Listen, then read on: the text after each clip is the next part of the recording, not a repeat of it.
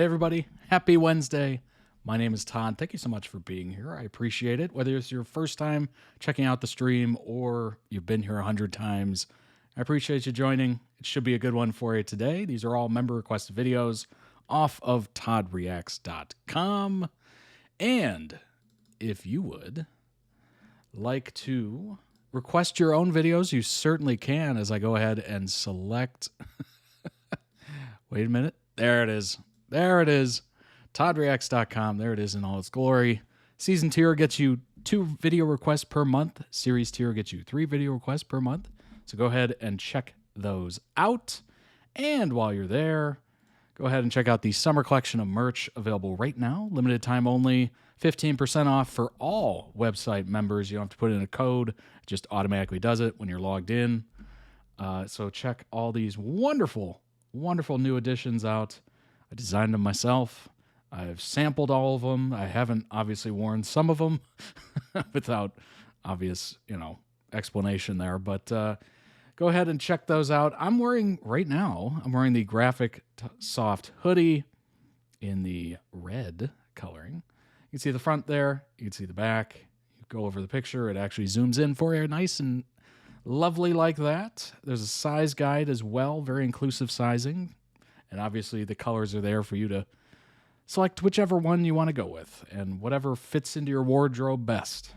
We have inches and centimeters on that size guide so you know which exactly size you're getting. So you're not guessing too much, right?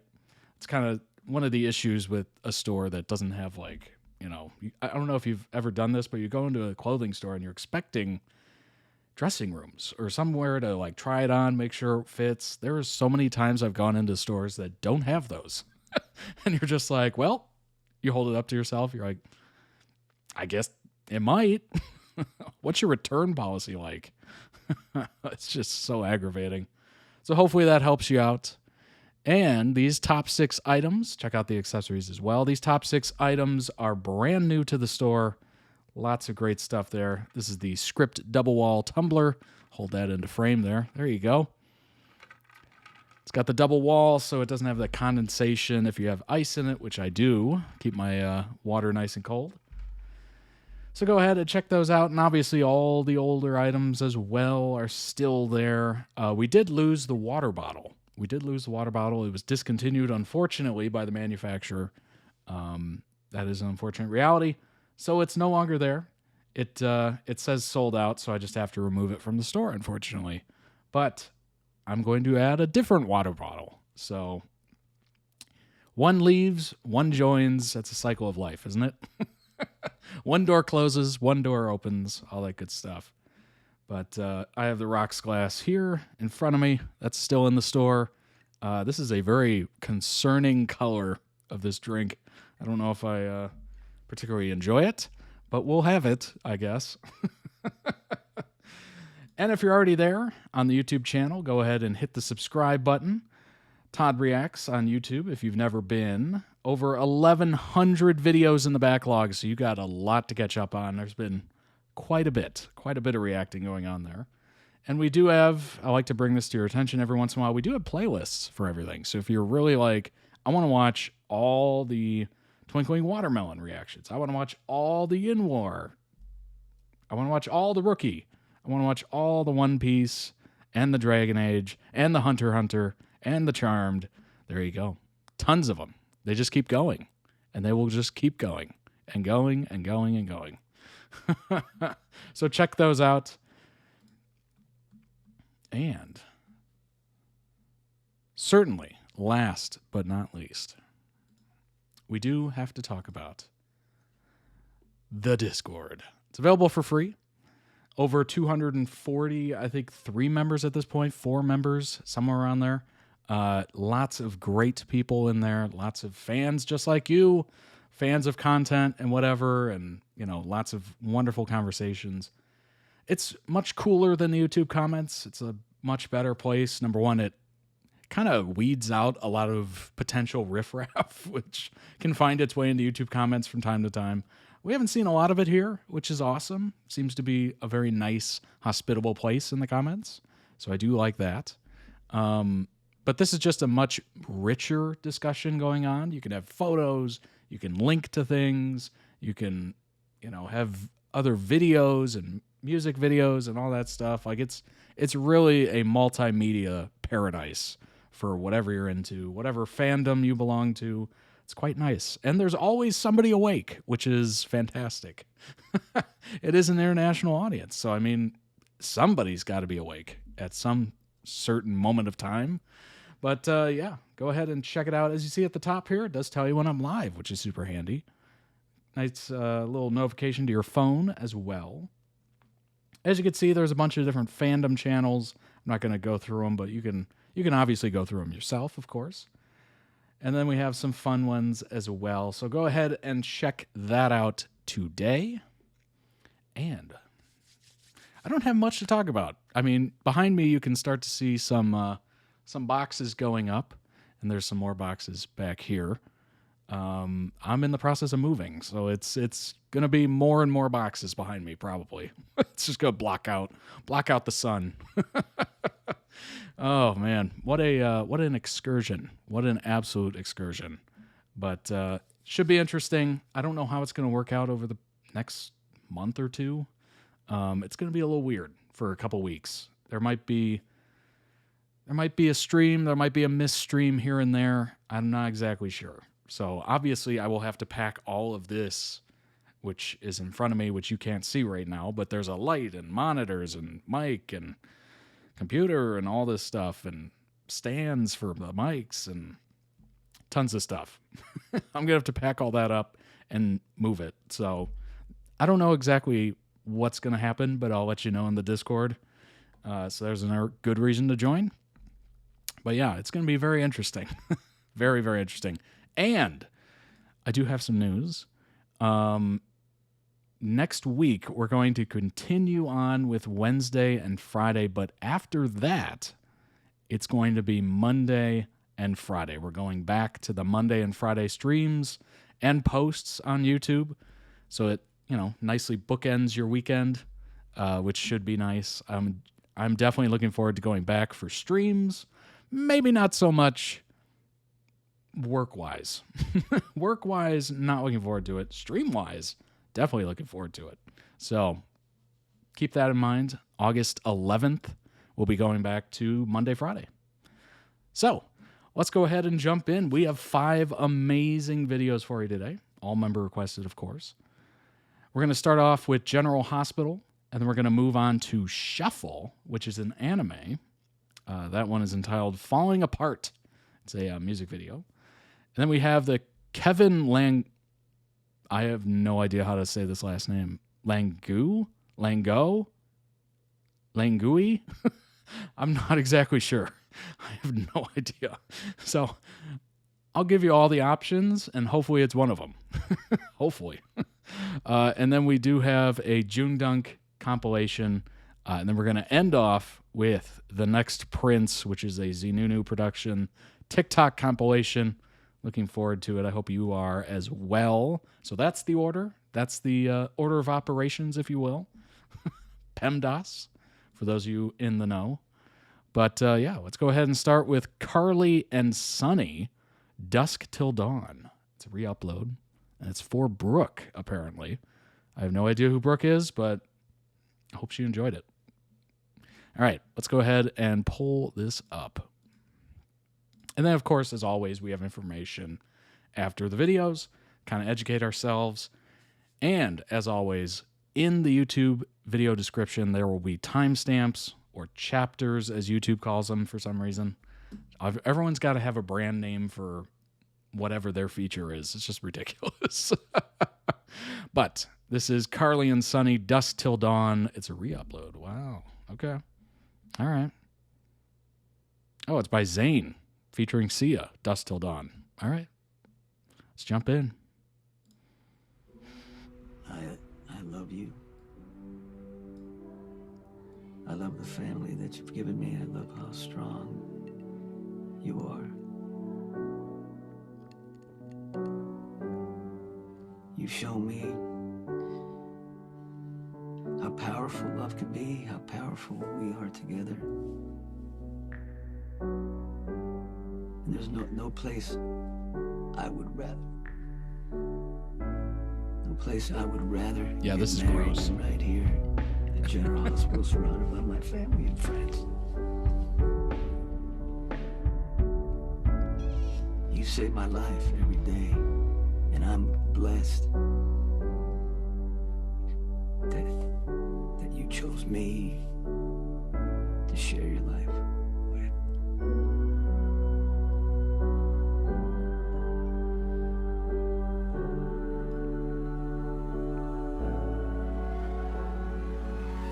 Sonny, I choose you to be my husband, to be the father of my children. I choose you to be the man who lifts me up in the bad times and who celebrates with me in the good ones. That's what it is. Not too long ago, I got a taste of what life would be like without you, and it nearly broke me. And then you came back to me.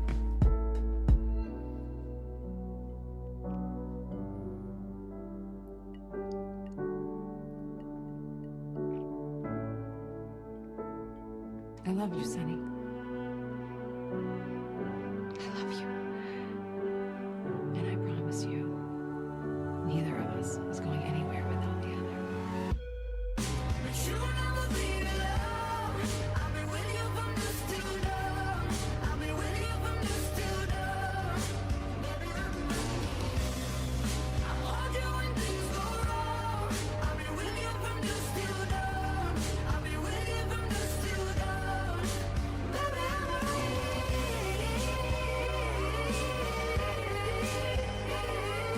We're stronger than ever because we're together. And I'm not going anywhere.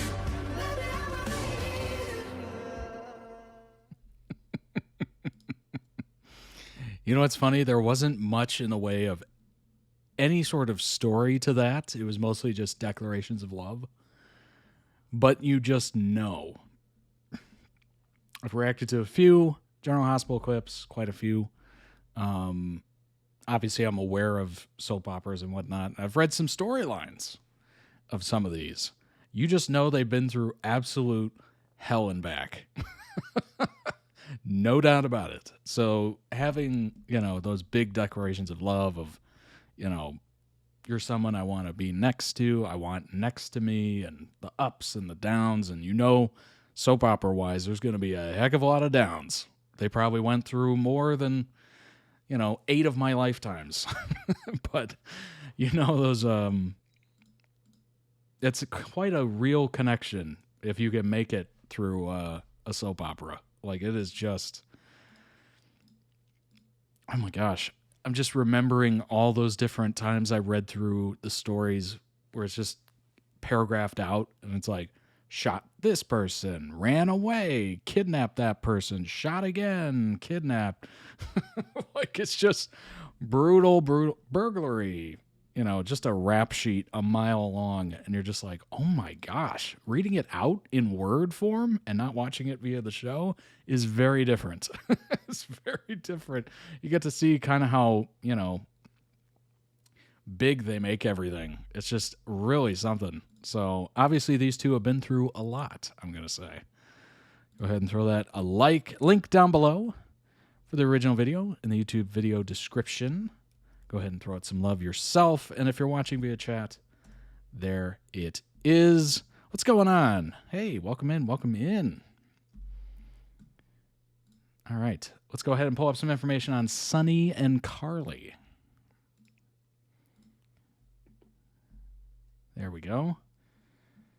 Fictional characters, definitely long-running, General Hospital, and also a super couple. It's probably, I assume that just means a couple that has been through many, many years, basically. Popular and or wealthy pairing that intrigues and fascinates the public in an intense or obsessive fashion. Okay. It's a little different than what I was expecting, I guess. Sonny is the most powerful mobster in Port Charles, and Carly's the daughter of one of the show's most popular characters, Bobby Spencer, and the niece of soap opera super couple Luke and Laura, which I think we have I can't, that sounds familiar. Maybe we haven't reacted to them yet. Sonny and Carly were together on and off from December 1999 to April 2007. They've been married 4 times and reunited in 2008, 2010, and most recently 2014. Yeah, that's some downs. That's a lot of downs, but that's also a lot of ups, too. It's also a lot of ups. It's kind of like that eternal optimist, half full, half empty. They went through 4 divorces? Oh, my gosh. Yeah, but they've been married 4 times. Well, I guess 4 marriages and 3 divorces, maybe. Or they were just separated. I'm not exactly sure. The couple has had their ups and downs. Yeah, I would say so. I would say so if you've had that many weddings. But throughout it all, they remain friends and support one another. Their relationship is normally characterized as being explosive and tumultuous. Yikes. That is obviously not what we saw in the edit. We just saw the more tender moments, but wow. I'm assuming the explosive and tumultuous is quite fascinating. Character Sonny has been in various relationships with various women before the writers paired him with Carly. The only other character Sonny was paired with that reached the same level of popularity is Sonny's pairing with Brenda Barrett. Sonny and Brenda are also considered a super couple. Wow. I think the common denominator here is Sonny, isn't it? Because both women have played such major parts in Sonny's life, Carly and Brenda have always clashed. Ooh. Sonny was on the show for years before Carly's arrival. They tested on-screen chemistry in 1999.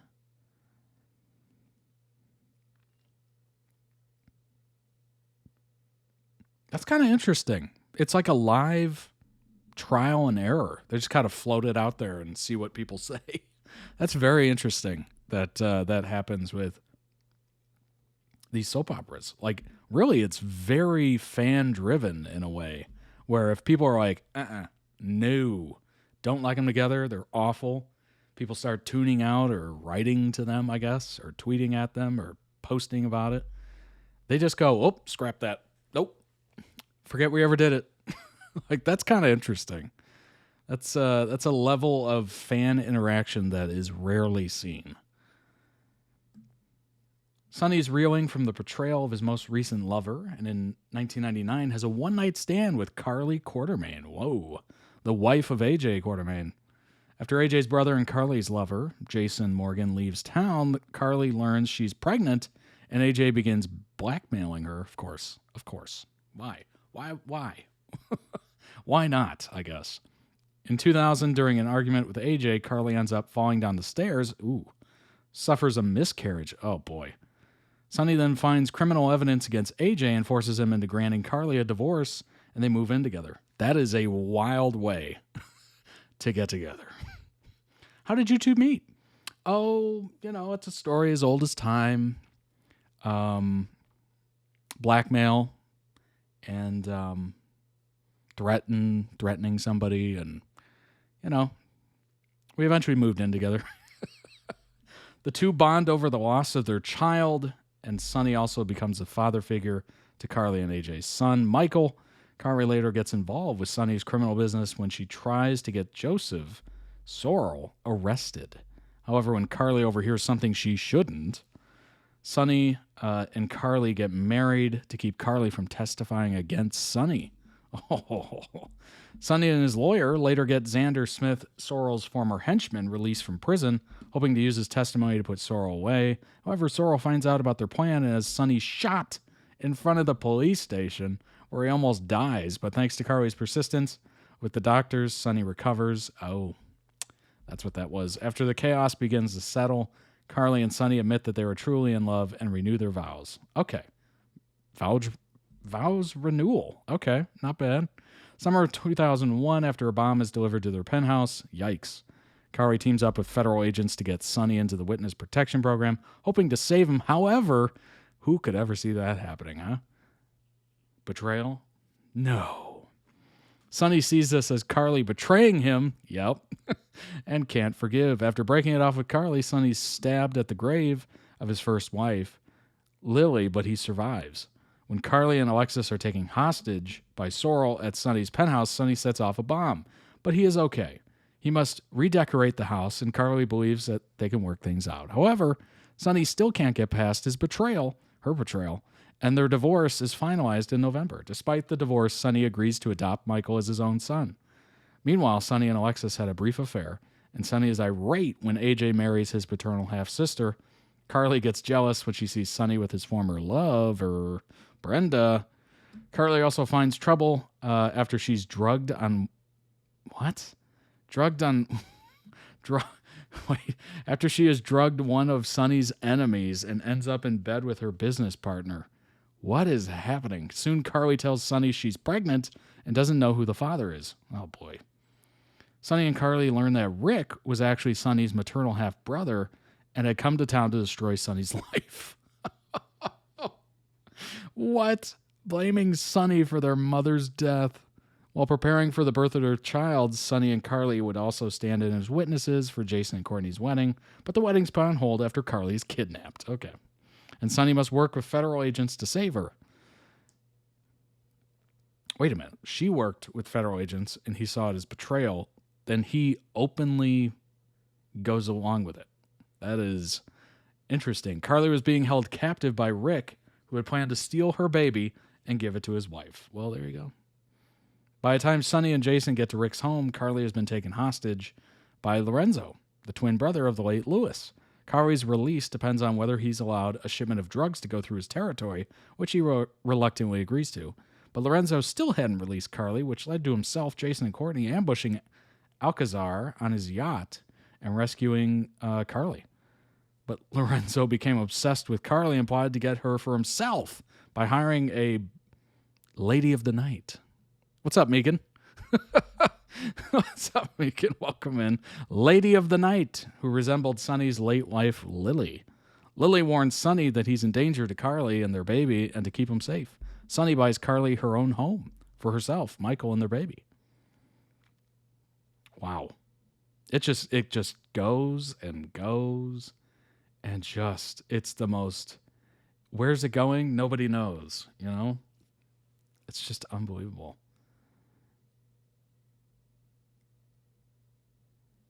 Let's see if we can just quickly pull out anything. Drugs. Military school. Shot. Sleeping with. Seducing. Remarried. What about up here? Hostage. Hostage crisis. Deadly outbreak. Like, it's just one thing after another of just unbelievable circumstances. It's truly amazing. It is, I think it's literally impossible to be bored with a soap opera, obviously. This is Sonny and Carly from General Hospital. Let's see. Somebody ranked Carly and Sonny at 4th and 5th place on General Hospital's 40 plus greatest characters of all time. They were included in the hottest soap opera couples list. Listed as one of the favorite super couples of all time, one of the best soap couples of the decade in 2009. Will Sonny and Carly get back together? This was written a couple weeks ago. Sonny and Carly are one of General Hospital's most notable super couples. Through the decades, these two iconic characters have had quite the on-again, off-again. You don't say. Their characters have not been romantic for some time, but could that change?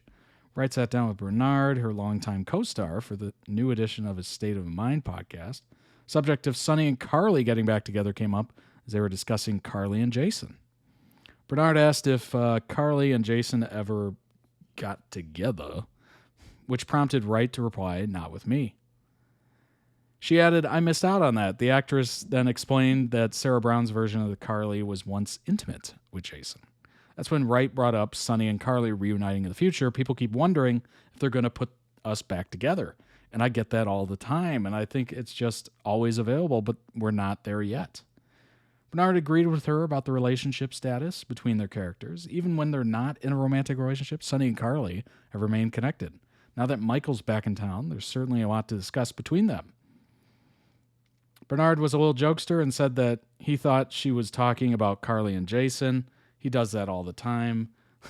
The GH stars have worked together for 20 years, ever since Wright joined the ABC soap in 2005. One thing about Laura Wright, I'm going to give it up right now about her as an actress. I've said it before, I'll say it again. If I were a director, she's a director's dream. She'll do anything. She'll do it this way. She'll do it that way. She does it anyway. I don't think I've ever seen her yell at anybody. It's always professional. Well, that's a nice glowing endorsement. I'm always hoping Sonny and Carly get back together. Love to see them back together again. I hope they do. I stopped watching because of this. Quit trolling here. Well, this one was obviously not included. But yeah, somebody stopped watching because of it. And I think that, I think that is a fact of the matter. It seems like, from what I've gathered, couples on soap operas or soap dramas, whatever you want to call them, are the main go. Without a couple you're interested in, chances are you're probably not going to watch. That's kind of what I've inferred and read and learned about, is that it is extremely couple heavy. Now, are there other storylines you might be interested in? Yes, but I think if you don't have, and you can obviously let me know in the comments if you agree with this, if you're, no, I like the story regardless. I don't need, some couple that I'm into or stan or fan or whatever. I don't need an end game. I just need good storylines. So I'm assuming it is the case that most people kind of tune out if there's no couple that kind of speaks to them, but you can let me know. Maurice Bernard, he played Nico Kelly in All My Children from 87 to 90, and in 91 portrayed Desi Arnaz in Lucy and Desi Before the Laughter. In 93 began starring as Sonny in General Hospital. For his role in General Hospital, Bernard received 3 Daytime Emmy Award for Outstanding Lead Actor in a Drama Series. Wow. 62 years old.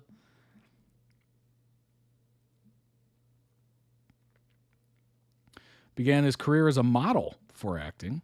That kind of makes sense. That kind of checks out with soap operas. You got to be, you got to be a model, I'm assuming. Or at least close to it. He received Soap Opera Digest Award nomination for Outstanding Male Newcomer, Daytime in 1989. Wow. Depressive mobster kingpin. A manic depressive mobster kingpin. That kind of gives you a little insight into the character. Initially, the character was only supposed to last for 6 months, as Bernard was not interested in anything more than a year. He revealed that after his stint on All My Children, he was not interested in doing another soap. He joined the cast of General Hospital because he had gone broke, and acting was all he knew at the time. Yeah, I mean, okay. Not interested in it, and, giving up a steady paycheck, like, those are two different things. Like, I've been in the situation where I've been in a job where I was like, all right, I don't like this anymore. or maybe I never liked it. And the truth is now out. Or maybe I'm now realizing the truth. But there's a difference between going, I don't really like my job, and going, I'm going to quit tomorrow. Obviously, a lot of us, I would say most people don't enjoy their job. Maybe there's aspects of it, but the overall picture, most of us probably don't. But we don't quit because, well, we got bills to pay. We got to keep a roof over our head. and all that good stuff. Maybe you really enjoy luxury soaps. Maybe you're just a soap fiend. You got to pay for it somehow, right? So we might complain and we might groan at, getting up in the morning or whatever, but we still go. So obviously, not doing an our soap and realizing, well, this might be the best opportunity for a steady paycheck, and it pays pretty well, I'm assuming. It's a totally different ballgame. Totally different. The producers offered him 2 separate roles, that of mobster Damian Smith with a 2-year contract, which he didn't want to do years, but hey, at that point, you'll take whatever. Bernard revealed just 2 weeks after starting his work, he suffered a manic depressive breakdown. Oh my gosh. Well, that kind of changes things a little. That's a whole different level of not enjoying it. At one point, he had stopped coming into work, but expressed his gratitude to the network for keeping faith in him instead of firing him immediately. Reprised his role in 1996, General Hospital Twist of Fate, daytime spinoff Port Charles in 2000, and an episode of primetime spinoff General Hospital Night Shift in 2007. Wow, that's wild. So hopefully it looks like he found some other work to kind of break up the monotony of it. 2019, he played John Gotti, the infamous mobster, in the Lifetime crime film Victoria Gotti, My Father's Daughter. Interesting. So he's been in quite a few TV films and movies and stuff like that. It's pretty sweet. Yeah, obviously, since General Hospital, he's been pretty much on there regularly. Did a little show on Castle. That's kind of nice. But yeah, for someone who didn't want to do it, he ended up doing it for a very long time. And look at the awards. Nominated like crazy, won like crazy. Pretty amazing. Laura, best known for playing Allie on Loving and The City. Won the Daytime Emmy Award for Outstanding Lead Actress in a Drama Series for a role in General Hospital in 2011. Since received more than 6 nominations in the category. Wow. Born in Washington, D.C.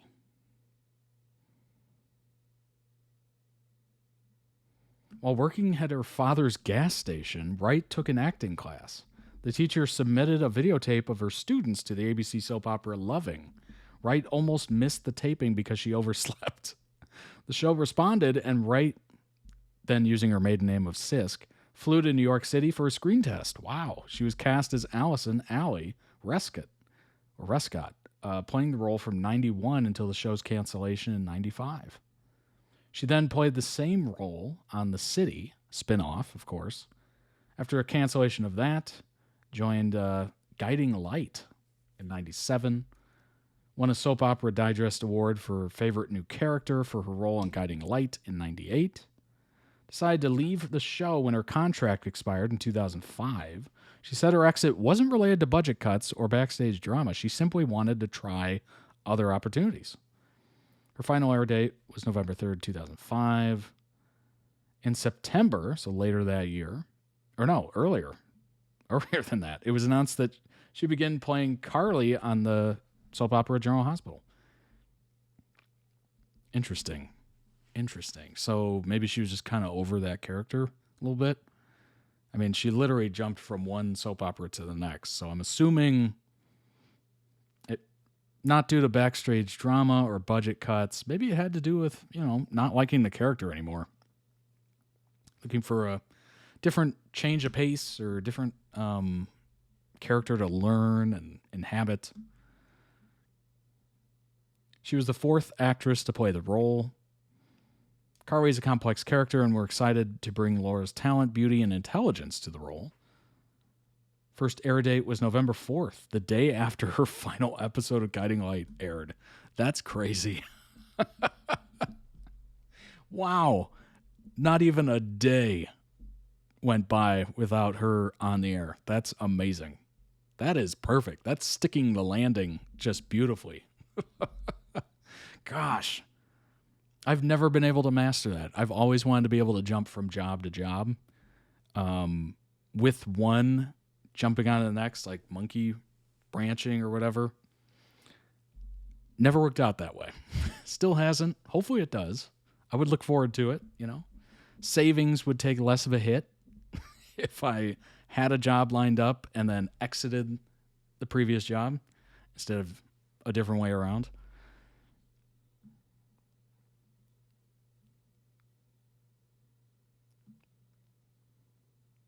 Pretty cool. Been in a relationship with her former General Hospital co-star Wes Ramsey since 2017. They worked together on Guiding Light. Wow.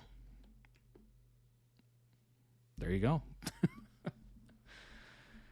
I'm assuming you would get to know people pretty well in that capacity for sure. Very interesting. I'm glad Bernard there got what he needed out of it and somehow like pulled through and, kept up with it. What's interesting is the fact that he went through a manic depressive episode and his character is also manic depressive. Like, does that help? Does that hurt? Like, what? Obviously it helps get in the mind of the character you're trying to portray, but is that helping you in the long term on your personal struggles? Like, I don't know if that would be extremely healthy. Maybe. Boy, that's odd. That is so odd. Maybe. Obviously, he's probably portraying it very accurately, which is good. But boy, I don't know. That would be a lot to ask of somebody. Let's go ahead and move on to the next one. It is called Shuffle. It is called Shuffle. This is a music video entitled Falling Apart. All right, I have no idea what to expect here. Let's go ahead and pull this up and jump in. I'm going to go ahead and shrink the size of this because I'm not sure. I don't know if there's going to be any need for closed captioning, so we'll go ahead and have it like this, and then we'll change it if we need to. Both Kaide and I genuinely thought we were making each other happy. Don't need it. Just immediately English. I'm like, wait, nope, I can handle that. I believe I can handle it. There we go. All right, we'll start that over. Both Kaide and I genuinely thought we were making each other happy.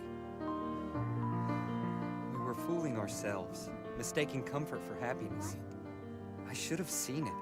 We were both living in the past, stuck there by something that happened to us when we were just kids. I'm sleepless for a weekend, so I start to say goodbye to I appreciate it. say goodbye. I think it's time for me to leave this house. Oh, we don't talk, we're not enough. When the storms rise, when the light turns, and the cold we were running out through the storm, through the night. We were running in the dark. We love taking care of you. It's what I enjoy doing the most. I enjoy taking care of you, Reed. It makes me so happy, and you took that wrong. I just want to take care of you. That's all I want. Please don't leave, Reed. It is hard to let it all go, let the past just disappear. Try to untie from an old life, but it always I'm an idiot. drags me down. What the hell have I been doing all this time? Kaide, I was supposed to protect her. Good morning, Reed. Here you go. Don't forget about your lunch. Here you go. Take this. It's medicine. Well, only when it comes to Reed. wish you were dead. I mean it. Shut up.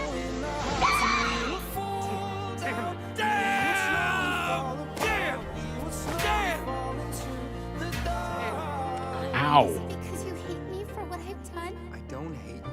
Give me a chance to make this up to you. I can get better. Please don't go. No, stay. I take it back. I take it all back. That was crazy. I'm sorry. I didn't mean it that way. Just come back. Please, Rain. Please, just give me another chance. Please don't leave. Just tell me what I'm doing wrong so I can... I feel like we're looking in on something we shouldn't be looking in on. Caring for Venus my whole life. He's that important to me. His happiness is all that matters. I have devoted my entire life to taking care of you, Reed. It's the only thing I live for. I know it is.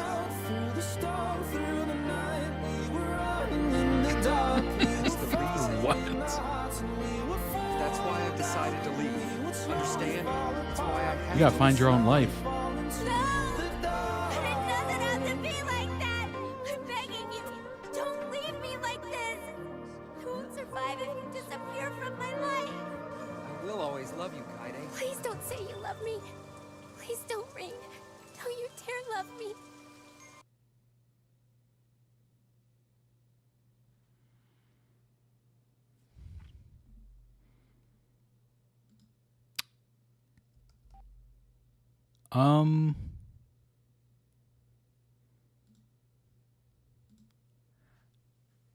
I'm trying to put into words what I feel about this. I think completely out of context, which this is, which this entire channel is out of context, really. That is, I believe it's called the technical term codependency, where it's very, very, very unhealthy, like an unhealthy reality.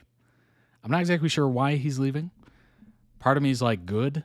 Maybe that'll toughen her up and she'll, find her own purpose. And saying to somebody, you're the only reason I'm alive is rough.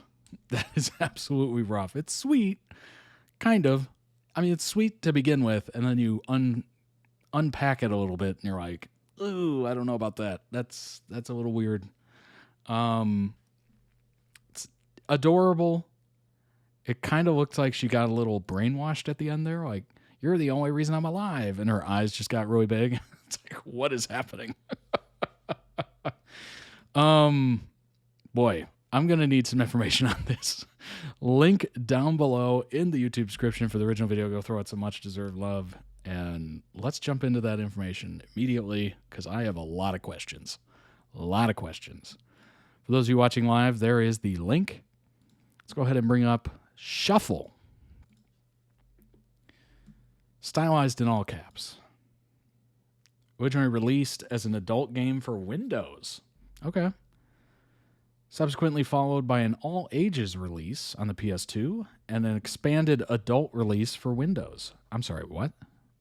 How adult were we talking about? Oh. That adult. I gotta be real careful here. I gotta be extremely careful here. By the way, what's the order of the remaining topics? We do have, I don't even know how to say this person's name. That's the problem. Kevin Langue, maybe? Boy, I'm butchering the heck out of that. Then we have JoongDunk, and then we have the Next Prince TikTok compilation. We're going to end on the Next Prince because I'm looking forward to it. I'm really looking forward to it. So we're going to end on it. We're going to end on the high note, as they say. Windows version was localized in English by Manga Gamer in 2009. Gameplay in Shuffle follows a branching plotline that offers predetermined scenarios and courses of interaction and focuses on the appeal of the female main characters. Shuffle has been remade into an expanded version called Shuffle Essence. Shuffle has made several transitions to other media. Been 2 manga series based on the visual novel. Across the nation, national semi-monthly ranking, an amount sold in Japan, the limited edition of Shuffle premiered second place at the time of its release in the top 50 for 3.5 months. Wow.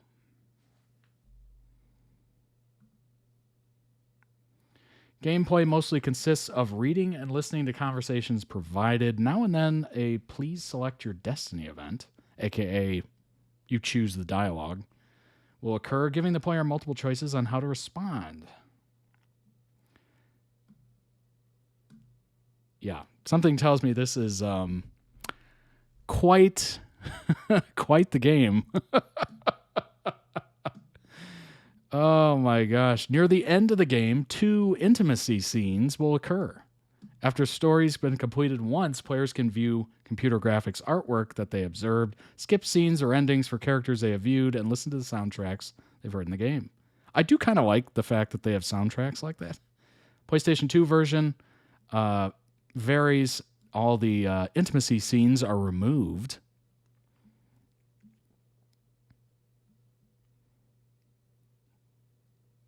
So this is a very adult game. A very adult game. Unless you play the PS2 version, where they take out all that, well, hentai. I assume. All right, settings and themes set in a fictional universe where humans coexist with god and devil races. Interesting. Both races are capable of mystical powers, which astounded humans since they had never seen anything like it. Despite their positive and negative stereotypes, both parties are essentially good-natured. 10 years before the story, the gateway between the worlds of the gods and the devils were open. I'm sorry, where do you get adult game out of that? Where is this going? What's up, Jackie? Characters attend a multiracial high school. All this is done so that humans, gods, and devils can meet one another and learn to coexist peacefully. Coexist, wink, wink. Nonetheless, some members of each race had been transported to one of the other worlds where they're married and had children due to mysterious dimensional tears. This is how some students with mixed lineage can be older than the gateway to the human world, such as Mayumi Time. That's so funny. Whose human parent fell into the world of the devils through one of the tears years before the gateway to the human world was opened. Very interesting. All the characters' names are references to flowers in some way. Okay.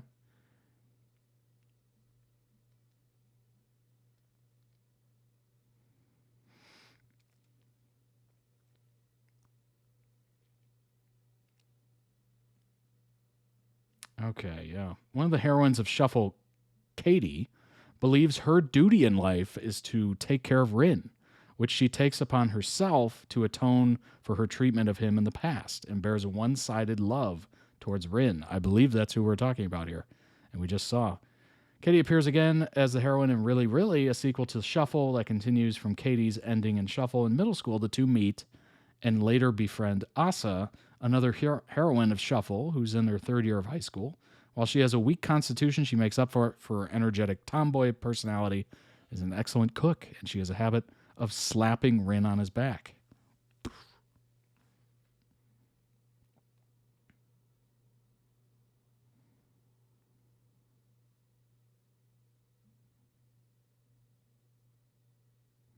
Very, very interesting.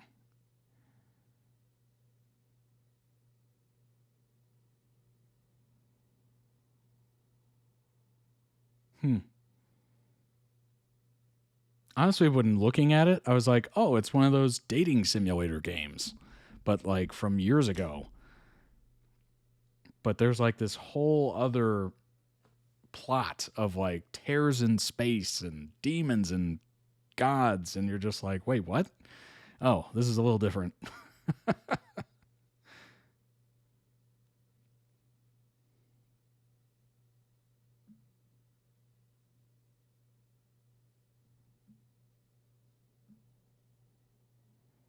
Wow, look at all the publications of this. Unbelievable. 2007, Funimation Entertainment announced licensing the anime adaptation of Shuffle for English language dub release, which I think we just saw. Funimation released the series across Region 1 DVD compilation volumes between 2008 and, 2008.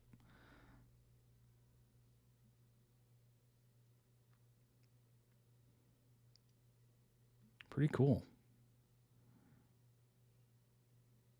I like how the music is a big part of this. So you basically get the album with the game. Game's original soundtrack, 2 discs, 31 total tracks, consisting of background music, theme songs, bonus remixes of the original theme. That's pretty cool. Following a month after release of the series of 5 drama CDs for the PlayStation or PC version of the game. Boy, I'm losing it.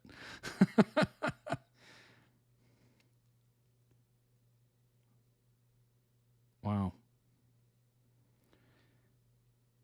Limited edition of Shuffle was the second highest selling computer game for the last 2 weeks of 2004. Boy, am I not surprised. Boy, am I not surprised. The anime television series received mixed reviews. Okay. Genuinely enjoyable, often alienating, alternating between brazen stupidity, lame jokes, and disgusting sweetness. Disgusting sweetness. Oh my gosh. Criticizing it as being a typical harem anime that offered little new content. Harem anime. That's a new one. I don't know if I've ever heard that term before.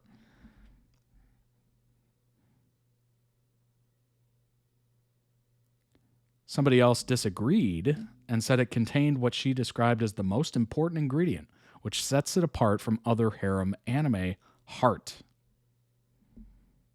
What the heck is harem? I can't even look up harem anime because I know what I'm going to get. I know it's a bad idea. I've already screwed up once. I'm not doing it again.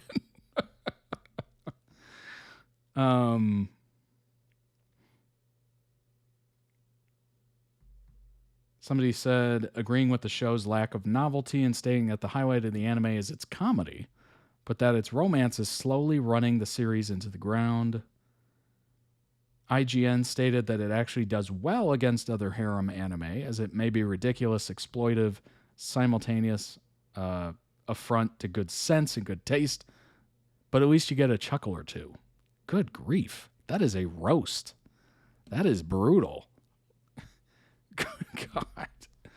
Smith criticized the ending for lack of intensity. However, Ellingwood praised it for showing the consequences of avoiding which heroine the protagonist would choose to love, unlike harem anime she had prior.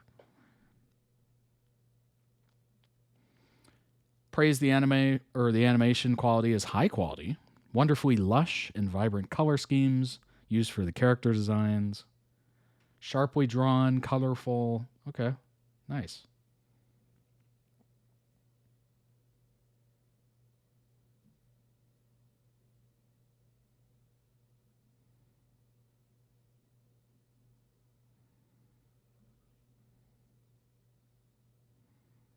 Very interesting. Let's see if we can find some more on it. Here's Katie, who we definitely saw. Main character in the Shuffle series, she is Rin's childhood best friend who has been living under the same roof ever since Katie's mother passed away in the same accident that took the lives of Rin's parents.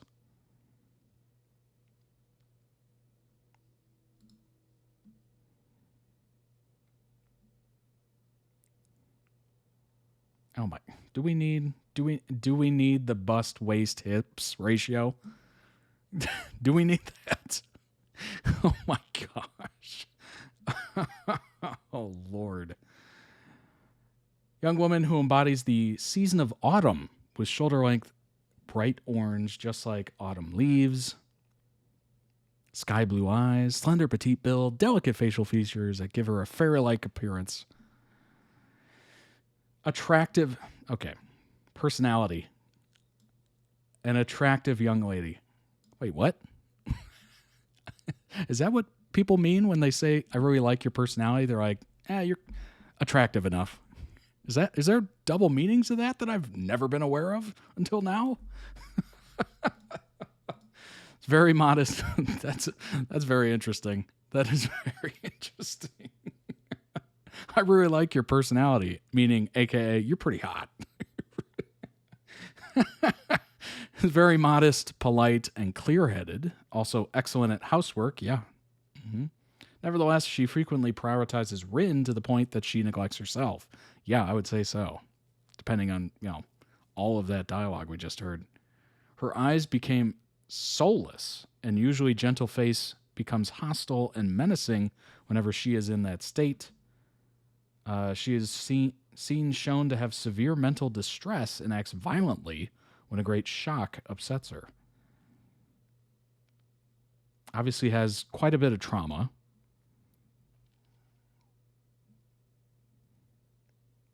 It's kind of interesting because it's obviously linked, right, with her mother, where she sees Rin as a way to like hold on to somebody. So she will do everything to make Rin want to stay. And that's why she has such a breakdown when he's like, I'm going to go for myself and also probably for you as well. 8 years prior to the story, Katie was in her second year at the academy. She resented Rin, blaming him for the death of her mother and Rin's parents in the car accident. In the anime adaptation, Katie went as far as to drop a sharp object in his eye from the stairwell. What? Good grief. However, soon she realizes the truth that her mother and Rin's parents were due back from their trip earlier because she was sick. Oh boy. Plagued by great remorse for years of mistreating him. Oh, that explains it. She begins to atone by joining the cooking club in middle school to be a better cook and starts taking care of him. She devotes her life to him, caring for everything around him. Because of this, Primula misunderstood her as a servant when they first met. Oh my gosh. Rin tries to help her with housework. Katie stubbornly refuses it, becoming emotional. Due to her beauty and personality, incredibly popular at school, also has an unofficial a fan club in school. 1/3 of the boys in the school are members. That's crazy. That is crazy. Oh my gosh. Could you imagine being at school and there's a literal fan club and 1/3 of the school is in it? That's crazy. As a result, she's sometimes referred to as the princess of the human world. What's up, Brianna? Welcome in. Glad you could make it. In the anime, she exhibits violent behavior when Rin continuously blew off hanging out with her to get closer to Asa. Oh boy. After Asa and Rin returned from a date, she lost it. She slammed Asa against a wall, which resulted in Asa having a heart attack and being hospitalized. Oh my gosh.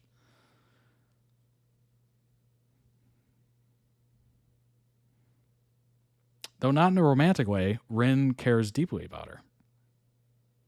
Yeah, that is... yikes. That is unhealthy to a wild degree.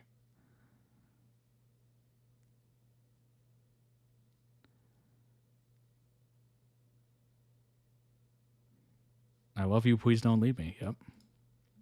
Katie means Maple is the only character in Shuffle series to show tropes of a Yandir with a violent streak. First Yandir in mainstream anime. I don't know what that is. I'm assuming it's some sort of like one-sided servant. Just somebody who's obsessed with the other person, maybe. Wow, that is something. Asa, who got literally a heart attack by getting slammed by Katie. Senior at the Academy Cooking Club with Katie. She and Rin share a love-hate relationship, though they're more like bad company to each other. Best friend of Korea.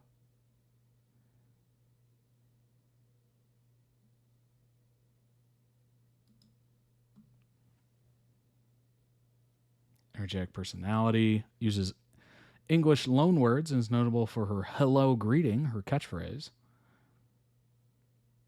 Dislike for magic, because her demon power always caused her to be sick during childhood.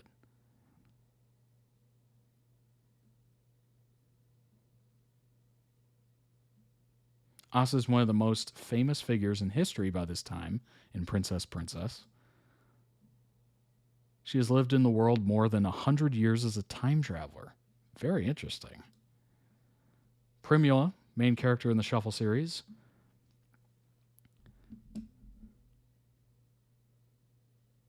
I don't even know what that word is. She's a homunculus. Homunculus? Developed by a joint venture between the worlds of the gods and the devils. After all the stories she heard about Rin, she grew curious and came to the world to meet him. Oh, that's got to make Katie so mad. 100 years after the events of the original Shuffle, she's the director of the Guardian of the Gates that connects worlds while occasionally traveling to the human realm. That's an adorable cat. Look at that.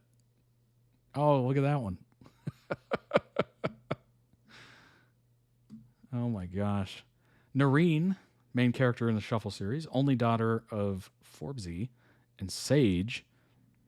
Childhood memories with Rin have brought her to the human world. She is in the same homeroom as Rin.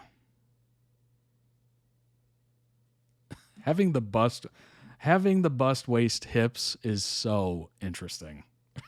Very interesting. Oh my gosh. Generally reserved with a gentle personality and always speaks politely. However, she can be terrifying when irritated, especially to those who slander Rin. Rin's got the Riz, is what I'm getting here. Rin is Riz, embodied. She mercilessly unleashes offensive magic that has made the school gymnasium disappear. Wow. She also sometimes verbally punishes Forbesy if he embarrasses her or makes a poor decision.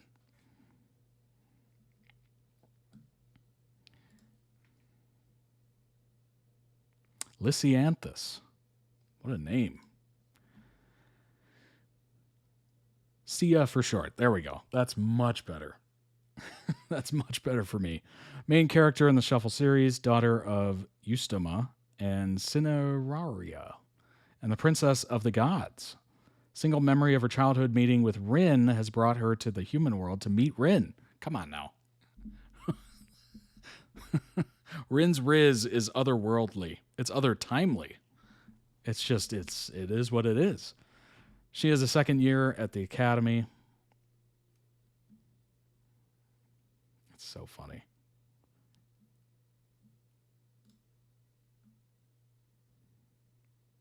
Oh my gosh. Sia came to the human world as a possible marriage candidate for Rin. That's wow.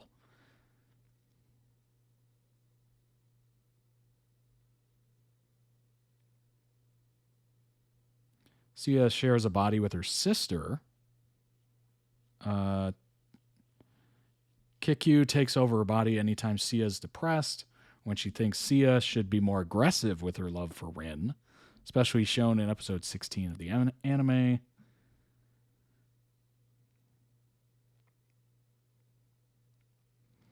In Shuffle episode 2, it's revealed that Rin married Sia. And both already have long since passed away. However, Primula stated that worlds where Rin got together with each of the heroines also existed beyond the time-space rift. Wait a minute. So this is a anime based off, I'm assuming, what looks like a dating simulator? Is that what we're getting at here? Hold on. Let me bring this up.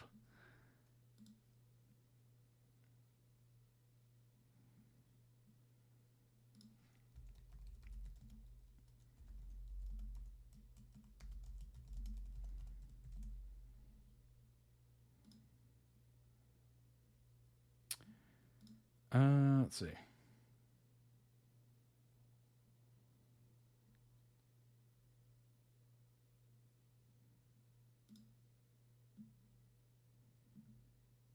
Let me just double check this article and make sure there's nothing crazy in it.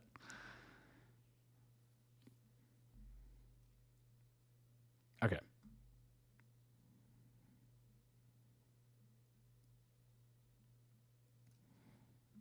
All right, this should be good.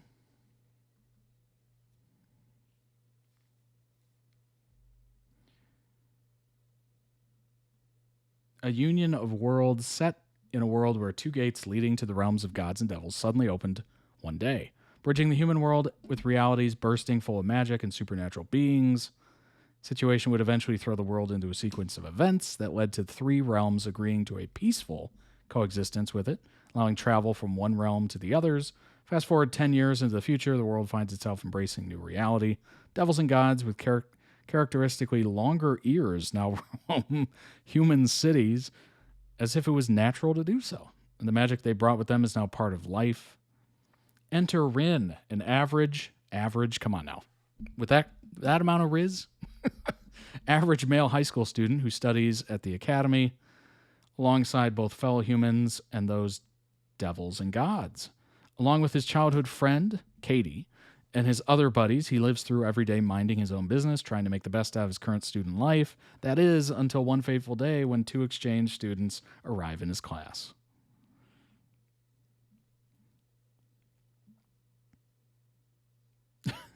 Did you hear that, Rin-chan? We're his lovers. I love how that sounds. Boy. Sudden love triangle. Two dazzling, beautiful ladies enter the classroom, much of the joy of every adolescent male present. Sia and Noreen, a god and a devil, have introduced themselves and why they're transferring to the academy. The reason? To chase the hand of Rin for marriage.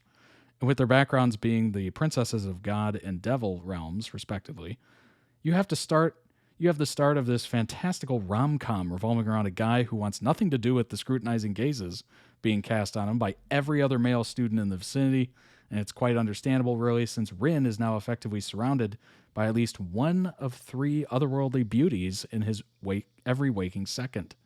That's including Katie, who lives with him in the same house. Going forward from there, Shuffle inserts fantasy elements from this multi-world setting to create an interesting backdrop for its romantic comedy story.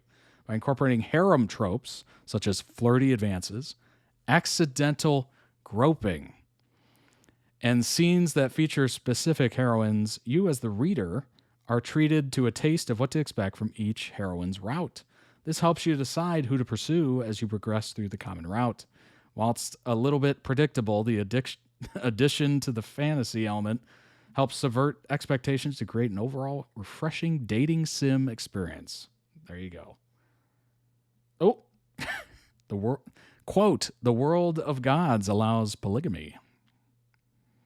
Well, making full use of its fantasy setting, Shuffle features a healthy number of characters exhibiting traits that are human, divine, and demonic in origin. Shuffle leans heavily into the utilization of certain tropes for its slice of life scenes.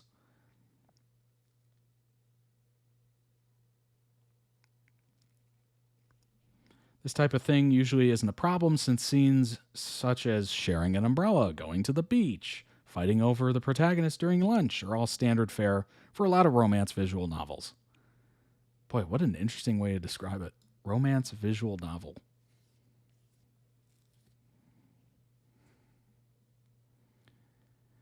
Features a day system. It doesn't have any real gameplay function, more of a timer to keep track of its route.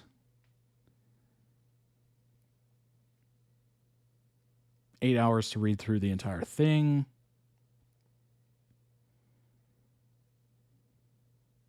Interesting. You have a total of 8 choices in the common route.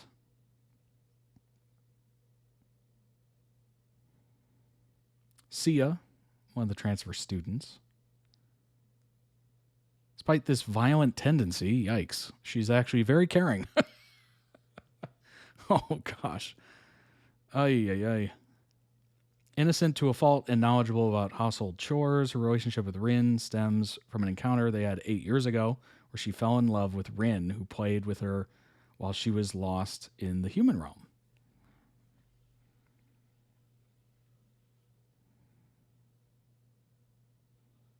It's just, it's that Katie relationship is very interesting.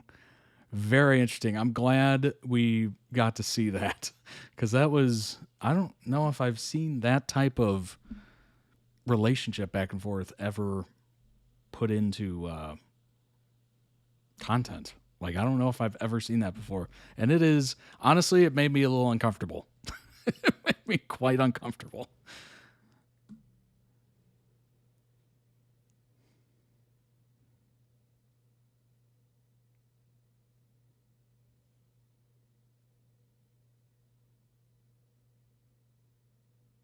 Oh, more kitties.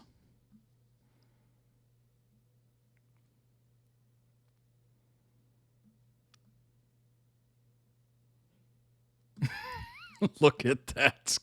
Look at that quote.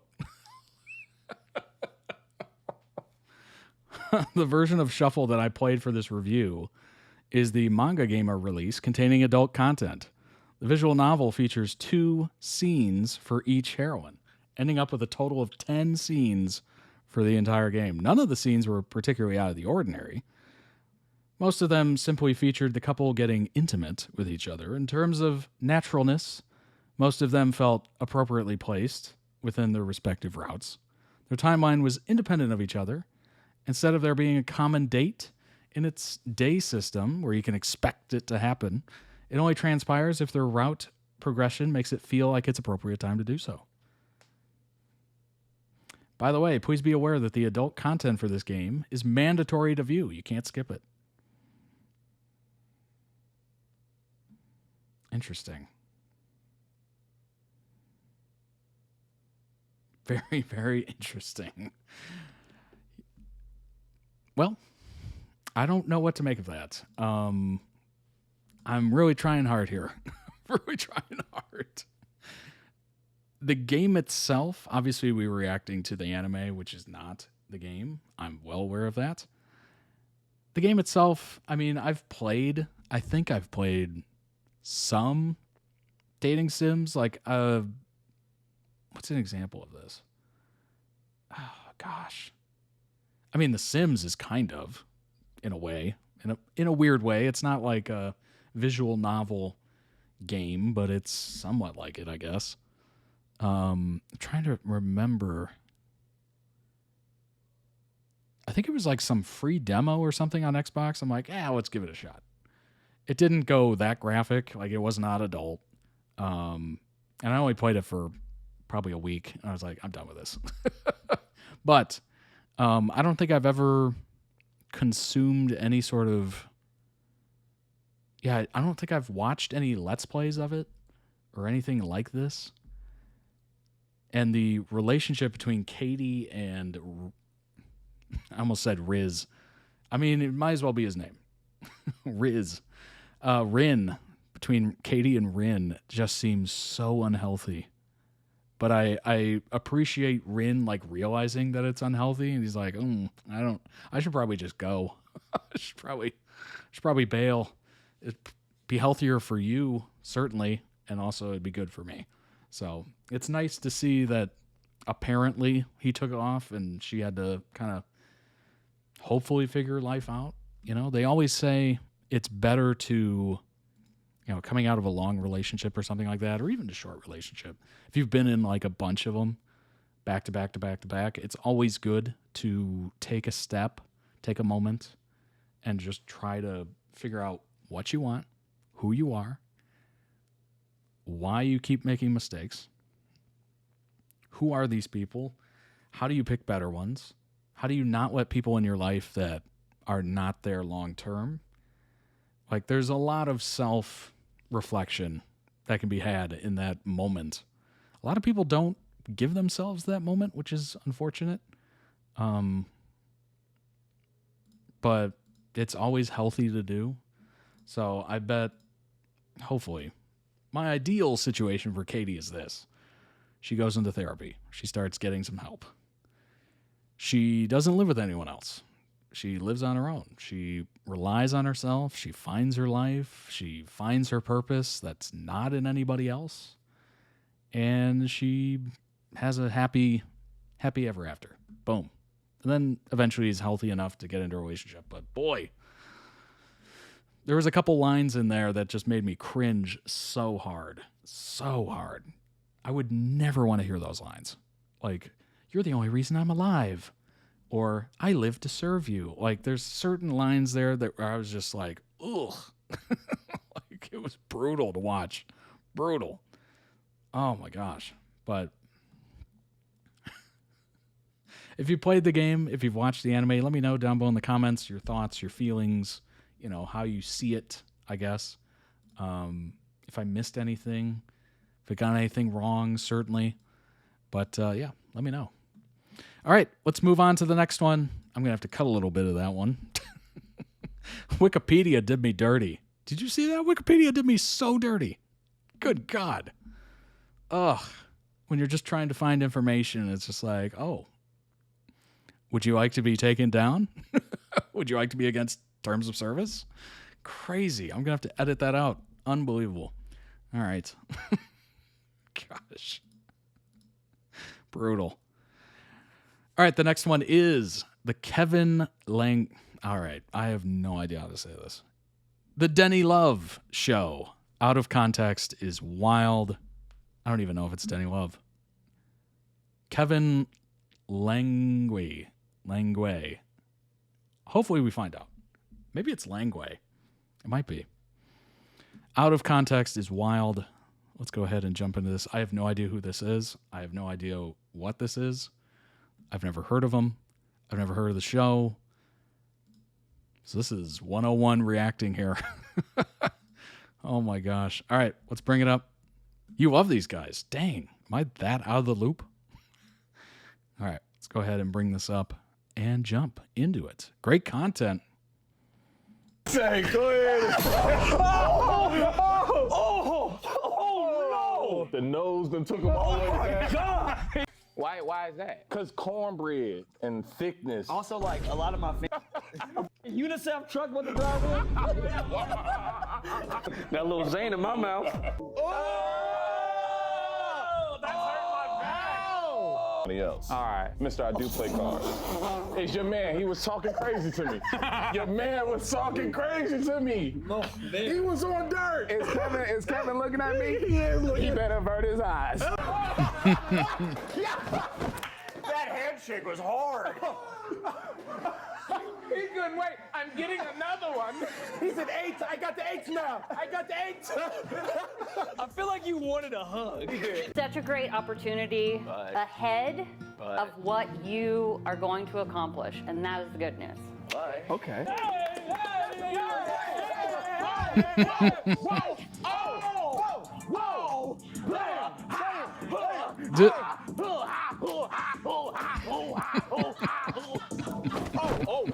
Ready? 50% homophobic. I mean, homosexual.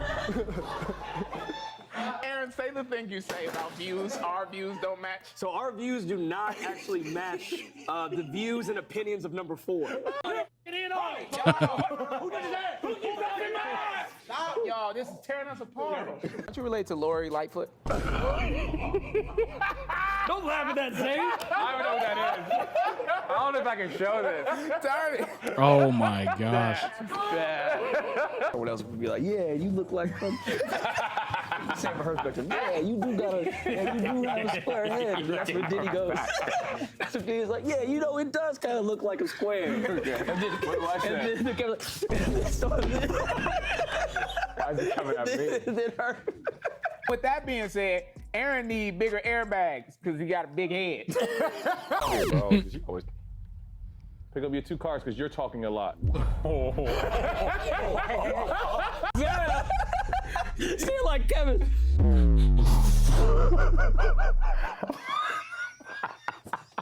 Oh, buddy.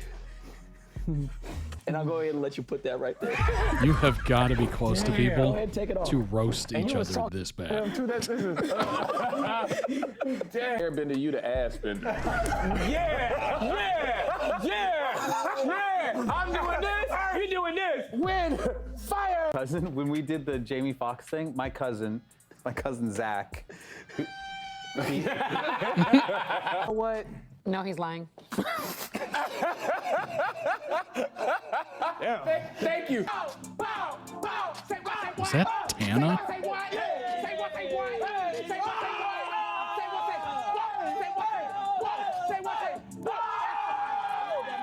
ass body. Your ass looks so. And if I touch it, Tanacon. Oh, yeah. Yeah. Dancing like white people. dancing like White people. Dancing like white people. Yeah. Dancing like white people. Dancing like white people. Weirdo. The last night is 5:11. Don't make me feel better. And then I'm gonna go here and I'm gonna go home about my business. Y'all got it. All right. That's where we gonna start. That's gonna make me feel better. Look at that smile. He does have a white smile. He got a white smile, bro. No.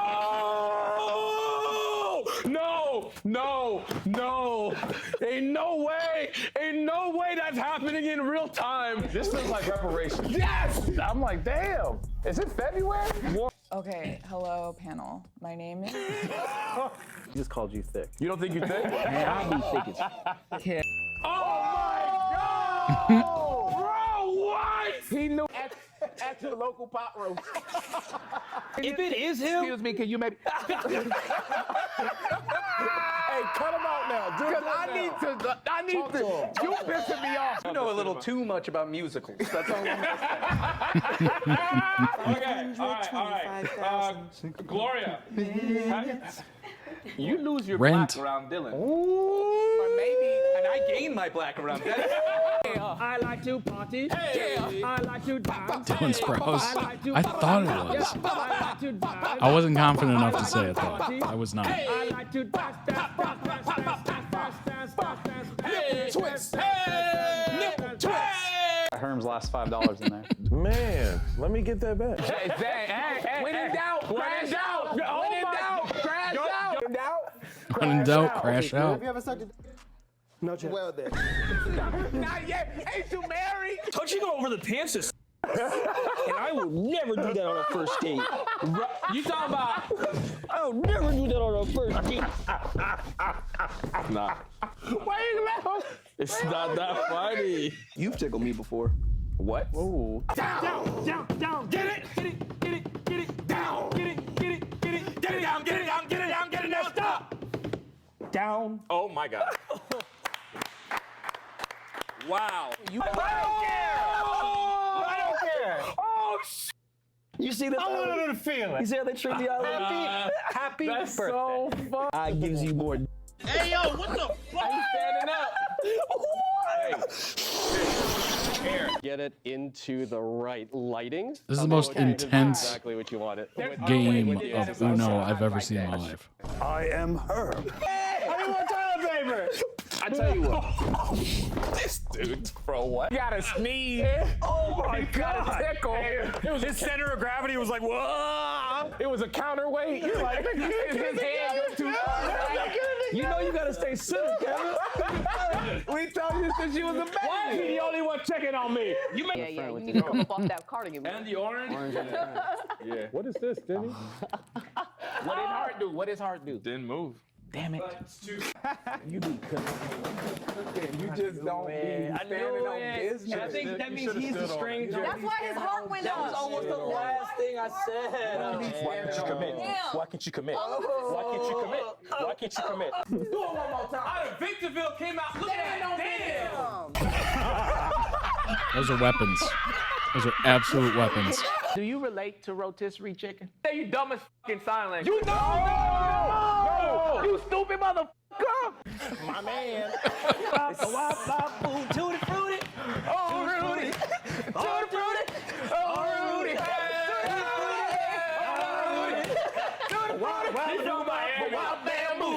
Went closer. Yeah, I know, right? Kia got stolen 2 more times. Bow, bing, boom, bow. Oh, bing, bow, bing, boom, boom, bing, bing, get it, bow, bing, boom, boom, bing, bing, get it, bow, bing, bing, bow, bite, and tell me, bite, and tell me. On a free shampoo, that shit was not working. He glowed up though. Y'all should have seen Aaron when I met him. Emotional damage. And you know that's not what we Then saying. yes, then no, then no. Then the answer is yes. I was just giving you context for it, but yes. You gotta fluff it first. That nose yeah, boop say what was your ass wild. Hey. Get some. I knew it. No, get out of here. For a minute, you had me. I'm looking for hope. He's really him. Or a man. Or it's Aura Man. Going on a trip on our favorite rocket ship. 1, 2, 3. All the day's work. Good night. Also, just dropped my onlyforeheads.com. It's flying in really fast. Oh my God. It's a bird. It's a plane. No, it's Aura Man.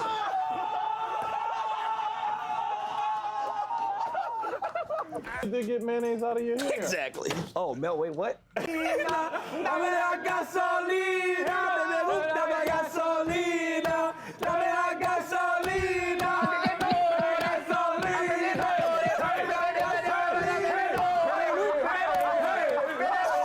You really Reverse.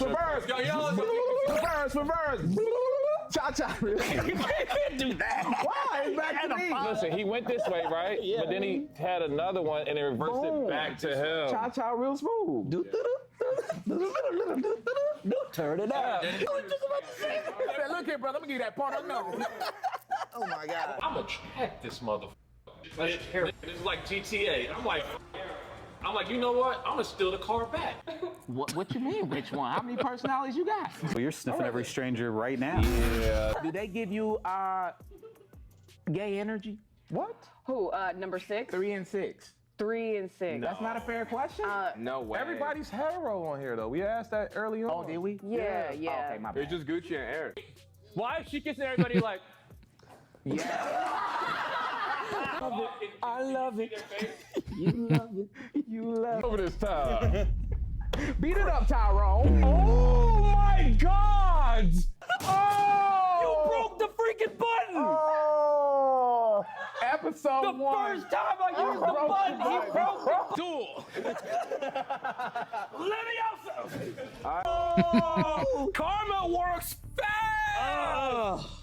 Damn. 1 second you up, and another second you picking up 6 cards. I think number 2 looks like Stevie That's No life. Wonder. That is life. He spent a lot of time at Lamarck Park. First of all, okay, hold on. Hey, y'all are both on some Caught in there for a while. That's how it got coagulated. That wasn't too far. Oh! Kiss him on the lips. You know what? That's a professional. That's professional. Needed a cuddle. Where Squidward ate too many hamburgers and he got locked in the little. His hips used to be like. Isn't that the rules he made? That's not. Isn't that What a something? reference. Hey, Karma, I was talking about the girl. Let's talk about No, because you made it no. a thing when Hold Herm on. put the 2, and then you But didn't know that's that you said it was karma. How is that card still on your forehead? For example, this is called the split bottom mount. But you know, stop it, Herm. Thing I that got you you. really need to know. What? I doubt you do. Yo, I just had the craziest f***ing dream. I was on the show, and a f***ing midget. Why? Just go ahead. That's a dumb. Okay. Why would you? 1. That's gonna be 2. That's gonna be 3. And that's gonna be 4. Isn't that something? Isn't that something? Karma. Don't do it, Isn't that something? Don't do it, Diddy. No, you don't Don't got do it. it, Diddy. You don't Hey, got it. isn't that something? don't got do it. it, Diddy. Isn't that something? Don't do it. Isn't that something? Fire. Nose. See, it's me, bro. I just be chilling. I'm congratulating you on your 5 for 5. Come on, say something. Well, that's just how Herm steals from self-checkout. Damn it, you know what? Everybody close your eyes. It was packed by Steve. To be able on Tuesdays doesn't Ever married? He like dark-skinned women. Never seen Zane look this old. No, because when you said that, I looked up at him and he was doing this. What are you doing, Zane? What I do with Now, if you'll do me a favor. To you. Happy birthday to you. Happy birthday, dear Aaron. For 4, too. Happy birthday to you. I can't believe only black creator is taking money from black comedians. So, hello, darkness. And then the video fades out. No. Aaron gonna be the only one they draw as a sidekick. Everybody else gonna get their own story. No, bye, guys. We love you. Oh my gosh. What even was that? I gotta say, I've said this before when it comes to, you know, Stray Kids and BTS and all that stuff. It has got to be amazing to be able to. And I know that there's, you know, you're technically signed to a contract, so obviously it's a little different with K-pop and stuff like that. But being able to work with your friends and just not have to answer to anybody, enjoy yourselves, have as much fun as you possibly can, like that is what dreams are made of. That has got to be the ultimate amazing, like wake up every day, get to, you know, just know that you're going to enjoy your day. Like, yes, everything eventually becomes work. I guarantee even they would say, look, yeah, it's amazing, but it's still, you know, you got to be there. You got to be, you know, present. You got to be, it's work at the end of the day. You got to be on. You got to be funny. You got to, you know, so there is stuff you do have to do. But I would assume most people would take that over anything. I know I certainly would. 100%. That over a 9-to-5, like normal job? Absolutely. A million times yes. But yeah, I'm just forever jealous of this situation where they're just roasting each other and having fun. Obviously, it's all in good fun. They're smiling, they're laughing, they're dying inside. Like it's definitely interesting for sure. And, you know, it's a nice way to see people that enjoy other people and have these strong friendships and whatnot. Like it's pretty admirable indeed. I promise they're not usually hectic all at once. Felt like crash out moments. Yeah, honestly, very much so. Link down below in the video description for the original video. Go throw it some love. That video has 45 views. 45. For those of you watching live, there's the link. Let's look into some information on Kevin. I have no idea about his background. Nothing at all. Here's his website. No better way to check it out.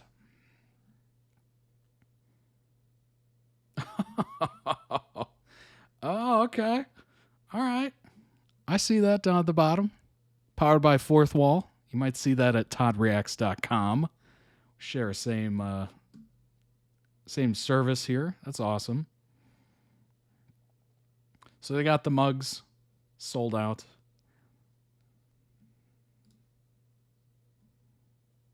There's the YouTube channel, of course.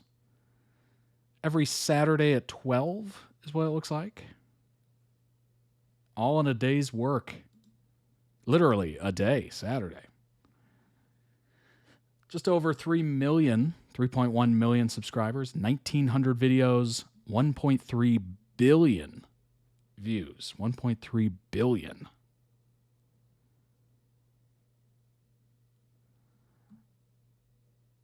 Thumbnail game, next level.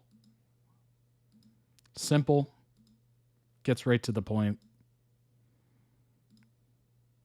If you were to try to summarize this channel and the show, what would you say?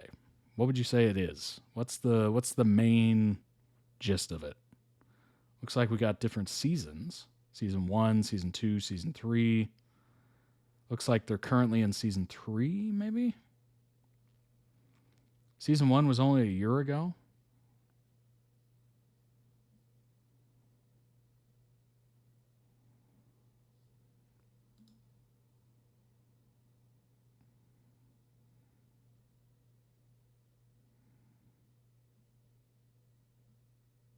So it looks like a bunch of games potentially with a panel.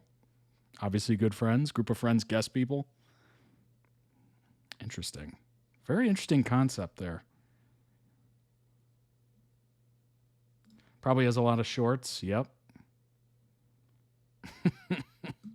I am not on the shorts. That is 100% accurate. Content creator chasing 95% retention. Certainly doing pretty good at it. Born in Paris, lived in Europe for the majority of childhood, later moved to Zimbabwe for 5 years before coming to the States. After film school in West Virginia, he inspired to pursue a digital career in LA, where he's grown a supportive community across socials. Best known as serving as a host and recreating popular games, ranging from Family Feud to original in-studio ideas.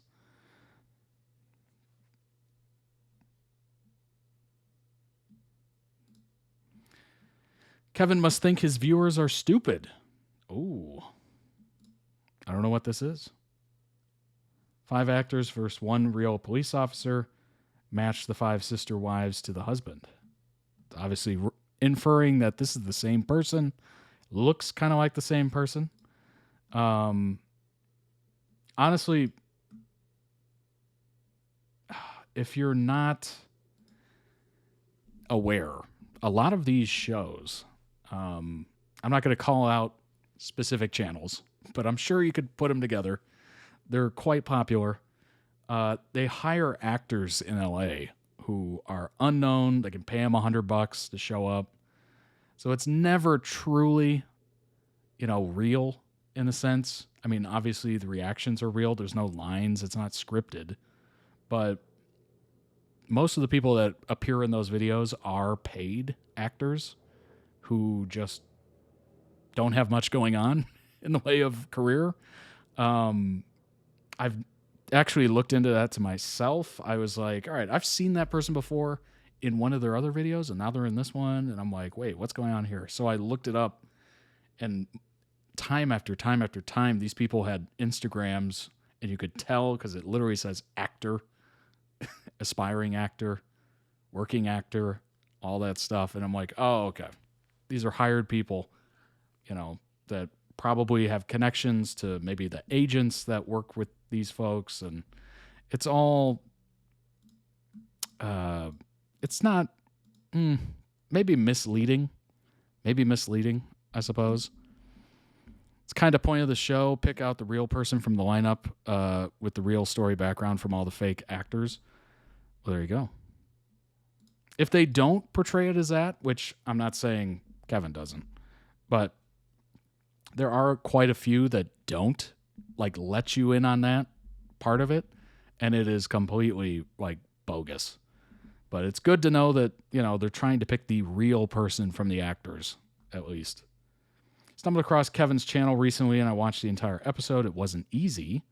5 actors, 1 real police officer. The end resulted in an individual who was very obviously not a police officer being revealed. It was obviously inauthentic. I felt personally offended that Kevin and his associates thought that anyone believed their BS. Censoring this on the go. I stopped watching videos from this channel. I left it alone because times are hard and YouTube is full of clickbait, and I'm sure some of these creators are just desperate. Wait, what's going on? All right, so it's the same person on both. Match the 5 sister wives to the husband, 5 actors versus 1 real police officer. Okay, so it's showing that same people are in here. World's best guesser. What is this work? This is some investigative Reddit post. Western Virginia University business student rides his dream to the Cannes Film Festival.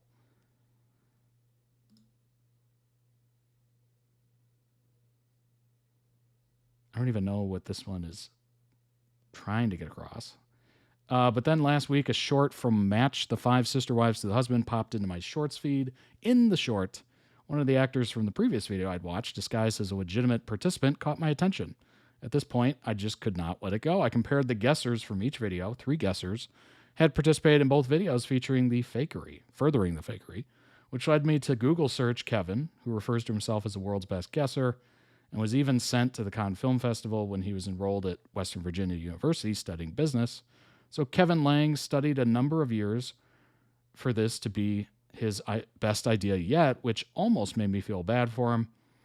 Do with this information what you will. It just irked me and I had to get it off my chest. I'm sure that this show is not the only completely inauthentic show on YouTube, but I don't think that's an excuse. I would prefer creators who are not setting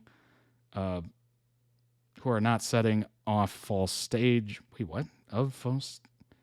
I don't even know what that is. For comedic recognition or just plain making things up and lying for views. Shameless. All right, so it'll be interesting to see if, there's some obvious pushback in this thread. Oh, first comment. This sub causing people to spiral looking for issues where there aren't any just so they can feel included. Got him. I found this critique so weird. It's obviously established that the participants are trying to convince the panel of their role, but only one of them is actually telling the truth. Yeah, it's like, oh gosh. What was that show called? It was Frank Abagnale was in it from Catch Me If You Can. It was a bunch of people pretending that they were somebody, and then most of them were actors, and then one of them was real. What the heck was that show called in like 60s or something?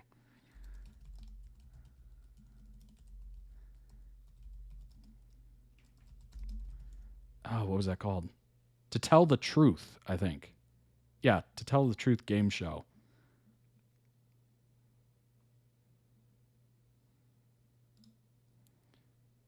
Set in the 1970s, where 3 contestants appear claiming to be panelists.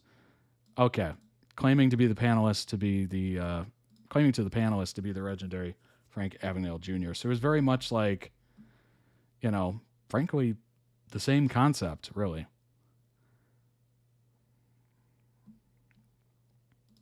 And the contestants had to guess which one was the real Frank Abagnale. For real, I only watch because they usually just roast each other, which we definitely saw, which was funny. Most of the dudes are funny as hell. I'm not here for biting detective work on figuring out who's the white person or who has the twin behind a curtain, although the twin episode was like 90% roasting each other, 10% questioning of the people. I don't know about the other stuff, but I've seen this on TikTok. I assume the guesses are the same because they're his friends. Yeah, I really don't get how the guessers being the same matters at all. Guessers being the same because they're friends, I don't get the big deal about it. Most of his videos are extremely comedic, and I would assume the fakers are hopefully just paid actors. Yeah, literally. Okay, I mean, it's just entertainment though, right? Like, is he pretending to donate to a winner's charity and then not following through? Or is he just making slightly scripted content to amuse people? Are we also going to start posting about Jordan Howlett because he's not actually contacting customer services to find out how you're supposed to eat fruit roll-ups? I have no idea what the reference is there. This seems like a big old nothing burger. As a YouTube drama post, this ain't it, boss. This person is literally just getting roasted in this. They thought they had something here. It's very interesting. Recreation of that concept. Yes. Yeah, absolutely. I don't mind the concept at all, just as long as people are aware that, it is what it is. I've seen a couple of other shows where they don't advertently or, make it known that these are actors and they're actually just part of the video. And then you see them video after video after video, and you're just like, wait, what's going on here? Like, as long as they make it known that there are paid actors in the show, I don't see an issue with it. The worst thing about it is the repeated jokes that they all keep fake laughing at. You're bald, you're short, you have a big forehead. Well, to be fair, that might be lame to you, but it gets funnier. Number one, it gets funnier the more you say it. And number two, they're obviously close. They're friends. And they probably are aware that it's a insecurity to that other person, which obviously if you're not friends with them, it will make them mad. But if you are friends with them, they'll be laughing. They will be laughing. I don't get it. Are you saying a police officer can't have a wife? So do you have any proof he's not a cop? Or is that the same guy. Also, does anyone care? It's a game show about guessing who's who. If you thought this was all real and unscripted, then I got big news for you. Yeah. So many game shows over the years got criticized for it not being made known that it's scripted, some of them. And it's just like, what do you expect? You expect them to actually like play by the rules? They want good entertainment, and they'll tweak whatever they got to tweak to make it funny or good or interesting. Most YouTube videos are scripted or faked in some way to be entertaining. The two former Vine dudes aren't actual ghost hunters. Right. Logan Paul isn't actually a crypto enthusiast. Right. It's very true. Again, I acknowledge that a large number of videos on YouTube are inauthentic in some way, but it's my opinion that with this guy's level of education and resources from the channel's success, he even started a second channel, it's to the point of being unethical. They also reused the magician guy too, but didn't say anything and treat him like a new person. It's weird and sus, but the internet's dead anyways. They noted the magician was back in the siblings are dating vid. They said they remembered he was a yapper from the first video. New low for concern trolling. I wonder how many creators fake their videos. I've had my suspicions about some of the people who do other types of videos. I'm not even going to approach that. Faking their stings. Honestly, if it's too good to be true, or if it's a repeat or high, yeah, probably fake. Yeah, true. I mean, here's the thing, right? If there's a lot of money to be made, you'll do whatever it takes. Most people will do whatever it takes. If you would just use Google, you can fact check this. The Sister Wives episode is real if you look it up. Those people actually have a whole Instagram account. Do you think they made all of that up? Do you understand how much work it would take for them to fake all of this, then to actually just do it? Right. That's so funny. That is so funny. It's all in a day's work. Kevin is an actor, director, and online content creator, and the kind of person you'd love to spend a day with, especially if you're a content creator looking to pick up some tips. Moved to the U.S. from Senegal at 16, and after high school and college, found his way to L.A., where he wasted no time using his extroverted, funny, and likable personality to grow a fan base online and build his ever-growing social media community. Member of the Ben Labs creator community, Kevin credits other creators for helping him in his early days. How'd you get started in content creation? I've been making videos all my life. When I was younger, I used to watch SportsCenter a lot. My original dream was to create sports highlight videos. So I started by making the highlight videos for my high school sports teams. How'd you find your audience? I've been doing this for 5+ years now, so my audience has evolved over time, but the first people to ever collab with me were Sam and Colby. Those guys gave me a platform to jumpstart my career, and I'll always be super thankful for them. How do you connect to them? Constant interaction. They are fans of me, just like I'm a fan of other creators. When my favorite creators interact with me, it's the coolest feeling, and so I just want to pay that forward. What's the most exciting campaign partnership you've ever done? Amazon. I've been working with Amazon for 3 years, and everyone I work with is not only incredible at their job, but amazing individuals as well. I would work with them for the next 100 years if they needed me to. Ben Labs got me a Hulu partnership, and the content I created for that campaign is my favorite piece of branded content I've ever made. What advice would you give to someone who wants to start creating? First, establish your overarching goal is to create... First, establish what your overarching goal is, and then create small tasks to accomplish that goal. That's perfect. I totally agree with that. You just kind of take it one step at a time, right? Set a big goal, and then how you'll meet it, and then just focus on the little details. Lose track of the big one. You don't need to think about it. Second, understand that things change a lot, so you got to be willing to adapt. Agree. Very much so. Finally, be willing to create videos for 10 years without getting paid. Yeah, pretty much. If you feel confident about those 3 things, you'll make it. Indeed. It's not about the destination, it's the journey. What do you wish brands knew about content creation? Subtle is louder than you think. A 60-second ad read is great, but constant, lighthearted, genuine references of a product throughout a video or multiple videos can be better. I agree. A lot of people skip those, you know?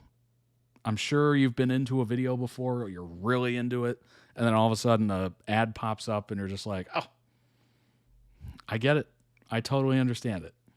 You know, obviously there's a reason why those are made or why those pop up. Somebody's got to get paid. But I'm sure we've all had that feeling of like really being into something and then all of a sudden, boop, you're like, oh. It just kills all the momentum, which is unfortunate, but I get it. Seems like an interesting concept. Obviously, when they're doing Uno and stuff like that, that's just good fun. That's like, you know what it reminds me of is a very simplistic version of like Critical Role, where you're watching a group of very funny friends interact and put them in a situation where it opens it up to laughter, frankly. It opens it up to, you know, ideas and stuff like that they can kind of run on, which is smart. And obviously, To Tell the Truth was, I think it was pretty big back in the 70s. I wonder, I'm trying to think, was that the show that had like the issues towards the end? One of the game shows in the 70s had like a really big controversy. Might have been Password or something. To Tell the Truth has faced a few controversies throughout its history, primarily involving hoax episodes and uncomfortable revelations.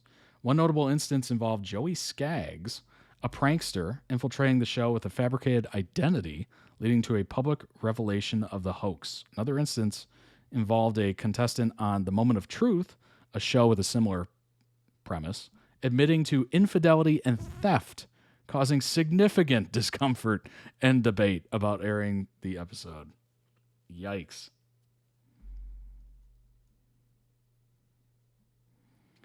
Yeah, so I mean, every show has its issues. That's interesting. Oh my gosh. In a Colombian version of the show, a contestant admitted to hiring a hitman, leading to the show's cancellation. Oh, jeez. What's up, Rocco Kitty? Welcome in. Glad you're here. Original series panelists were sometimes disqualified if they recognized or knew of one of the contestants. In the Peruvian version, a contestant revealed she was involved in being a lady of the night, which led to her disappearance and subsequent murder. Whoa! That last one, though. Oh my gosh. Whoa. Good grief.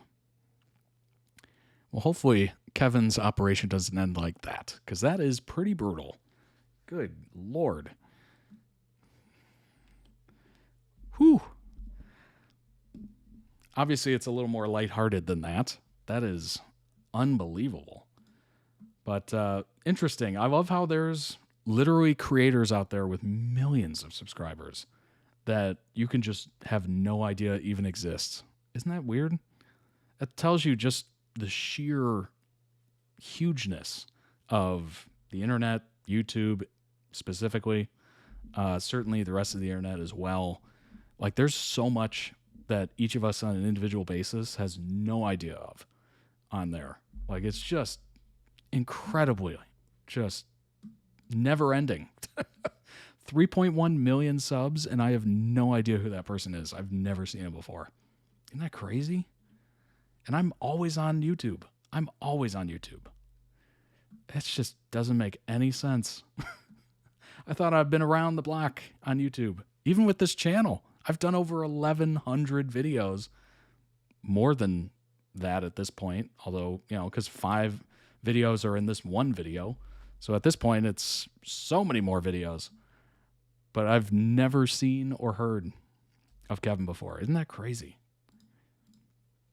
All right, let's move on to the next one. It is JoongDunk's Sweet and Emotional Moments.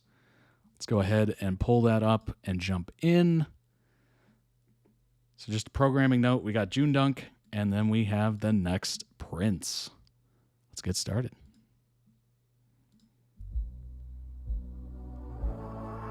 I should probably move that over. There we go. That should be better. โชว์แบบแล้วจับโคตรแรงอ่ะ มันเขี้ยวมันเขี้ยว ผมรู้สึกว่าคุณน่ารักมาก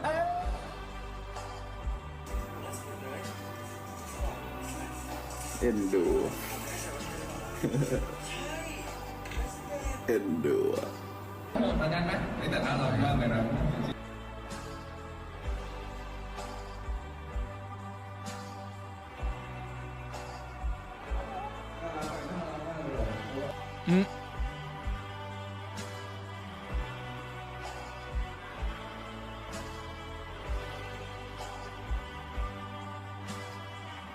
เราก็อยากจะมอบความรักให้ทุกคนกลับเป็นล้านเท่าเลยครับคือทุกคนเหนื่อยมากๆอ่ะจริงครับผมด้วยคือเหนื่อยแบบเหนื่อยพวกเราอีกอ่ะผมจะมีใครที่แบบไหลหลงกันอีกทุกวันนี้คือแบบ you guys are always there for us you guys wait for us since like 5 a.m.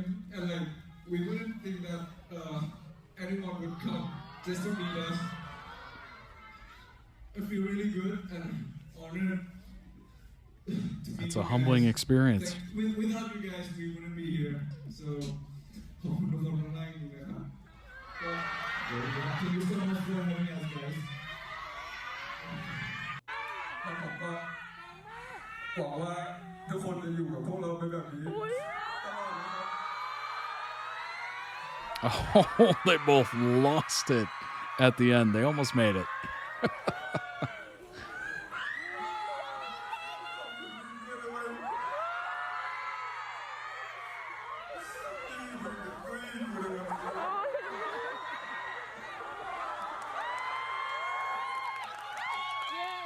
Now that is powerful. กูก็ไม่เคยพูดแบบนี้นะกูไม่อยากให้คิดว่าแบบมึงไม่มีกูแล้วแบบมึงมีวันนี้ไม่ได้แล้วมึงเก่งมากเลยเพื่อนแบบที่ผ่านมามึงแบบนำไป What's up, lovely? แล้วแบบกูก็เห็นได้ตลอดไปแบบแต่แบบอีเวนต์แรกที่มึงแบบกูแบบกูเป็นห่วงมึงด้วยซ้ำว่ามึงจะร้องเพลงได้หรือเปล่าแล้วจนวันนี้แบบมึงแบบสามารถร้องเพลงได้แล้วแบบกูโคตรภูมิใจในตัวมึงเลยนะเพื่อนขอบคุณที่อยู่ข้างกูตลอดเลย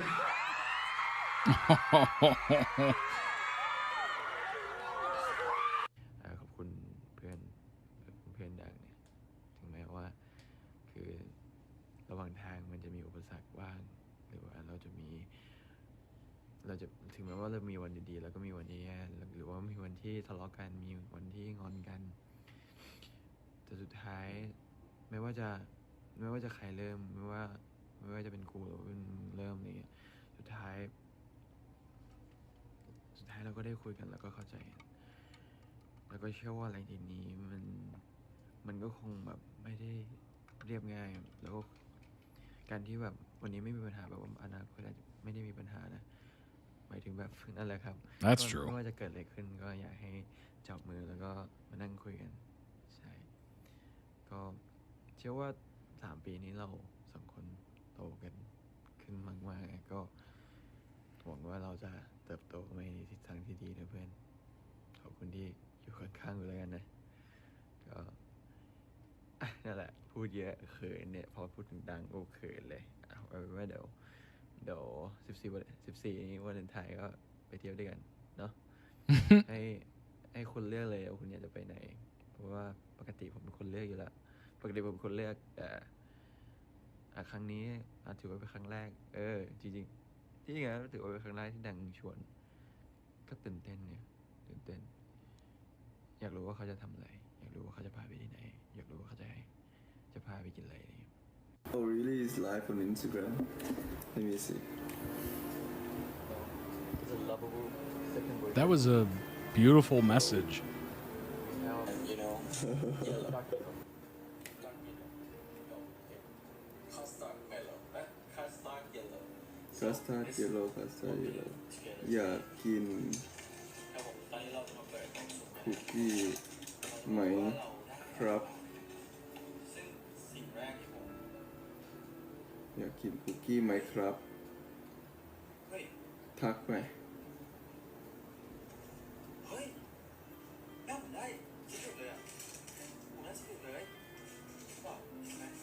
เอ็นดูเอ็นดูอะ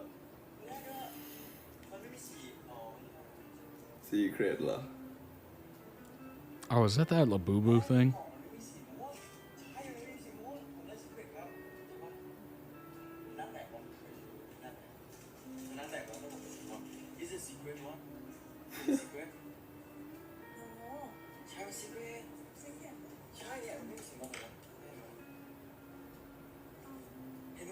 ทำอะไรอันบ็อกซ์อยู่ มันชื่อว่าอะไร น่ารักดีน่ารักดีครับตอนนี้ดังก็อยู่ที่ญี่ปุ่นนะครับผมมาเลือกของขวัญวันเกิดให้ไมโครนี่เลยตาดาผมเห็นคู่นี้นี่ผมแบบ For my bro นอกจากผมซื้อเขาใส่แล้วผมกดให้คู่ด้วยนะครับใส่ด้วยกันก็ได้นะอะไรเงี้ยมันก็น่ารักดีใส่คู่กันไปเลยเจอที่ไทยนะครับมีใครอยู่บ้านไหมครับเอ้ยเซอร์ไพรส์ไหมเอ้ยไม่ได้คิดว่าจะใหญ่ขนาดนี้ That is so much frosting. โอ้โหเฮ้ยไม่ใช่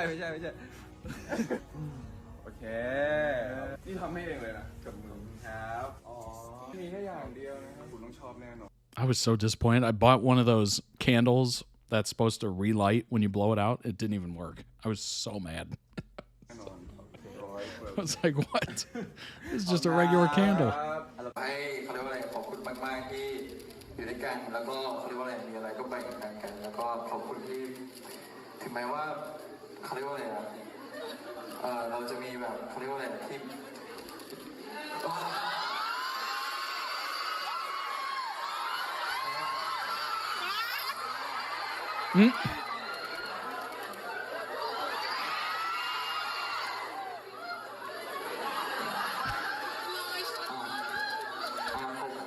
ขอบคุณเพื่อนที่แบบถึงแม้ว่าพวกเราสองคนจะโคตรแตกต่างกันเลยแต่แบบก็ขอบคุณที่แบบเขาเรียกว่าอะไรครับเขาไม่ถูกอ่ะทำไมถึงแบบพยายามปรับตัวเข้าหากันผมเข้าใจเขาพยายามเข้าใจผมแล้วก็มีอะไรที่แบบเขาเรียกว่าอะไรไม่เข้าใจกันก็พยายามปรับจูนด้วยกันอะไรอย่างเงี้ย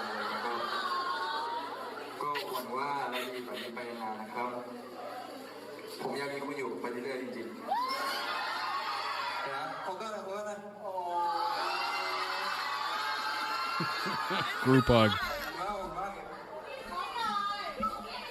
เห็นหลายคนบอกว่าเอ้ยทำไมต้องใส่สูททำอันนี้ผมพูดเลยไม่ได้ติดอะไรทั้งนั้นแหละแต่ว่าวันนั้นไปงานวันเกิดไม่ใช่งานแต่งงานเพื่อนครับผมที่อยู่ไฮสคูลด้วยกันเพื่อนแต่งงานเป็นเพื่อนกลุ่มคนแรกเลยที่แต่งงานแต่รถเด็กกว่าดังเลยนะดังก็เลยแบบไปคอนแกรสเขาแล้ววันนั้นงานเลิกประมาณแบบ5 ทุ่มเราเที่ยงคืนอะไรอย่างเงี้ยเรากลับถึงบ้านเที่ยงคืนจำได้แล้วเราก็มองแล้วพรุ่งนี้วันเกิดเขานี่ว่าถ้าเกิดทำพรุ่งนี้ไม่ทันละเพราะพรุ่งนี้ก็ติดภารกิจก็เลยทำคืนนี้เลยอะกลับไปถึงไม่ต้องเปลี่ยนชุดแล้วทำเลยครับผมก็ทำไปประมาณ 3-4 ชั่วโมงเลยได้มากู๊ดไนท์ในบรอดแคสต์ Oh wow ตี 3:30ตั้งใจอ๋อเป็นเค้กแบบเนื้อเค้กแต่ว่าใส่ใจ ใช่เป็นเทคนิคเดียวกับเค้กแต่งงานใช่ไปรีเสิร์ชมาว่าเค้กแต่งงานเขาทำกันยังไงอะไรอย่างนี้ครับ Most important ingredient on that cake? แต่ว่า Love. ด้วยความที่อยากได้เค้ก Heart. ใหญ่ๆแล้วส่วนใหญ่เค้กแต่งงานเขาจะชอบทำใหญ่ๆเวอร์ๆเราก็เลยไปเอารูปแบบเค้กแต่งงานมาในเค้กวันเกิดให้โบรครับโบรครับจานได้กินได้แล้วนี่ใช่เขาไม่กินเยอะอยู่แล้วไงเขาไดเอทของหวานไม่ค่อยแตะ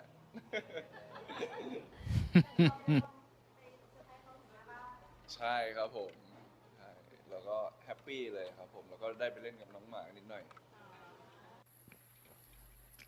โอเคนะครับเดี๋ยววันนี้เราจะไปแฮปปี้เบิร์ธเดย์คุณเขากันนะครับ That is a tiny cake.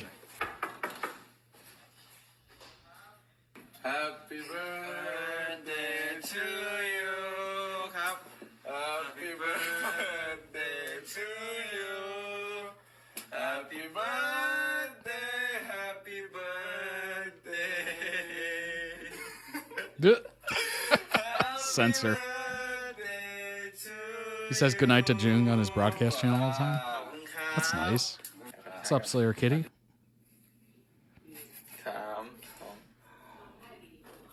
2เฮ้ย Oh, try it again. โหน่ารักมากเฮ้ยมึงเอาแต่ว่าไม่ใช่เอามึงเอาของกูมาให้กูวะเนี่ยไม่ใช่อันเดียวกันไม่ใช่อันเดียวกันลองดูนี่ผมมีเวลาให้คุณแล้วนะ Dang. เวลาให้คุณแล้วนะฮะครับผมครับ Looks like a Gucci watch. จุดไหน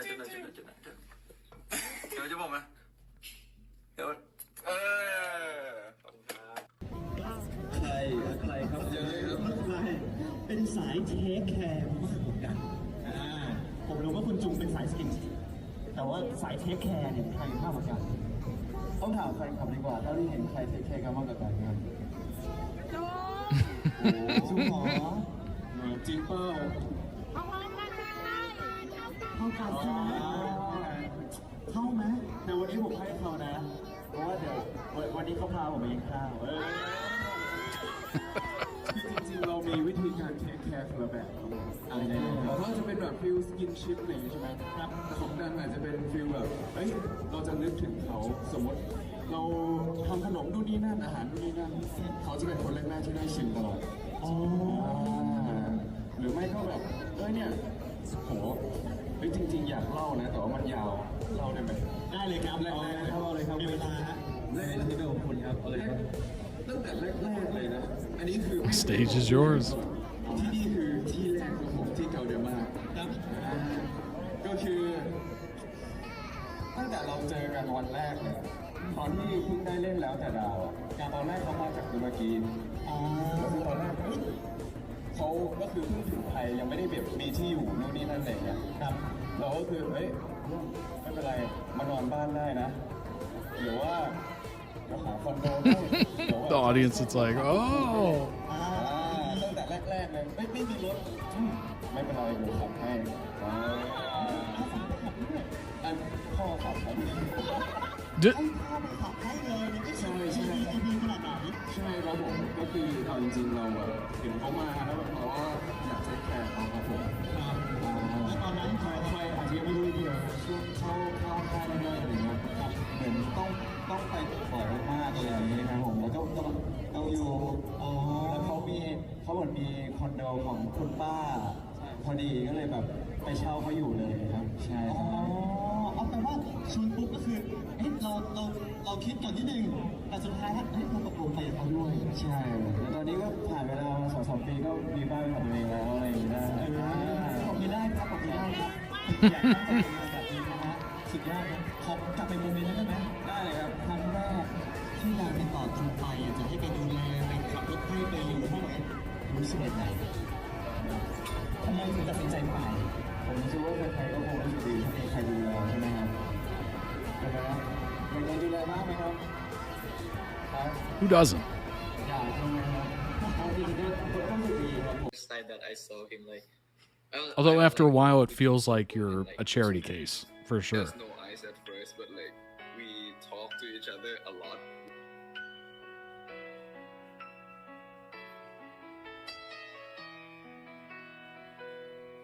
我给你看那几年青春在简陋潦草，却始终让我沉迷。我身边只他一个，却感觉每天光的疯狂梦境。是他陪我流血破壁，陪我失眠时交换着回忆，也因他才成就我，换别人就失去结局。 Said it before, and I'll say it again. What's interesting about these couples and pairings and whatnot is they're in the same business. Like, they relate to each other on a level that most people can't. Like, if you work a different job than your significant other, it's almost unrelatable. Like, you got to go over lots of dogs. Just you have to go over a little bit more details to try to explain what happened and what it means and all that stuff. Like, they just understand on an innate level.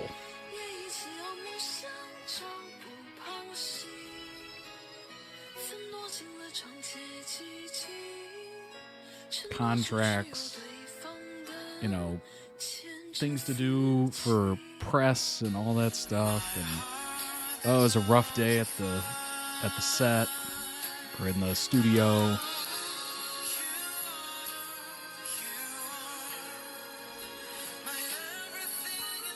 Someone to confide in easily.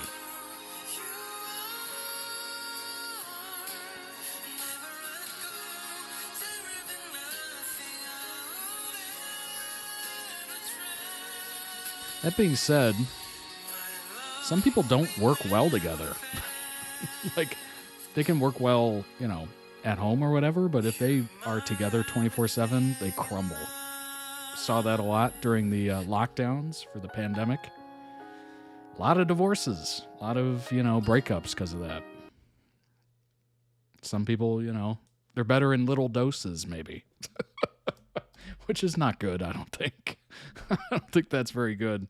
It exposed a lot of people to that. If you remember, you know, you think back to it, there were so many couples, like brand new couples that didn't exist after 2-3 years right after that. Like, it's just very interesting. Very interesting. Very good video. Very good, sweet and emotional moments there. Obviously, the first one with June going over, you know, kind of a Valentine's, what would you call that? Like it was a monologue technically, but it's almost like a serenading in a way. It was a very heartfelt message. And obviously when they were both on stage and just absolutely crying real tears, that was a very emotional moment. There's been a lot of talk about how BL pairs view each other, as well as how it's affecting younger actors and the relationships with women, because they've only ever acted with other men. Interesting. A lot of talk about how BL pairs view each other.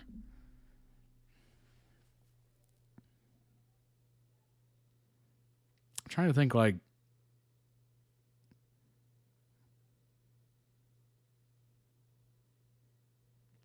I don't know, does it feel like they're stunted in a way where they don't have as much interaction with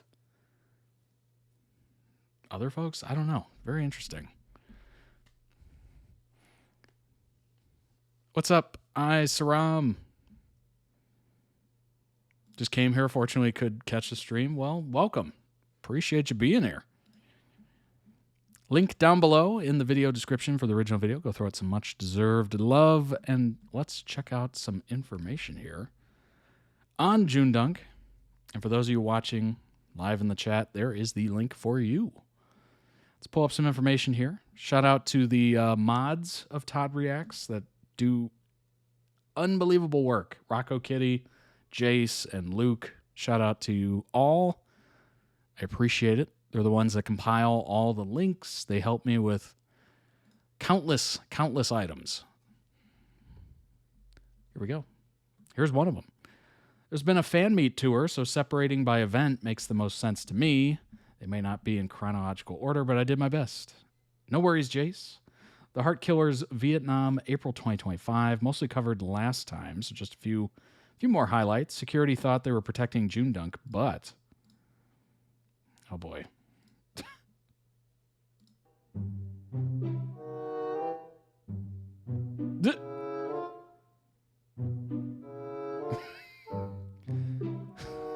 No touching the artists.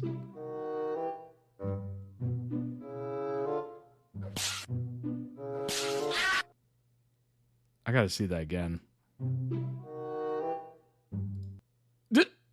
Come on now. Come on now. Fuin said most are more than friends, less than lovers. Ooh. Some hot tea coming out of Fuin. Most are friends, less are lovers. Not sure if I can compare it much, but they work together almost every day on their bigger projects that are not individual with each other. If they match and have a connection outside of work, right. That's true. I think of K-pop boy groups and their bonds. Yeah, absolutely. Well, guys, it just depends on the pairing, right? Whether or not they're actually in love or they're just, the vaunted term of fan. Oh my gosh. Oh, fan service. Yeah. I mean, it's difficult, right? It is difficult unless they come right out and say it. And they're like, we're together. We're in love. We're a thing. We're going to be together forever. Unless they actively come out and say that, there's always going to be a question, unfortunately, with some. Some just accept it for what it is. It's pretty obvious with some that they're very into each other. They might not come right out and say it, but it's extremely obvious in what they do. But, yeah, I mean, there's always going to be some question from people if they don't just go, we're in love, we're together, we're engaged, we're dating. We're dating. Unless you come right out and say it, some people are always going to question it. It just is what it is. Holding hands.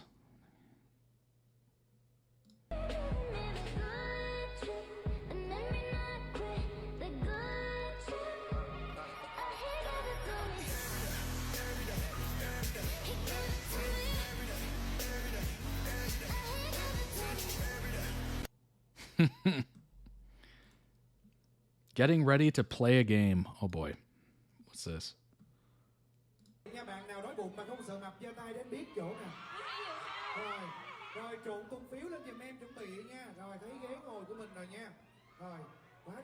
All right, we got some food coming in.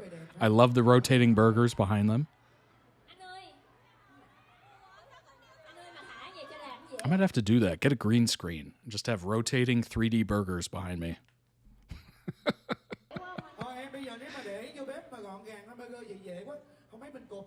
Actually, for the channel, it'd make more sense to have like a peach, the screaming peach, or cakes rotating around behind me.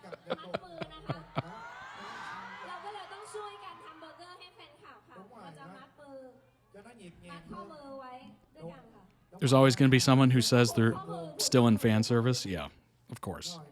Of course. I mean, it's always going to be a thing. Then you have those that come out and confirmed it, and people still say it's fan service. Yeah, those people are delusional.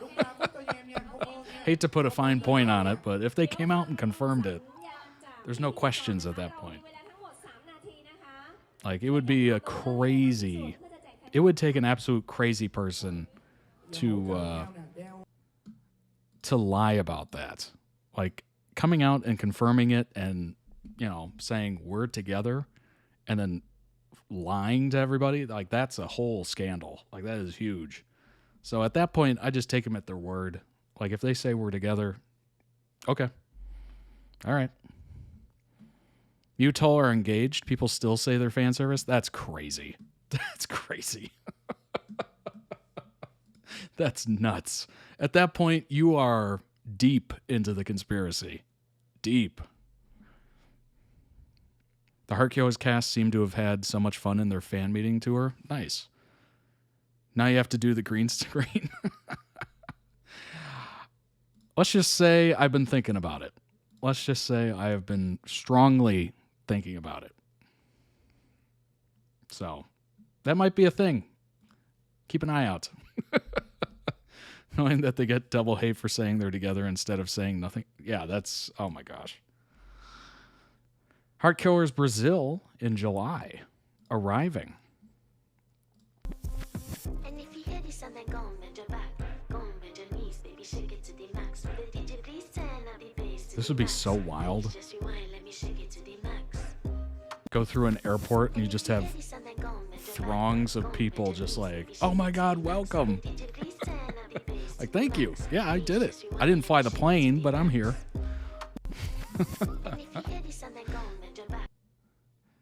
Joong's photo dump of Brazil pics. I'm sure these are good. Nice.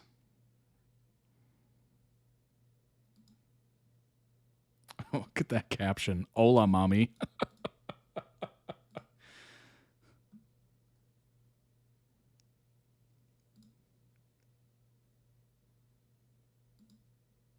I don't think I've ever taken an artistic photo like that ever in my life.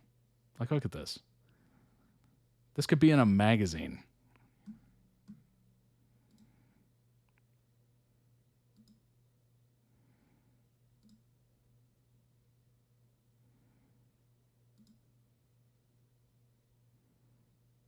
Very colorful. Look at the yellow on this building back here. Isn't that cool?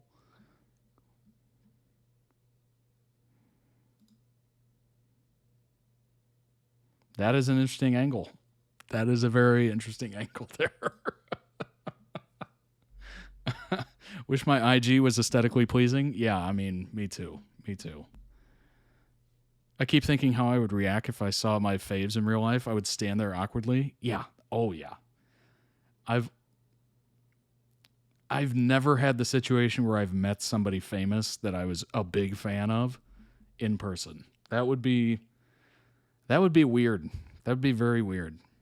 I think most people would freeze and just be like, just like creepily watch and not like say like, hey, have a good day or anything like that. Normal. Just creepily watch from the like looking behind trees. Or like pretending not to look and actually looking and you catch them out of your peripheral.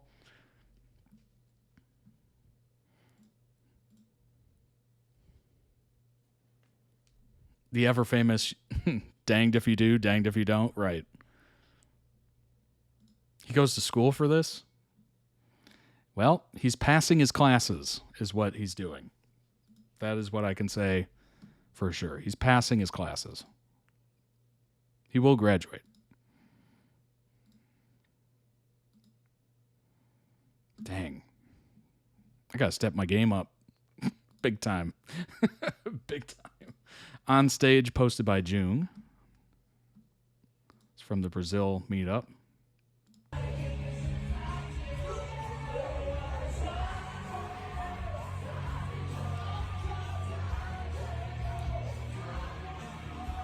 As we collectively go.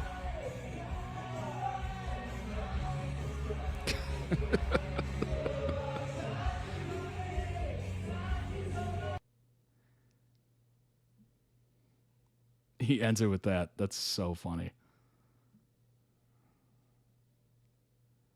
I wish there was a way to like rotate it. That'd be kind of cool.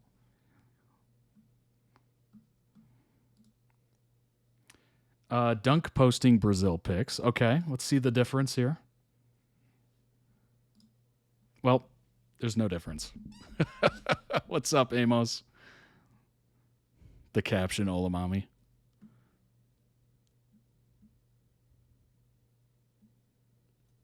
My community theater work has resulted in me meeting random minor actors while I've been in the box office. Nice. That's very cool. That's very cool. How does that go? Are you just used to it at this point? Like everybody says, people in New York and people in LA that live there, they've seen so many celebrities that it just doesn't faze them at all. And they just keep walking. Or maybe they'll go, hey, look, it's such and such. And then just go on with their day. Like it doesn't faze them at all. But if somebody in a random part of the world sees like a mega celebrity, they're just like, what?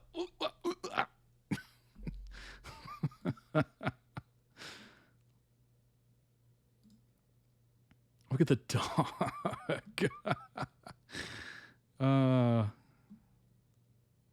That dog is more aesthetic than I am.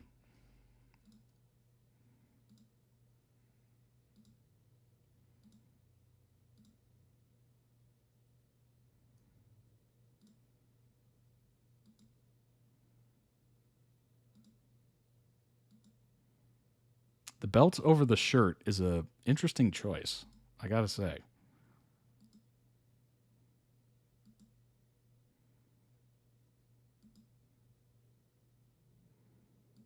Kind of like a interesting way to tailor a shirt without actually tailoring it. Like it creates the waistline.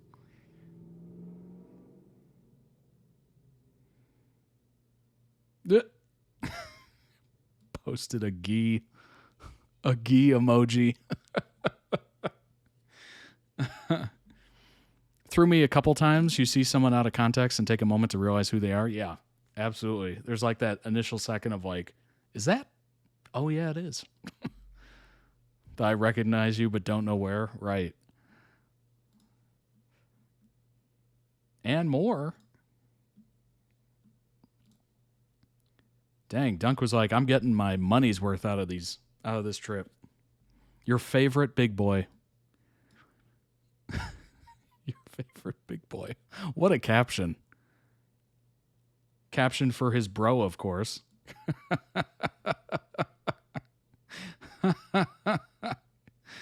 Oh my gosh.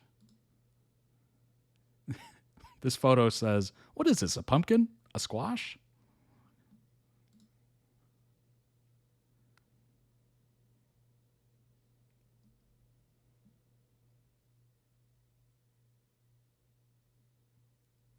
A beer is $20. What is the currency of Brazil?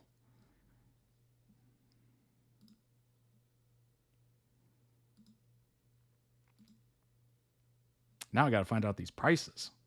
It's always interesting to look at prices of things in different areas. Cheddar bacon burger. Oh, the 4 is just piece of paper. It's like a napkin glued onto there. Acai bowl, $15. Brazilian. Okay. Dunk is so reserved, you'd think he'd be embarrassed. It's the beauty of photos is that you can kind of escape the moment in a way. Whereas, being on stage, taking video, streaming, whatever, it's very vulnerable. But photos, you can just kind of be yourself.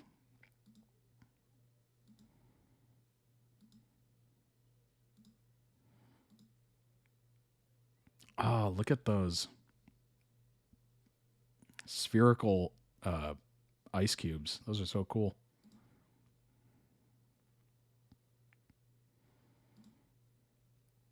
Boy, he's really interested in this pumpkin thing. 20 real equals $359, I think. Okay. All right. That's not bad. That is not bad at all. $359 for a cerveza? That is not bad. That's actually really good. Usually beer around here is, the cheapest one is like $5.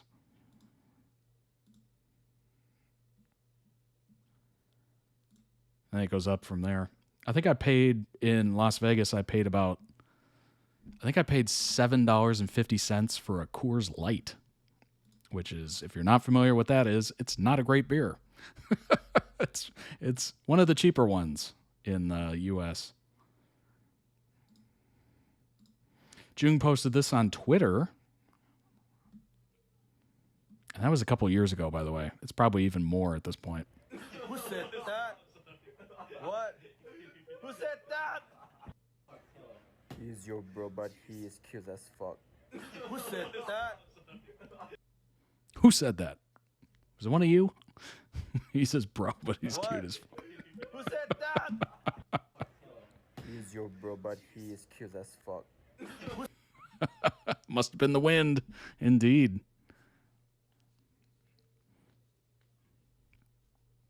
Oh my gosh. You didn't get the hot dog and beer for $3.50 while in Vegas? I did not. Where was that? Oh my gosh.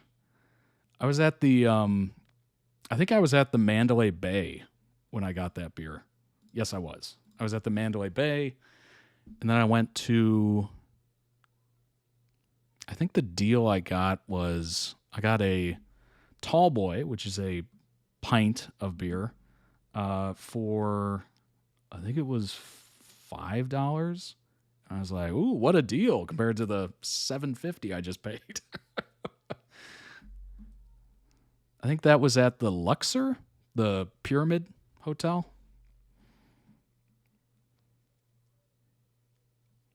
Ah, the Heart Killers. Posted by Cow.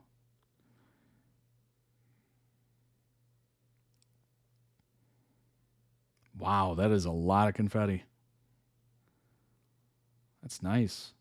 The Heart Killers in Mexico. Whilst in Mexico, JoongDunk and First Cow gave quite a few English interviews. Okay, all right. There are 2 locations that have it. One was in Fremont. The other was on the Strip. Can't remember where. I don't think I made it to Fremont when I was there. I think I was just on the Strip when I think about it. I had spent a decent amount on the hotel and shows. That's where I spent a bulk of my money, so my food budget was about that much. And unfortunately, I didn't have like a rental car or anything like that, so I had to pay for Ubers and ride shares and stuff. So it just kind of limited myself, unfortunately. Joong and Dunk talk about rumors, judgment, and how they can't always publicly be close with platonic friends because of rumors and fan/hater drama. That makes a lot of sense. That makes so much sense because as soon as one of them hangs out with somebody else, completely platonically, people are just like, oh, what's going on? What's going on? I'm glad they addressed the rumor. Whatever we're gonna do, or like, yeah, whatever I'm gonna do, always have people judge. So that's why, like, you just like being yourself, do what you love. That's it. At the end of the day, we're just humans, and like there are many, like, I mean, good comments and also sometimes like bad comments, as you said. Like sometimes there are false rumors as well, right? False rumors like everywhere, like, yo, this guy gotta be like dating him, dating her, blah blah blah. But sometimes we're just friends, man. Even though like we are friends with, like, you know, the company. Yeah. I mean the JMTV. Yes. Sometimes we cannot even be close to each other because, like, you know, some rumors that like made us like, you know, like ทำให้แบบมีมันทำให้ไม่กล้าที่จะสนิทด้วยกันครับ Like sometimes we can't show our closeness or friendship because of like those rumors or like whatever outside or inside the industry as well. So that's why the behind the scenes is different, front is a little bit different. Yeah, stand next to someone and they're dating them, right? That's unfortunate. And obviously, there's a lot of talent at GMMTV where you're going to interact with these people daily. Like, you see them around the company and all that stuff. Like, if you can't even hang out and talk to people because people are automatically going to assume you're dating that other person, or, you know, look at this person cheating on this person. It's just like, all right. Like, have you interacted with other people? Like, you should know that not every person you talk to, you're together with. Like, that would be very awkward and weird in a lot of instances. Oh, I saw you talking to your dentist earlier. Are you and your dentist together? Like, what? They breathe the same air. They must be together. Yep, it's true. If they're breathing the same air, they might as well be making out, right? It's just much easier that way. In the hotel gym, obligatory thirst trap moment, blame Joong. Well, here we go. Thanks, Joong. We're all feeling totally normal about this. Oh, Dunk is just on his phone in the back.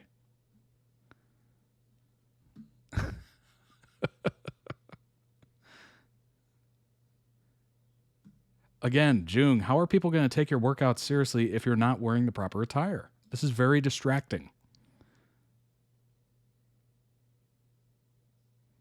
Dunk is probably the only strong soldier that can brace Joong's very distracting body. He's a menace for everybody else in that room and me.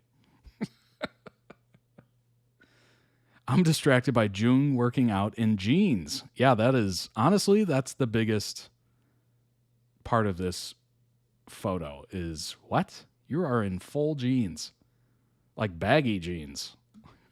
That is an interesting attire for sure. I wish dating an attraction was that easy. Sharing a space together, boom, couple. Yeah, wouldn't it? Oh my gosh. That's so true. The sad fact is that it can cause these actors a lot of problem. Absolutely. I bet it does. You know, it can't be easy to be in a situation, and obviously other celebrities go through this too, with all those gossip magazines and TMZ and all the stuff that you see on like the checkout lane, like the magazines that I thought would have gone extinct by now, like National Enquirer and all that stuff. But yeah, it's got to be difficult. It's got to be very difficult to go through that. And obviously they know it's not true. But it would be difficult to see other people talking about it as if it is true. That would be difficult. After arriving in Mexico, they gave a press conference at the Royal Thai Embassy. For me, I have many reasons to thank him because, let me tell you about my life. I didn't see myself as like someone in the entertainment industry at all, like since my childhood. I might see like some idols on TV when I was young, like 12, 13 years old. I was like, oh, very cool, I would like to go on stage one day. I tell my mom. But the possibilities are very, very unlikely until like an opportunity came, started in my mind, which is the casting. And we met each other during that day of the cast. And I was like, yo, this is very, very new to me. And very cool, because I was just an ordinary engineering student. Like, I would just be doing some startup programming or AI right now. But now I'm here with you guys, just because of him. Because we play it together as Dunk is me at the gym, right. If I did decide to step up and play, you guys wouldn't even see my face today. So huge thanks to him, and always supporting, help me grow everything about the industry, because he's been here. I think when I joined, it's the 5th year, around fourth. When I just started, it's his 4th year. So he's like a bigger brother to me, as in like the entertainment industry. So he taught me a lot of things and really shaped to who I am today. Like acting, playing with you guys, and going on tour. Everything just seems like a very, very good opportunity, and would like to thank you, my bro, right here. No need to cry. Ti amo. Te amo. Te amo. Te amo. Ganiro. Nailed it. Hermano. It's hard because then the actors get hate online. Yeah, that is very unfortunate. I think a lot of actors and musical acts kind of avoid that by just not having a social presence, but it's impossible. It's literally impossible, I think, to not have a social presence at GMMTV. Like, you need to have it. The bigger, the better. Like, it is a massive part of it, because obviously they're trying to grow the industry and they're trying to grow the company, and you want to make sure your spot is secure by having a large fan base and all that stuff. So I think it's impossible to not have some sort of connection to people. And unfortunately, that opens you up to hate, online hate, and just random people making wild assumptions about you. It's kind of the double-edged sword of it, right? You get well known, you get opportunities, but that also opens people up to make judgments about you and all that stuff. Like, it's unfortunate, but it is part of it. It is a unfortunate reality. It's always funny to me that famous people who don't speak Spanish often mix it up. Te amo Italian and te amo Spanish. Yeah. That is kind of funny. Dunk's first Mexican photo dump. Now this will be interesting. Let's see. Oh, speaking of, te amo.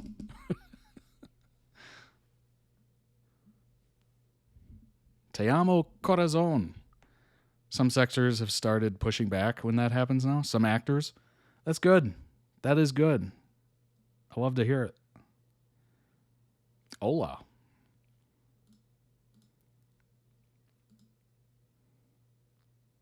You can tell it's a cloudy day, which is actually the best time to take photos. The most soft, natural light.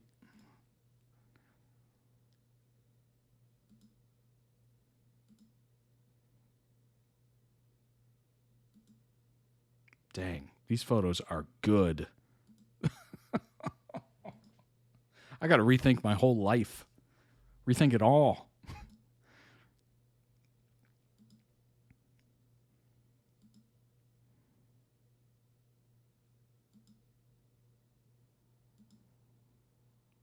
Be who you are meant to be and set the world on fire. Amen. Second post. Oh my God. These captions are wild. Despacito, baby.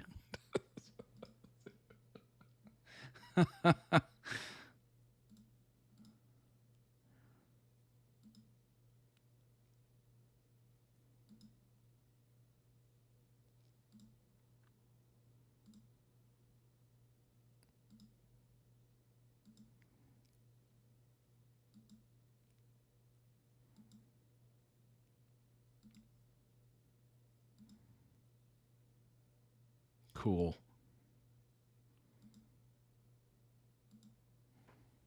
Very, very neat.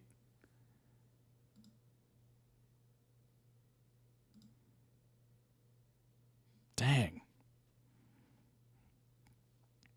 In BL, it's written that actors of a series to promote that series and fan service is part of that.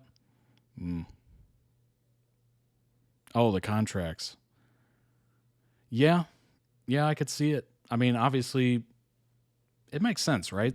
The bigger the actor or talent gets, the more publicity they can get out there. So it makes sense that they would actively promote and push their own content because it's people that want to see it. They've signed up for it, and you're giving them what they want. Like it's a win-win for them. Absolutely. I love the pic with the flowers on the car. Yeah. Bit of lonely vibe. Ghost girl. Yeah. That was a good one. And he did it twice. He did it in the other ones too with the bouquet.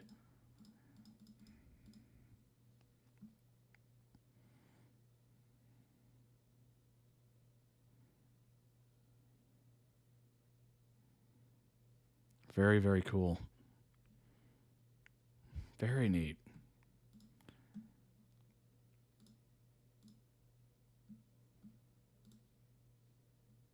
You know what's great about it? Oh, God. Yeehaw. Oh, no. Guys, we're officially in Dunk Joong era.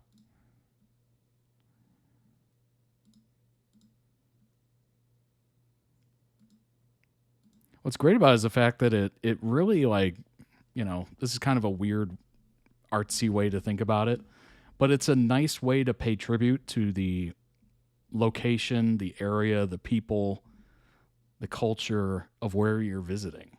Like taking these beautiful photos of, you know, the backgrounds, the various backgrounds, the plant life, things you did there that are interesting. They're like tourist traps or whatever.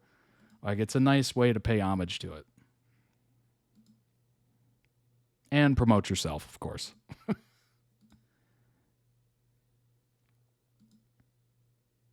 Oh my gosh.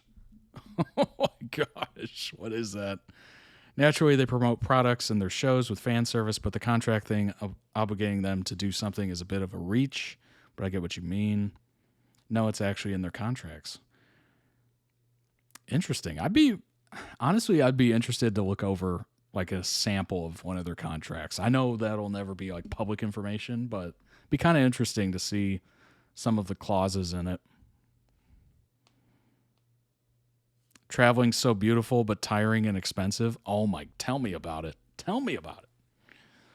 I look at the, I'm sure you've seen them, the travel Instagram content creators, and you're just like, how do you pay for all that? Like, I know at a certain point it pays for itself because you're making money while you're spending money kind of thing. But how do you get started in that? Like, do you take out like personal loans, credit card debt? Like, How do you get there? Like, where is the starting point?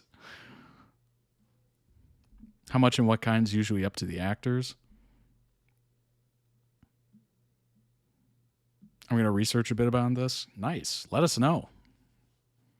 Perth had a video about it. That'd be interesting. I would definitely be interested in hearing more about that. Oh. A wild mascot appears.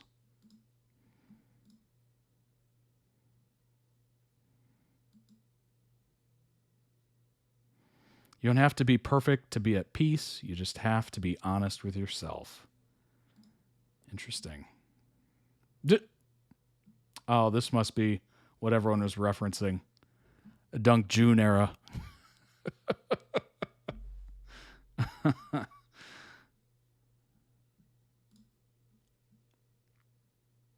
On stage, Jung talks about how First Cow are family now. It's like family because it's Papa, Mama.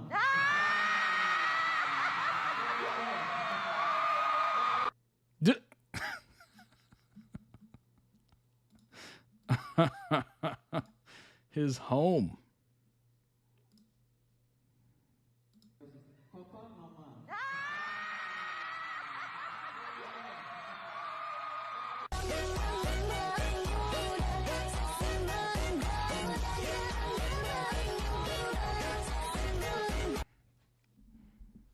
Oh my gosh.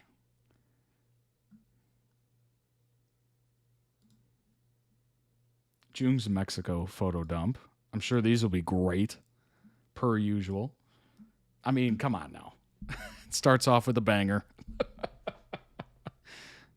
World tour? No. JoongDunk honeymoon? Yes.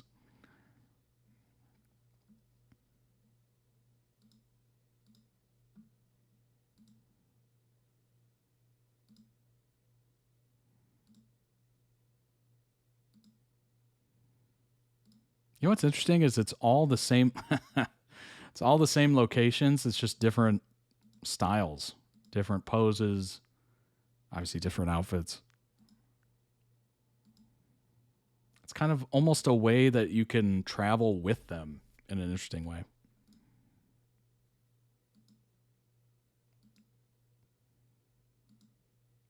It's kind of funny because it's like, you go, all right, now you take the photos, I go.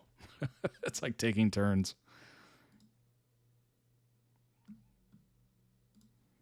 Shared experience, if you will. Another Mexico photo dump.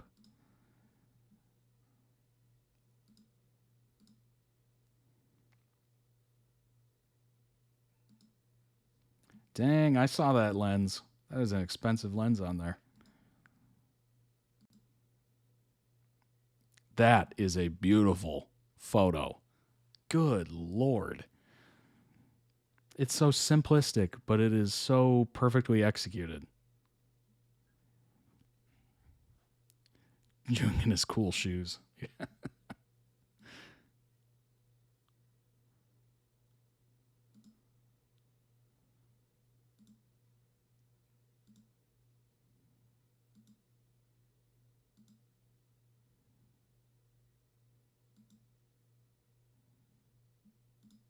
It's a literal heart made out of sunflowers. That's awesome.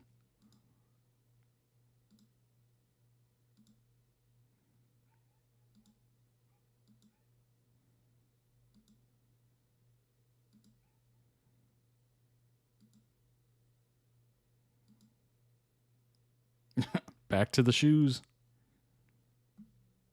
Amazing. Arriving in Mexico photo dump.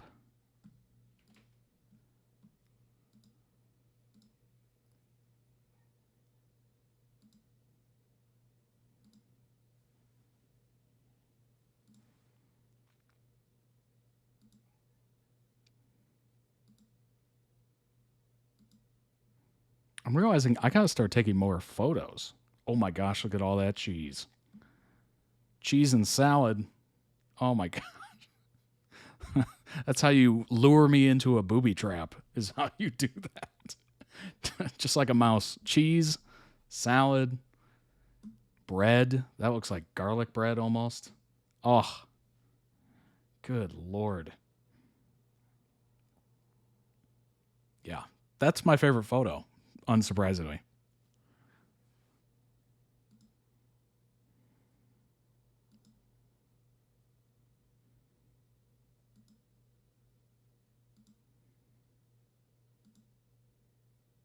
That is a cool bar.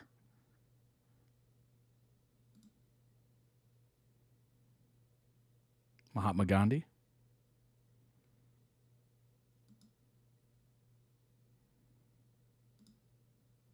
Very neat. Very neat. Yeah, I definitely need to take more photos. It's amazing. I'll go through an entire event and take no photos. It's almost like it didn't even happen. General LatAm photo dump from Dunk. Latin America tours.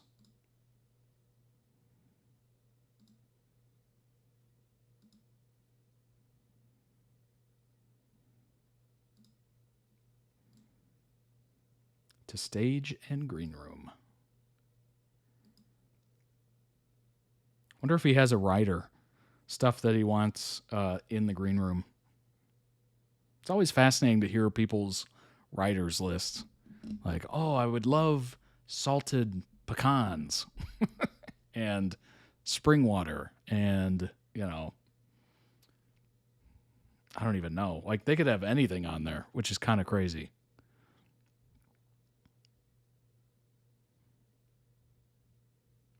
It's important to remember that many public appearances and fan meets are at least somewhat scripted. The actors themselves make reference to that on occasion to indicate that fact, of course, plus their product marketing. I would assume so, of course. I mean, they do seem very produced. Like, we're going to do a game. We're going to take some Q&A. We're going to do some photos with the fans. We're going to do, you know, some songs. Like, that seems kind of like it, for sure. The questions they get asked are scripted? That's interesting.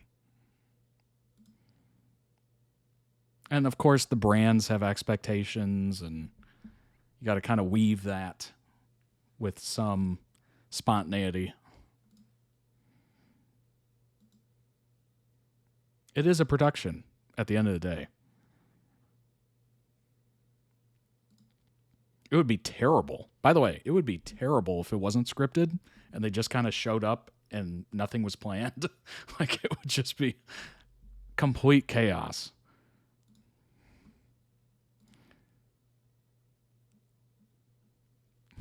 You can always tell if they go off script. Yeah, I'm sure it's obvious.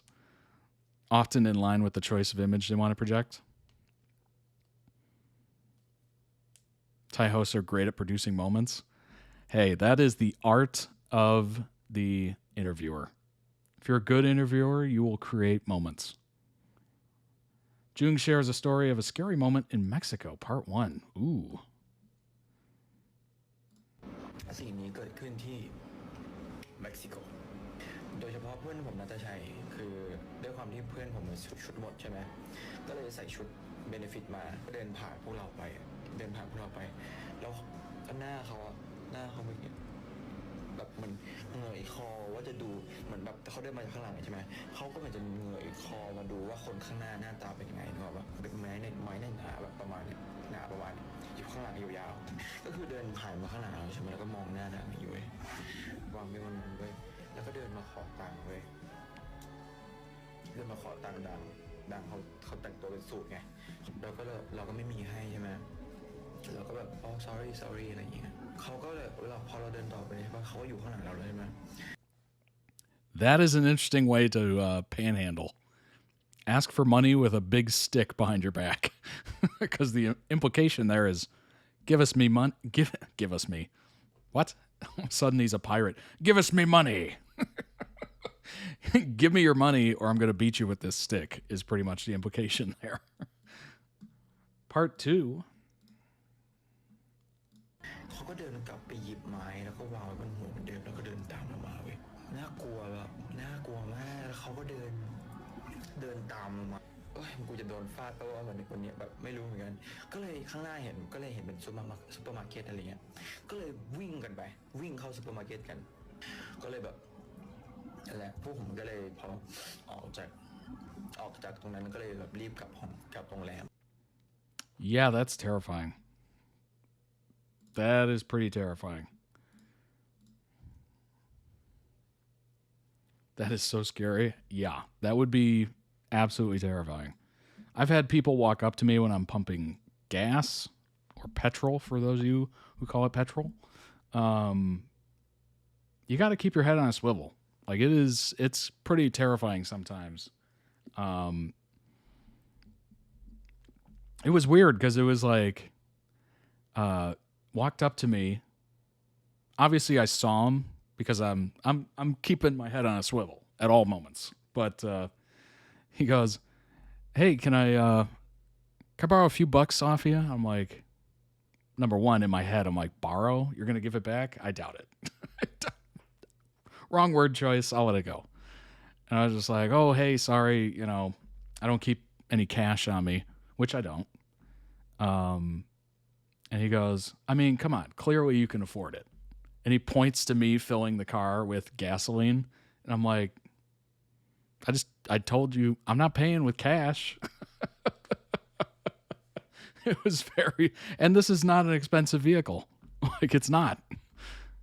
It was just a very odd moment. And in that moment, I'm just like, I really don't like this. I really don't. This moment is not good. I don't like it.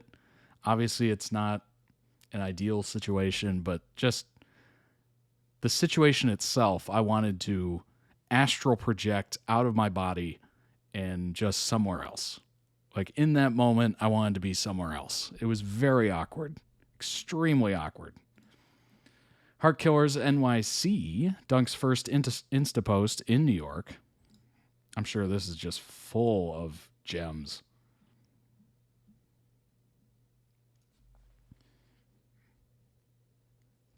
My country city in Latin America, you get asked for the time and then your phone is gone. Oh, gosh. That's not good. That is not good. And I guess it's no better to have like a watch on. You're like, "Oh, let me check the time," and then just steal it off your wrist.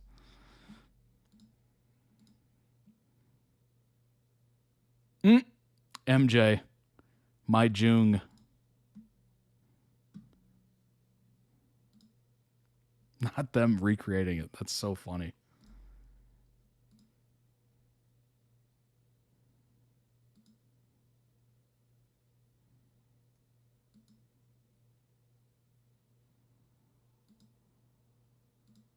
Obviously a big fan of Tom Daya. I had a guy once insisted I drop money right as I got back into my car, and I kept saying, "No, I didn't," because I didn't have cash. Really creeped me out. Thankfully, I drove away. Oh, my gosh. Good grief. And I'm assuming that's a way to, like, keep you there for some reason. Like, to create some sort of, like, "Oh, what?" And then you turn and look down, and then who knows what happens, right? Ugh. It's unfortunate that we have to live in a world like that, unfortunately. In every corner of the earth, we have to live in that, and it's just unfortunate. Stuck on that Spidey theme, yeah, I would say so.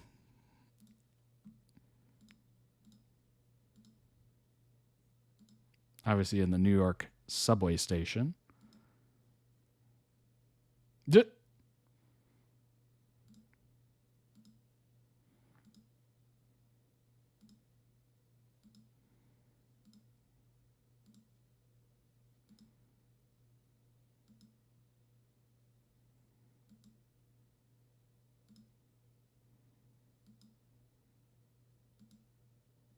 Very cool. Very, very cool. These are great photos. Don't know what he wanted? Honestly, it's better that you didn't find out. That is, no good can come from that. Certainly. Maybe for you to get out of the car. Yeah, might have been a carjacking attempt. Or just pull out the wallet. Yeah, probably. Who knows? Better to not know. Better to not know. And if it's someone just being a nice person and doing a nice thing, they can keep the money. Not worth finding out is my advice.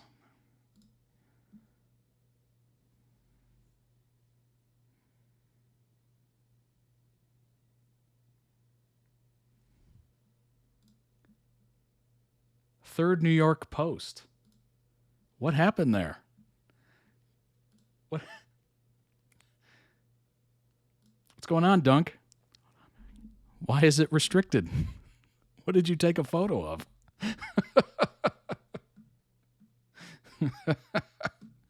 18 or older. Ooh, spicy.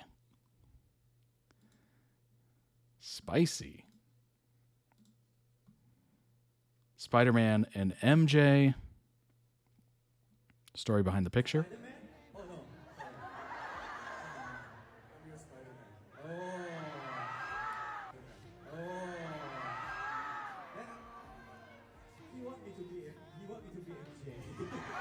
You want me to be MJ?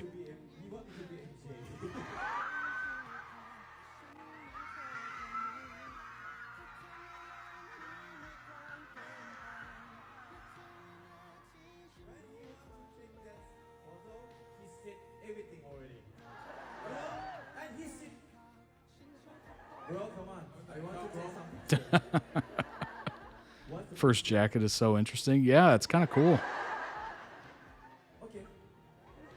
Half sport coat, half leather jacket. It's very interesting.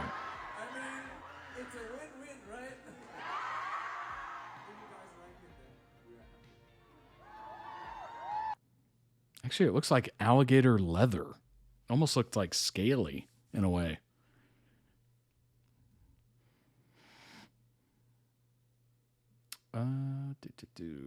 Joong's Insta post. Let's see if Joong posted anything restricted.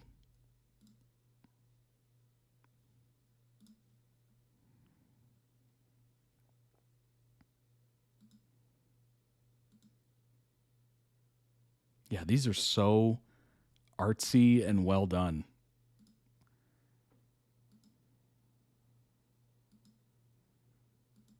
Oh, that's so crazy. It's like wide photos, but they put into different slides. Cut them in half. So it's almost like you're flipping a book. Dang. See, I would never think of that. That drives me nuts.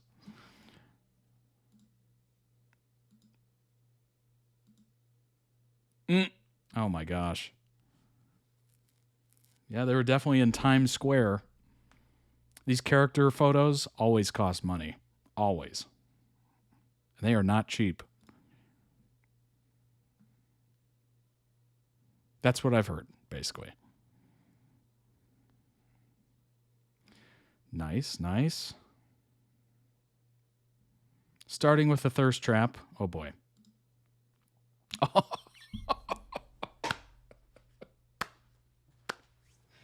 Boy, that is a heck of a thirst trap. If it gets restricted, age restricted, that must be the thirstiest thirst trap. Dang. Oh my gosh. Wow. Every day's a photo shoot. Tomorrow is Monday. That must mean it's Sunday. Te amo, mi amor.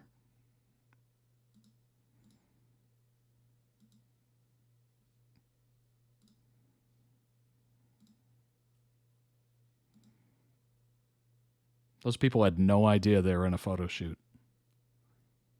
But they played the part.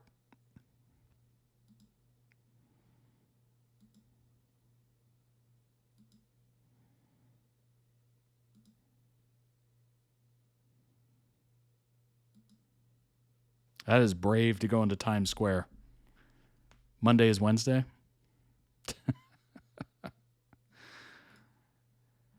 Oh my gosh. All right, we'll finish these New Yorks and then we'll move on. We do have another, I believe we do have another JoongDunk on Friday. So, all right, Last day in New York. Let's see what's going on here. Some sort of art museum, art installation. Very modern. That's got to be Central Park.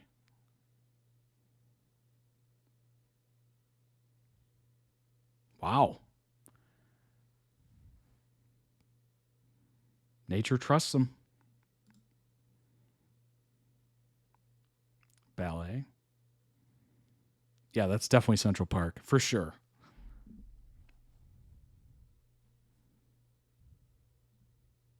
Monday is once back to Monday being Monday next week.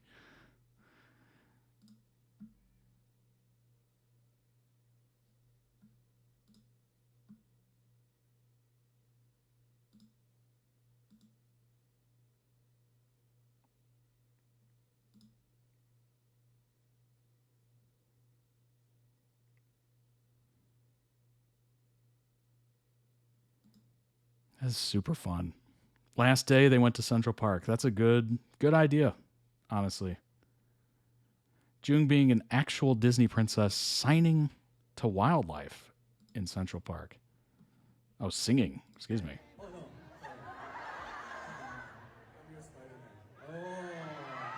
Wait a minute. That is not Central Park.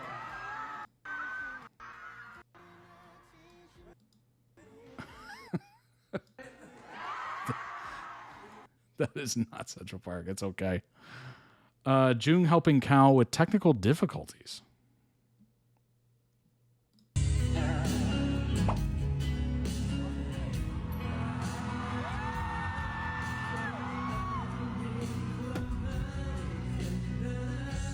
Ghost ship. Oh my gosh. Come on now.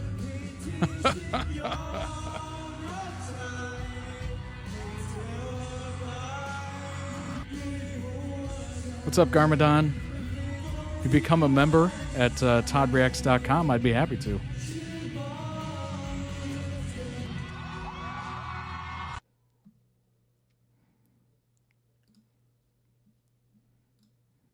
Let's see here. On the big screen in Times Square. Oh, dang. They paid for an ad. That's awesome.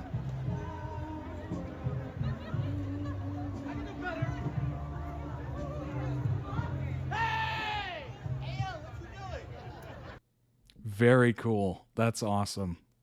That's got to feel amazing. Jung heard that Jasper song Sadistic playing and got distracted.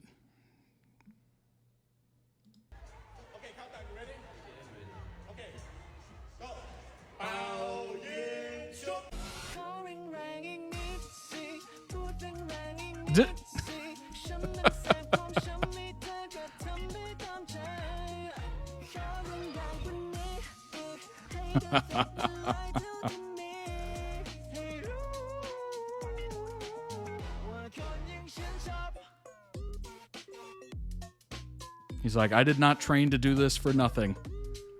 Fans paid for the ad? That's so cool. That's very cool.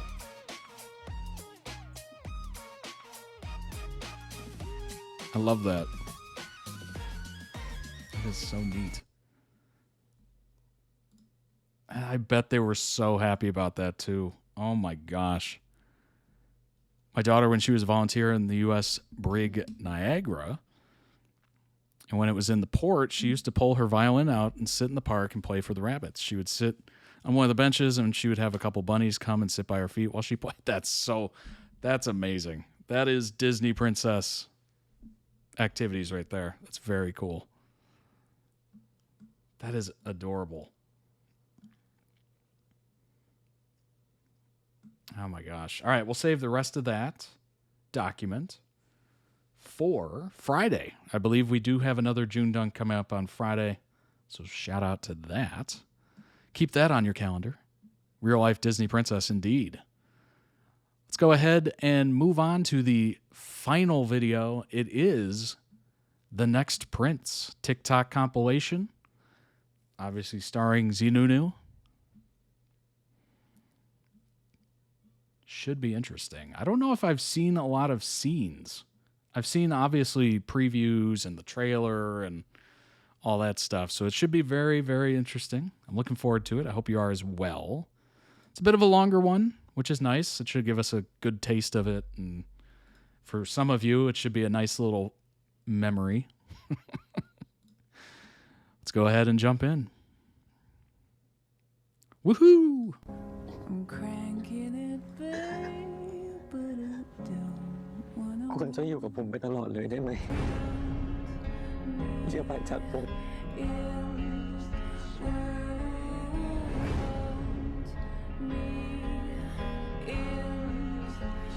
It's been a minute. It's been a minute for ZeeNunew. อย่าไปจากผม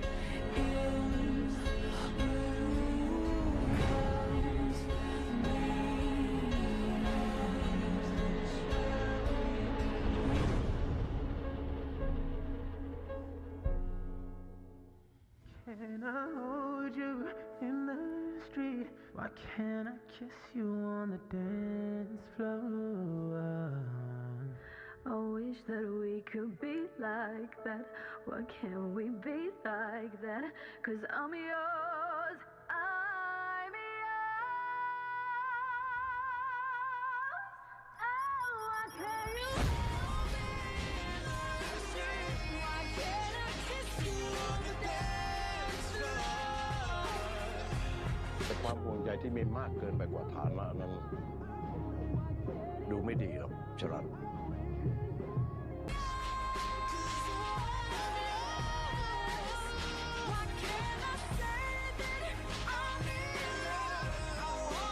แต่ฟาบาทสำคัญกับกระหม่อมเกินกว่าที่ฟาบาทจะคาดคิดได้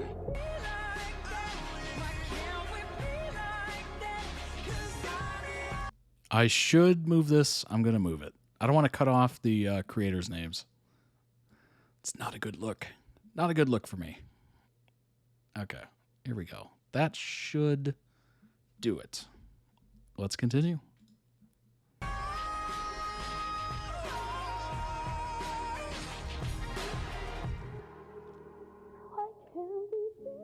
That creator name is so funny too.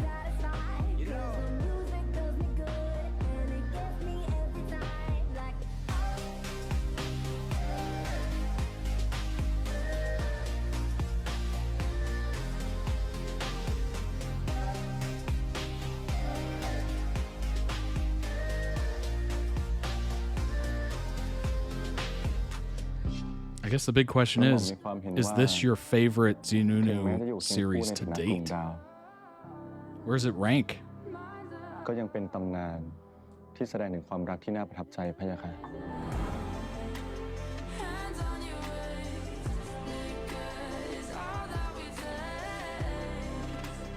ฟาบาทสำคัญกับกระหม่อมเกินกว่าที่ฟาบาทจะคาดคิดได้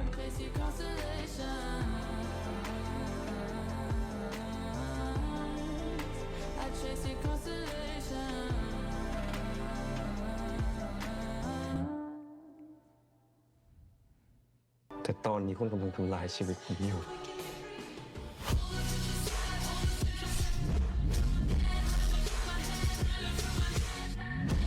All are number one for me. That's fair. They only have two very different ones. I'll always have Cutie Pie as a comfort one, and TNP is wow. Okay. It's your fave. Nice, nice. ถึงตอนนั้นคุณจะยังอยู่กับผมใช่ไหม ฟาบาท I would assume with each iteration, they're just going to get better and better at it. Obviously, it depends on the script and all that stuff.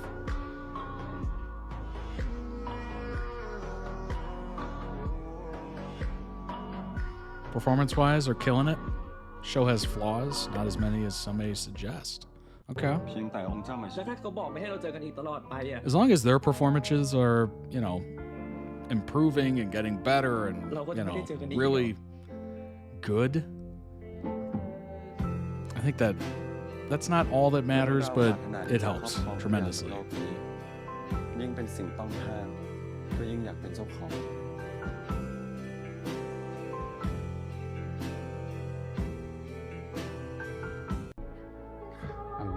Acting from everyone's top notch. Nice. แต่ แต่เป็นฝ่าบาทต่างหากที่สำคัญ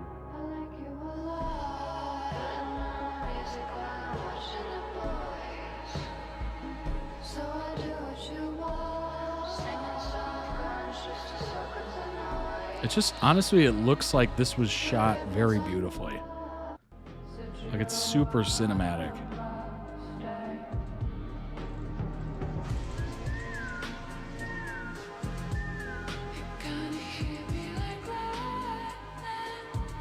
Nunew's grown so much.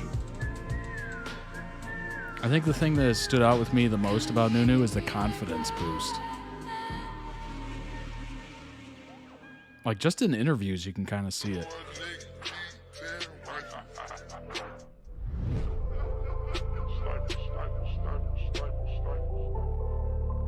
His acting is so good. Photography, the set designs, the costumes, acting, music score. Those go a long way to making it seem like a beautiful production.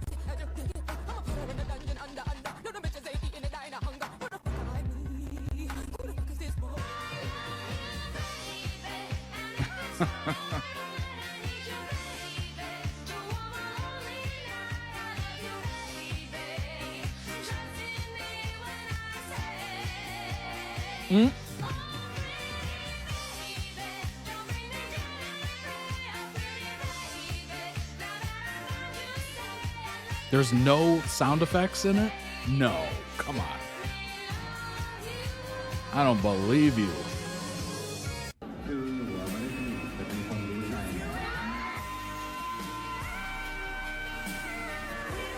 That that pregnancy out of context is wild.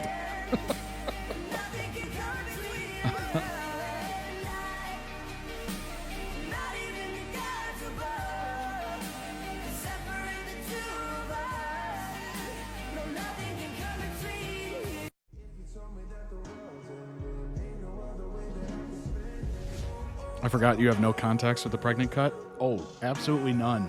That was very unhinged.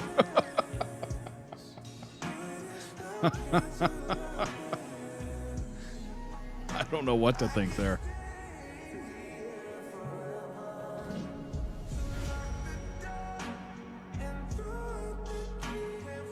Still has the obligatory ads in them? Oh, okay. There's ways to do it without being over the top. I mean, Hollywood has... Sometimes they get it right, sometimes they don't. Like, if it's just in the background, that's fine. But if it's like a main part of it, like all of a sudden you just see a Coke can, it's like, all right.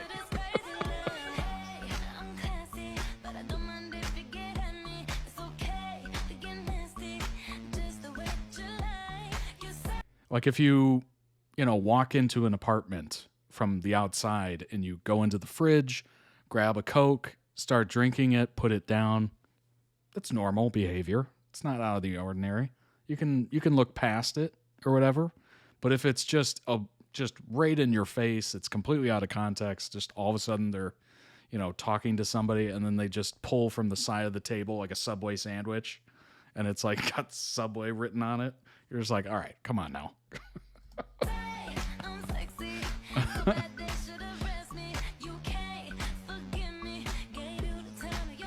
They were supposed to disguise themselves, and Nunu was supposed to be a pregnant lady, but he ended up just being a lady. Okay. No outfit repeated in the show? No way. Dang, that's money right there. Gotta have product placement. It's in your face, but hilarious. That's funny.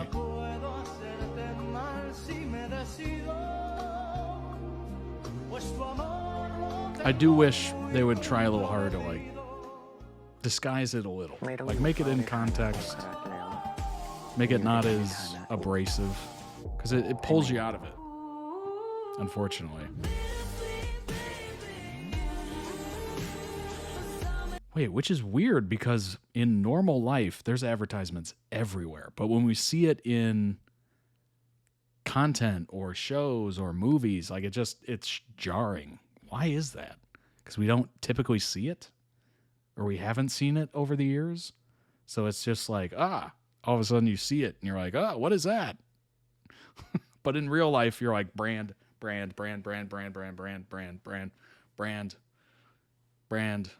Like,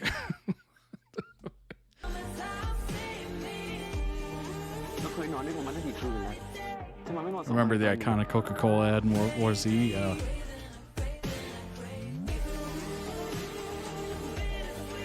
They used an actual orchestra, and the opening scene was so Game of Thrones. That's cool. That's cool.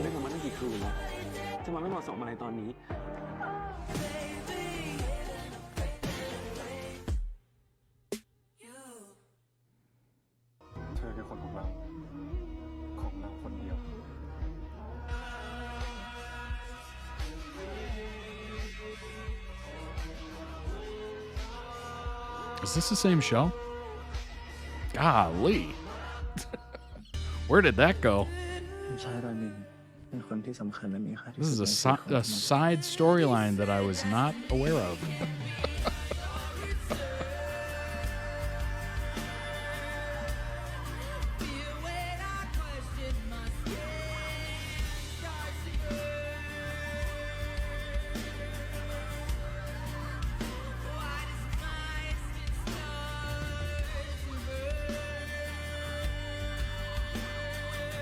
Not the leash. Yep.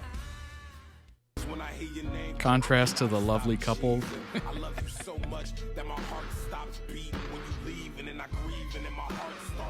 The second pair are intense. Honestly, it seems like it.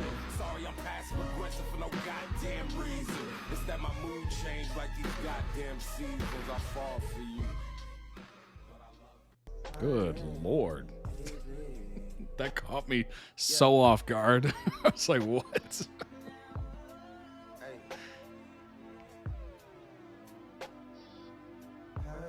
The dark couple.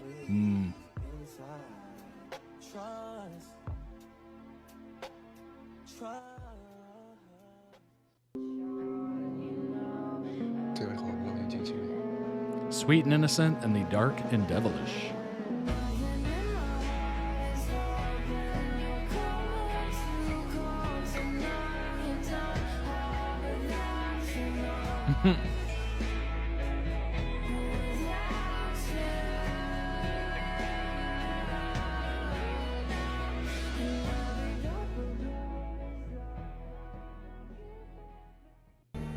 Cheers. Cheers.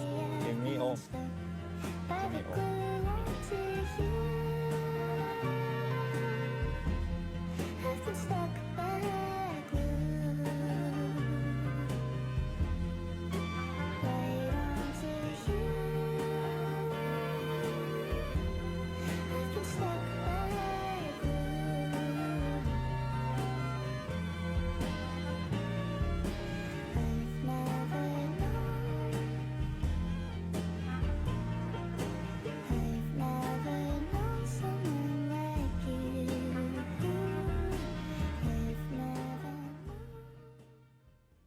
ไม่ได้ฟิกเลยครับว่าโอมจะต้องคู่กับจิมมี่เท่านั้นก็เปิดโอกาสให้โอมจะยังไงก็ได้แล้วแต่เพราะว่าก็เป็นตามที่โอมเลือกเลยใช่ครับแต่ว่าถ้าเกิดว่ายังเป็นจิมมี่อยู่ก็จะดีใจมากเหมือนกันแล้วถ้าไม่เป็นจิมมี่ก็จะเสียใจเหมือนกัน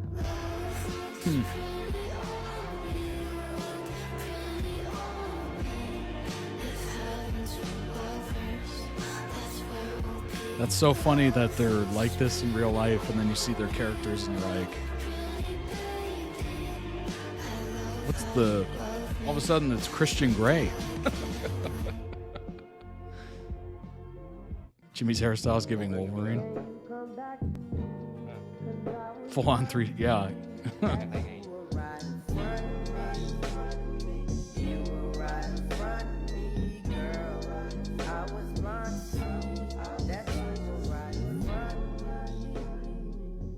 Home is unhinged. All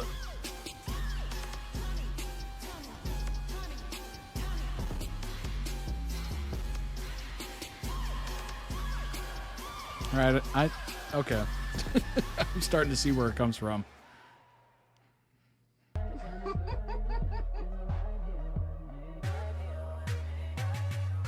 Not the instant proof, right? Oh my gosh, I rest my case. The timing on that was just perfect. Perfect.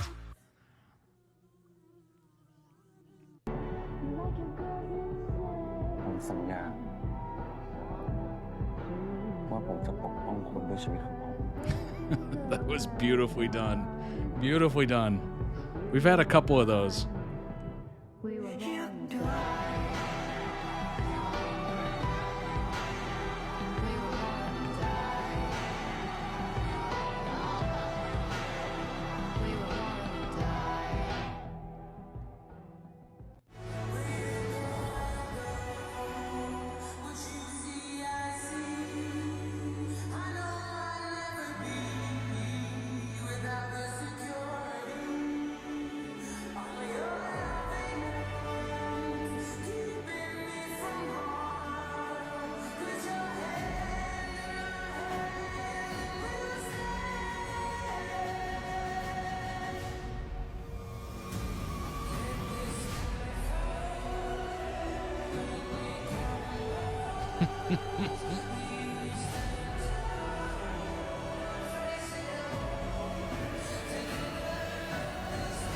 Adele absolutely nailed this James Bond theme. Just absolutely killed it.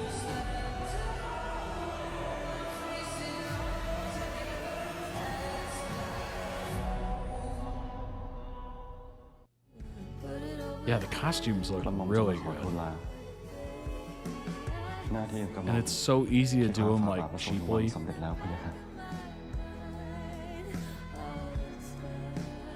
can tell they didn't.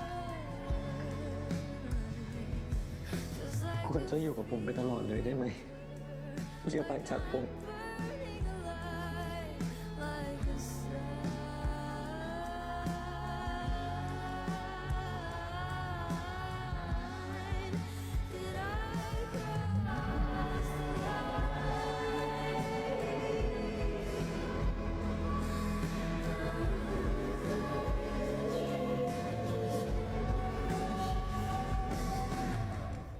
ปลดจากหน้าที่โค้ชเจ้าชายคณินกักบริเวณห้ามพบเจ้าชายคณิน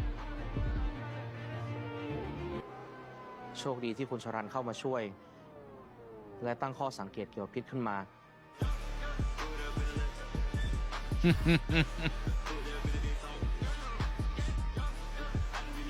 Yeah, that's right.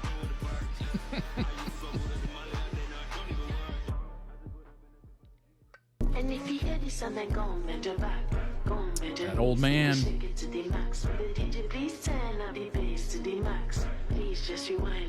There's always one.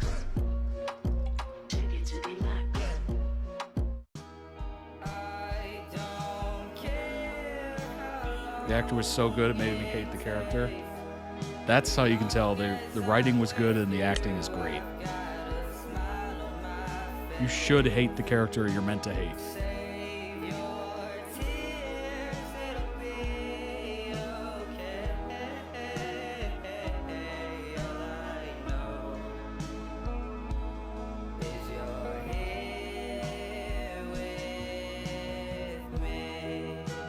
This was an 8-figure production. Good Lord.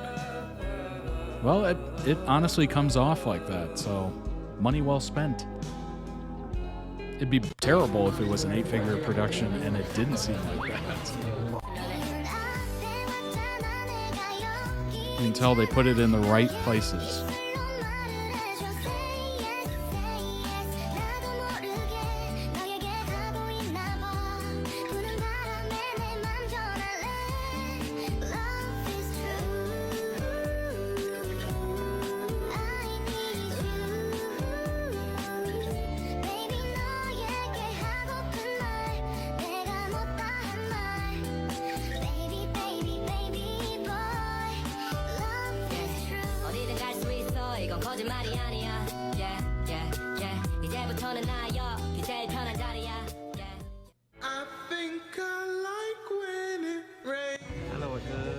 Babe ลงมานี่หน่อยหรือว่าเป็นป้าปากอะไรครับนั่นมันจะมาจากคาเฟ่ที่ภาษาจีนแต่ว่าสลับกันเฉย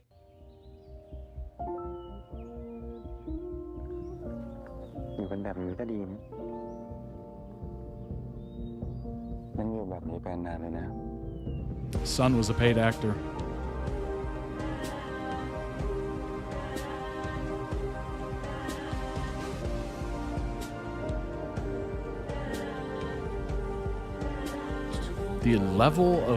The amount and level of AI that was used in that is wild.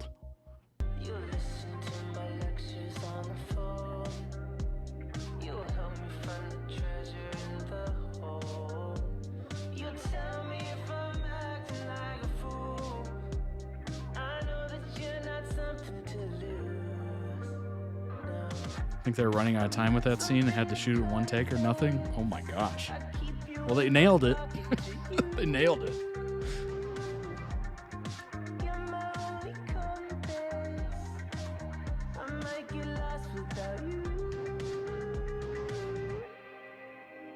เป็นคนที่สำคัญและมีค่าที่สุดในชีวิตของเขา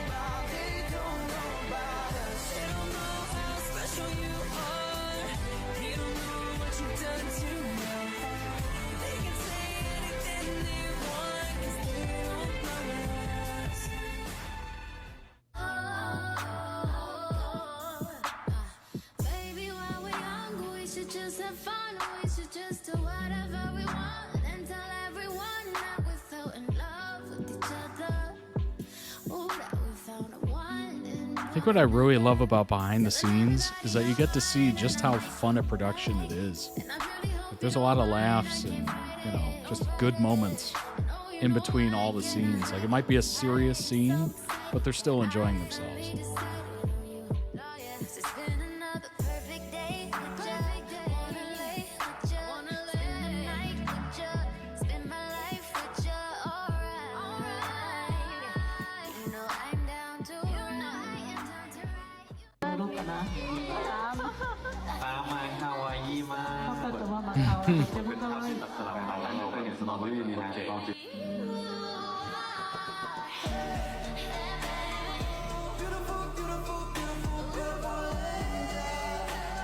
Oh my gosh.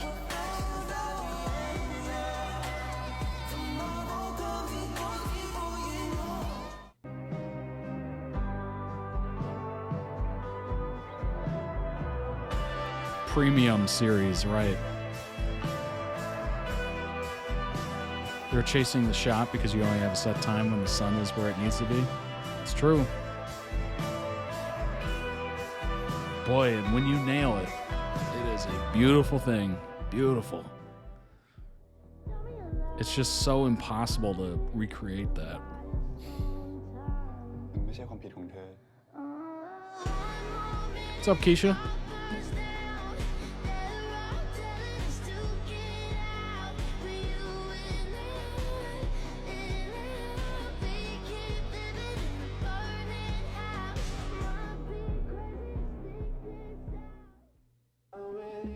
ไม่เคยคิดเลยว่านินจะชอบพี่ขนาดนี้ คนที่โคตรจะดุโคตรจะเนียบแต่เราตามใจน่ารักที่สุดเลย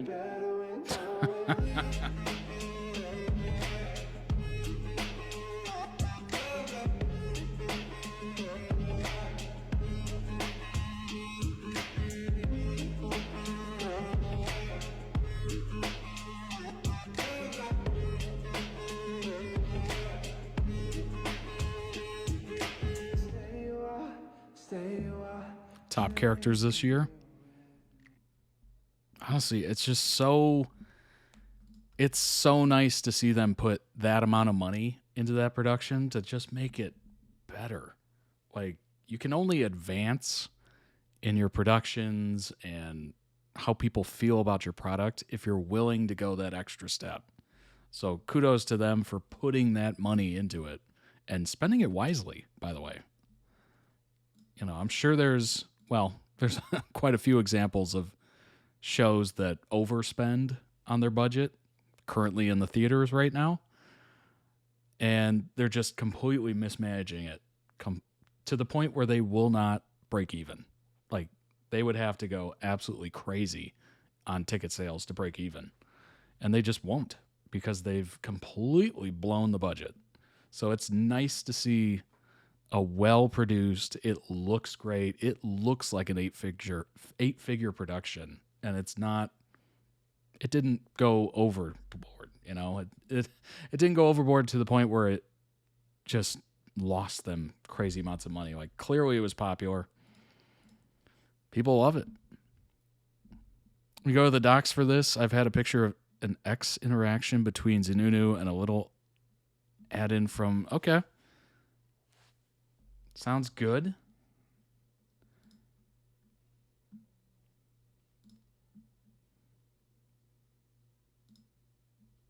Let me go ahead and pull that up. I think I can do, let me see if I can do this. Okay. Yeah, I got it. Appreciate it. It's always a risk to invest that much when others don't, but the payoff is worth it when the product's there. Absolutely agree. Absolutely agree.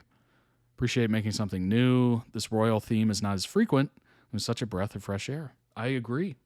I mean, just look at the success of Bridgerton. And any sort of like period piece where there's social court and just amazing costumes, and it's a historical piece, maybe it's a, romance, maybe it's a comedy, whatever. Those always go over well because people like to see it. It's a time that doesn't currently exist. It's a pleasant time.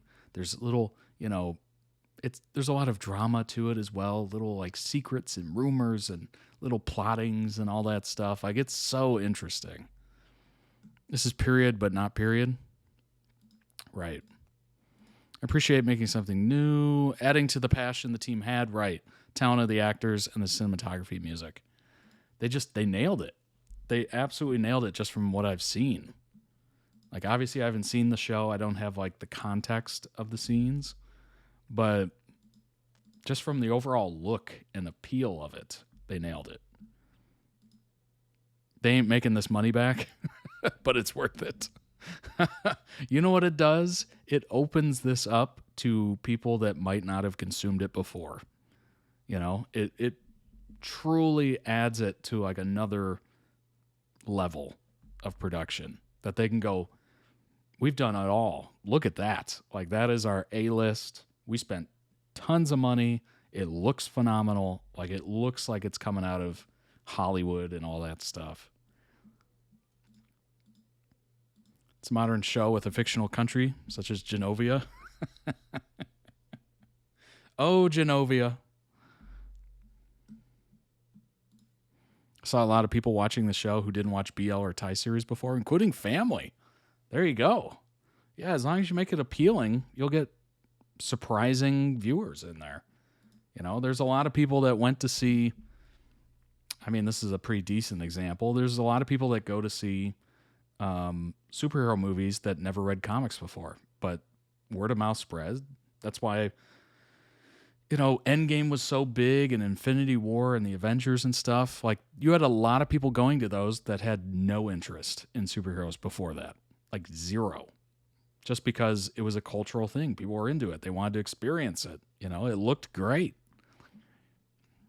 The acting was there, the big music and all that stuff. Like, it just worked. It just worked, and it was pleasant to see.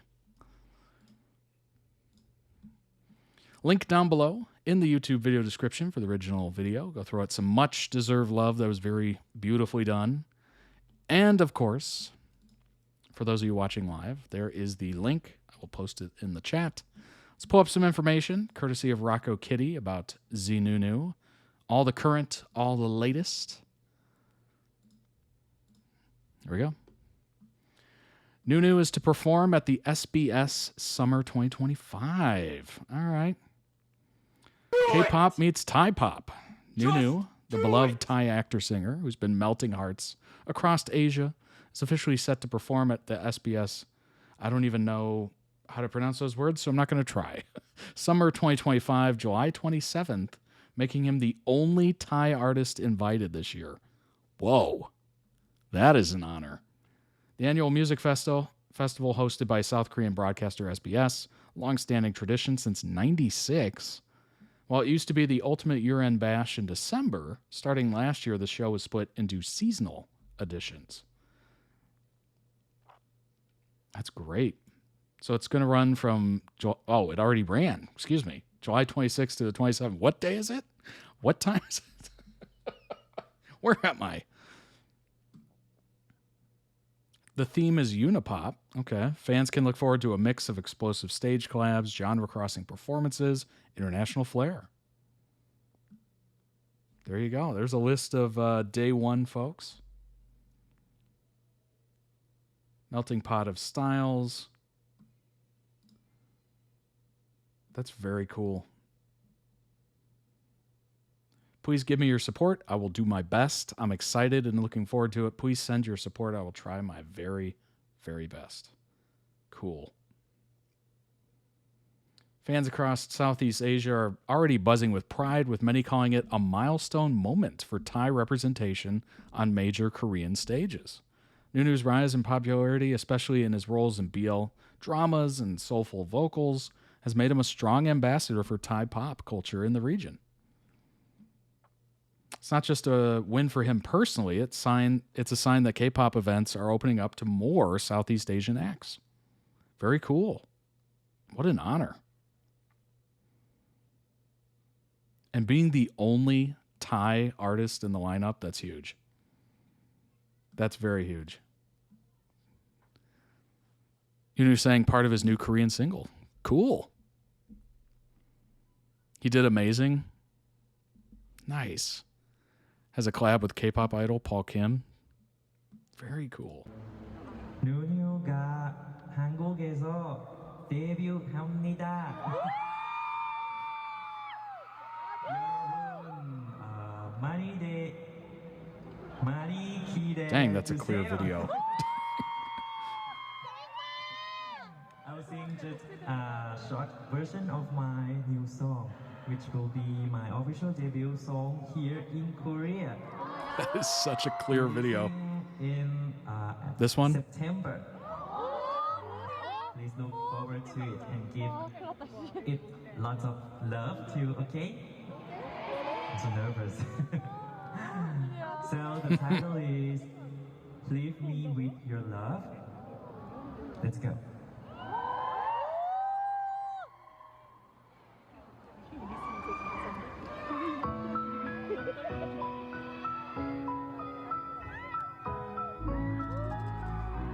First Thai artist makes his actual South Korean debut with an awesome song written. Nice. A few Korean fans that are ZeeNunew fans. Nice.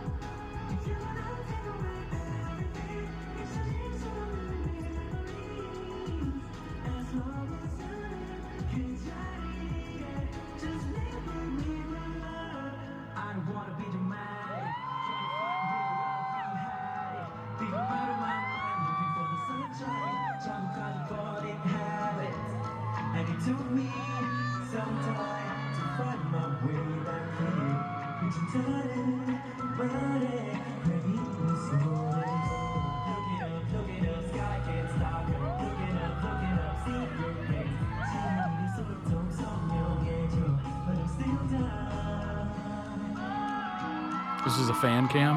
Well, I appreciate it. This definitely won't get blocked, which is good.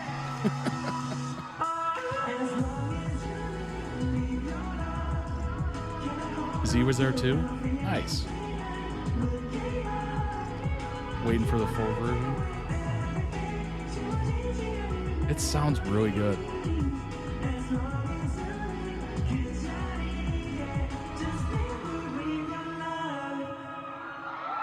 Beautifully done.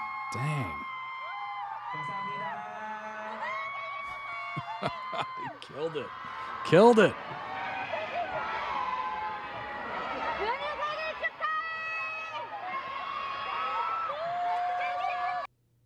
Nicely done. Z chasing the ray of sunshine. Born in 92. Z in his path to stardom has captured the attention of fans across Asia, inspiring the devoted fan base known as Sunshine. With an inherent gift for performing coupled with charisma like no other, Z's rapid rise in the industry was inevitable. In his latest project, The Next Prince, he stars trusted co-star ZeeNunew, trusted co-star, continuing a dynamic partnership that has won the hearts of audiences. From rising star to regional icon, Z's rise to fame reflects both his undeniable talent and his determined pursuit of success. Lil Z. Lowercase z.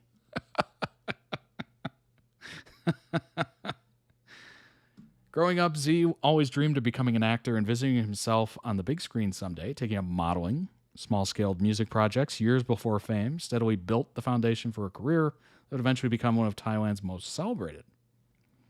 Communication arts degree at Bangkok University, became head cheerleader for his faculty. Quote, in college, I was just an ordinary kid. I was actually really shy back then.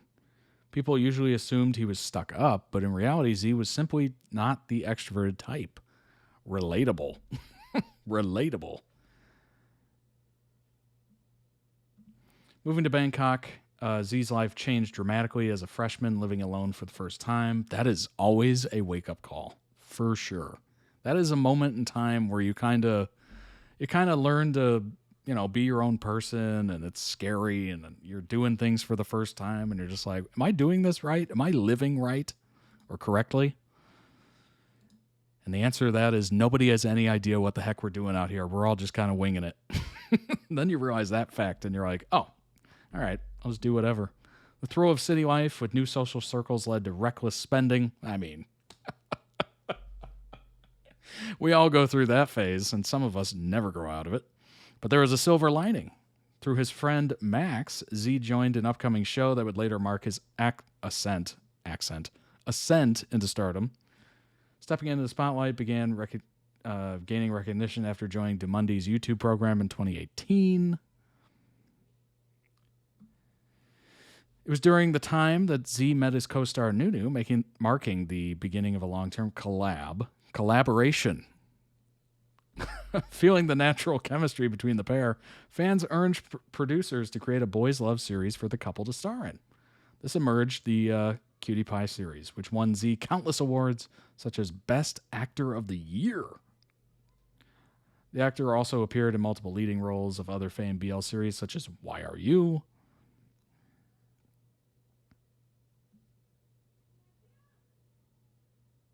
Yeah, look at those. It just looks great. The background looks phenomenal. That chair looks more expensive than anything I've ever seen before. In 2025, portraying the Royal Guard Charon in the currently broadcasting The Next Prince, stars along ZeeNunew. With a blend of royal intrigue and magnetic connection between the leads, The Next Prince is a must-watch for fans of slow-burn romance, captivating storytelling.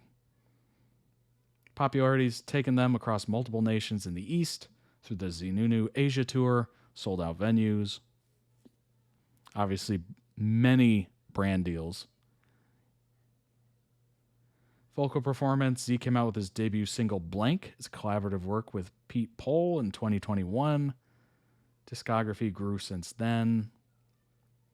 Initially doubting his own abilities, Z felt that his singing and dancing skills had quite a lot of room for improvement. Performance skills improved remarkably.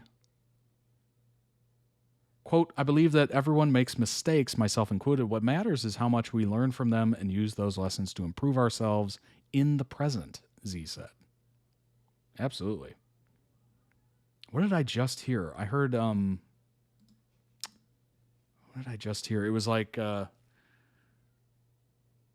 reason we try it all is because we want to succeed. We want the chance of success.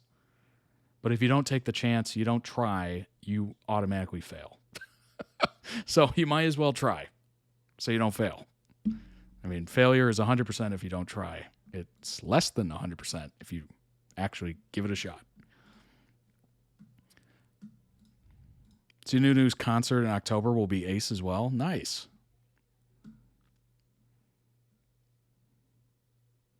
Z Fruit, founded in 2022, was the first project that marked Z's venture into brand creation, freeze-dried fruit products, mango, durian. Oh, that's controversial. Strawberry and banana, reflecting his dedication towards his supporters. The snack frequently features limited edition photo cards, aprons, and had themed packaging.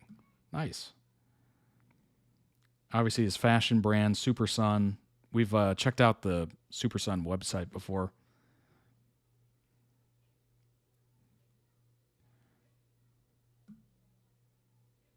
Very neat.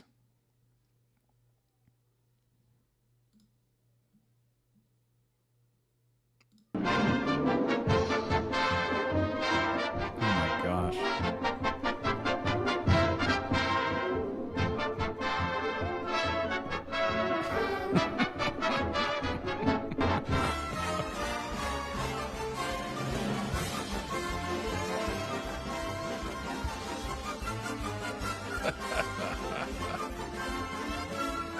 What a throwback.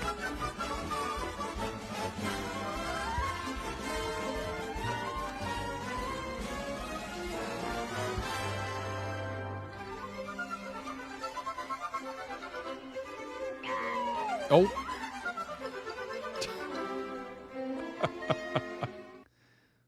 Oh my gosh. What a lovely edit.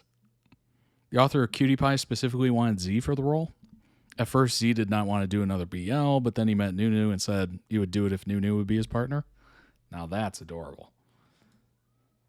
The butler confirms their real boyfriend.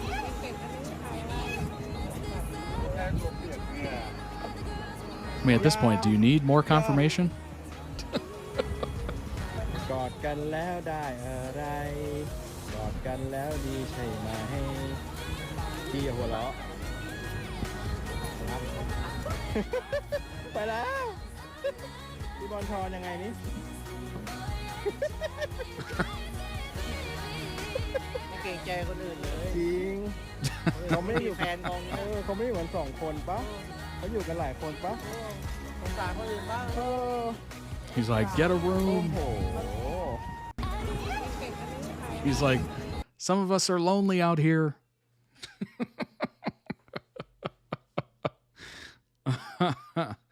Happy birthday to our baby ZeeNunew.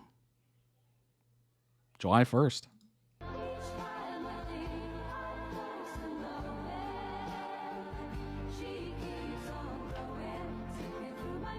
The only new confirmation I see here is my own singleness.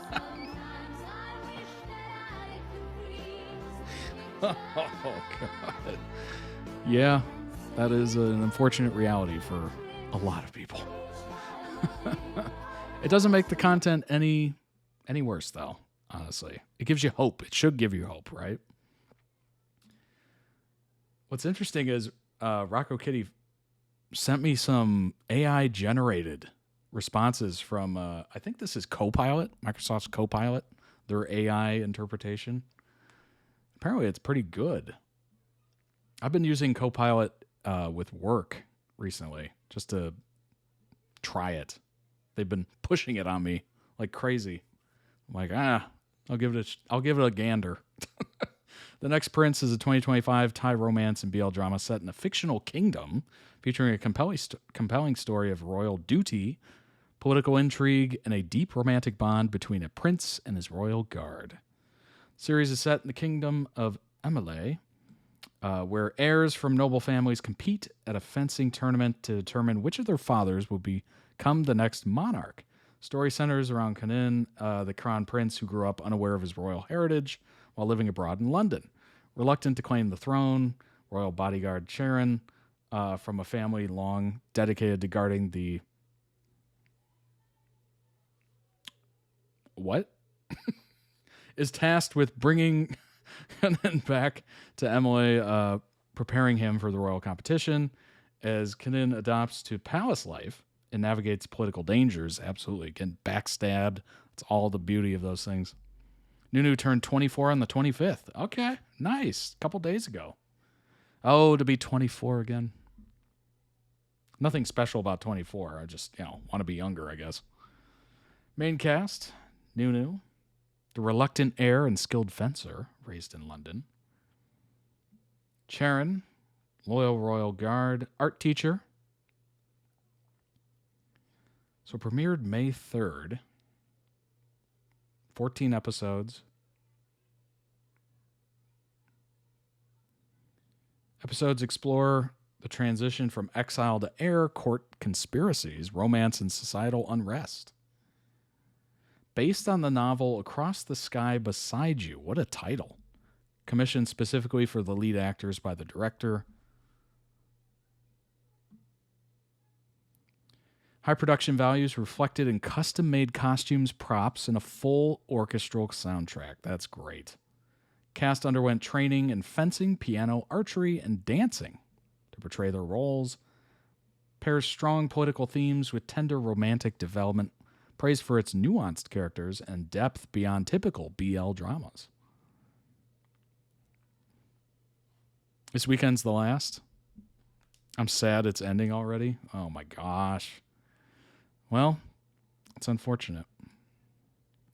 It came out before I thought it would, which is pretty amazing. So they were quick on the production side of it. Highly praised for outstanding cinematography, acting, writing, and production quality, regarded as one of the best Thai BL dramas of 2025.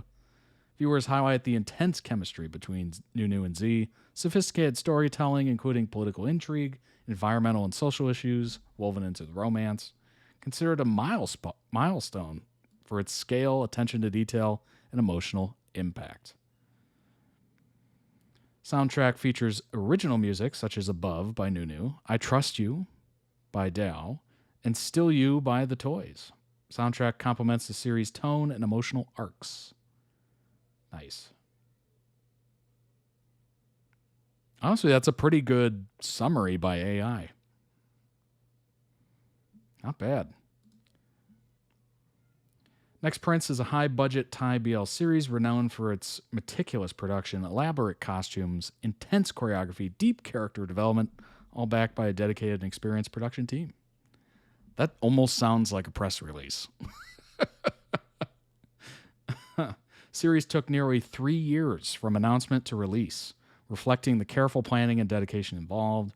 Reported to have a massive budget in the 9-figure range in Thai baht, highlighting the scale of investment behind this project. The production team spared no expense designing and creating custom costumes, props, intricate set pieces.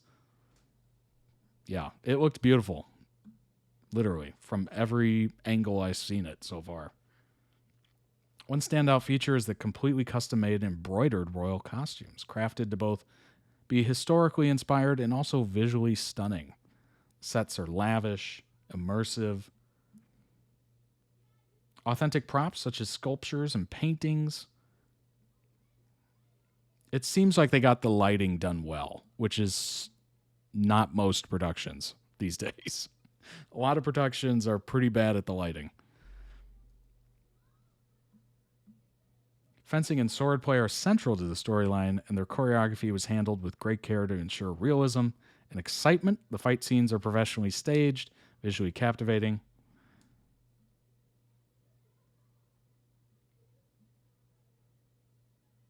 Series explores political intrigue, identity struggles, love, and loyalty within a royal family under pressure.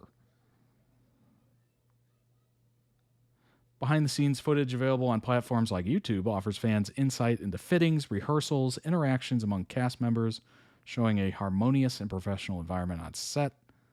High expectations from fans fueled by both production quality and the rare prince and bodyguard trope.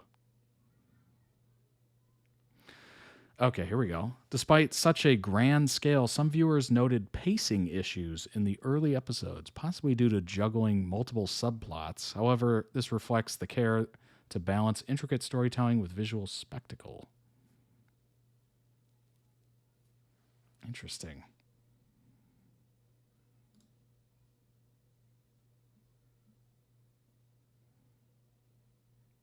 His development journey, Kanin, is about accepting his royal destiny, navigating political and personal challenges, growing from a carefree fencer into a mature leader. Kanin's impulsive and passionate nature is portrayed with layers of vulnerability, making his transformation believable and engaging. The Royal Guard, Charon, serves as a stoic yet multi-dimensional figure, balancing duty with quiet strength. The relationship extends beyond protector and prince, evolving into a deep, complicated romance filled with both tension and tenderness.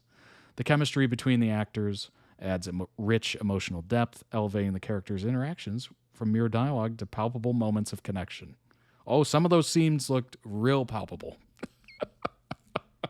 Very palpable.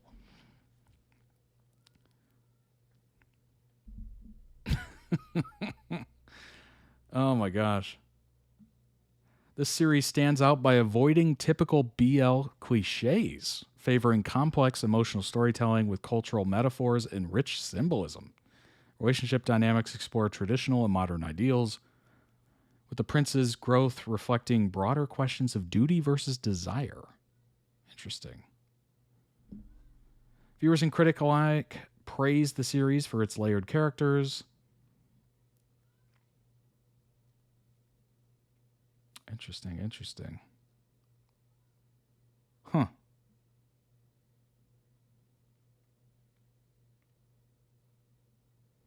Wow. Happy birthday to the one who makes my world brighter every day. It's obviously Z posting about ZeeNunew's birthday. Mine has been stuttering here and there, but clears up. It's got to be the app, right? Yeah, I'm not seeing any drop frames on my end, so it's got to be the app. ZeeNunew, like the caption. Z, hey, my name is Caption.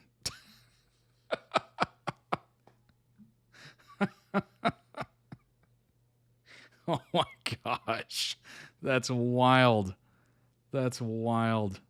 Well, hopefully the connection that I upload to, the final product that I upload to YouTube doesn't have the jitters to it. Hopefully. Don't you fail me, Twitch. That's awesome. That's really great. ZeeNunew. I like the caption, Z. My name is now Caption. Good gosh. That's funny. Z's riz towards ZeeNunew needs to be studied. Indeed. And also Rin from earlier in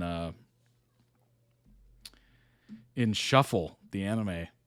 The riz of Rin is legendary, I guess. Completely legendary. The acting coach directing, commenting on it was hilarious. Right. I'll remember it and use it. Oh my gosh. That's so funny. Well, I mean, that's a heck of a project. 3 years. That is a long time to be putting into a project. And the fact that it came out well tells me they spent their time wisely and their money wisely, which is good. It's unfortunate it's coming to an end, though. Z will be anything ZeeNunew wants, right? Oh, yeah. At this point, it's pretty much granted. I love how there's still content that's circling around. Oh, it's proof. It's proof that they're a thing. They're together. They're, and it's just like, do we need more proof for them? I think it's over at this point. Like, proof is there. If you don't see it, I mean, you're just, I don't know, just trying to come up with stuff. He's married and all, but keeps teasing Z that he's taking notes on romance from Z. That's funny. No one at Demundi will be normal about ZeeNunew. Not normal is their new norm. That's so funny. I mean, they are the rocket ship, if we're being honest about it.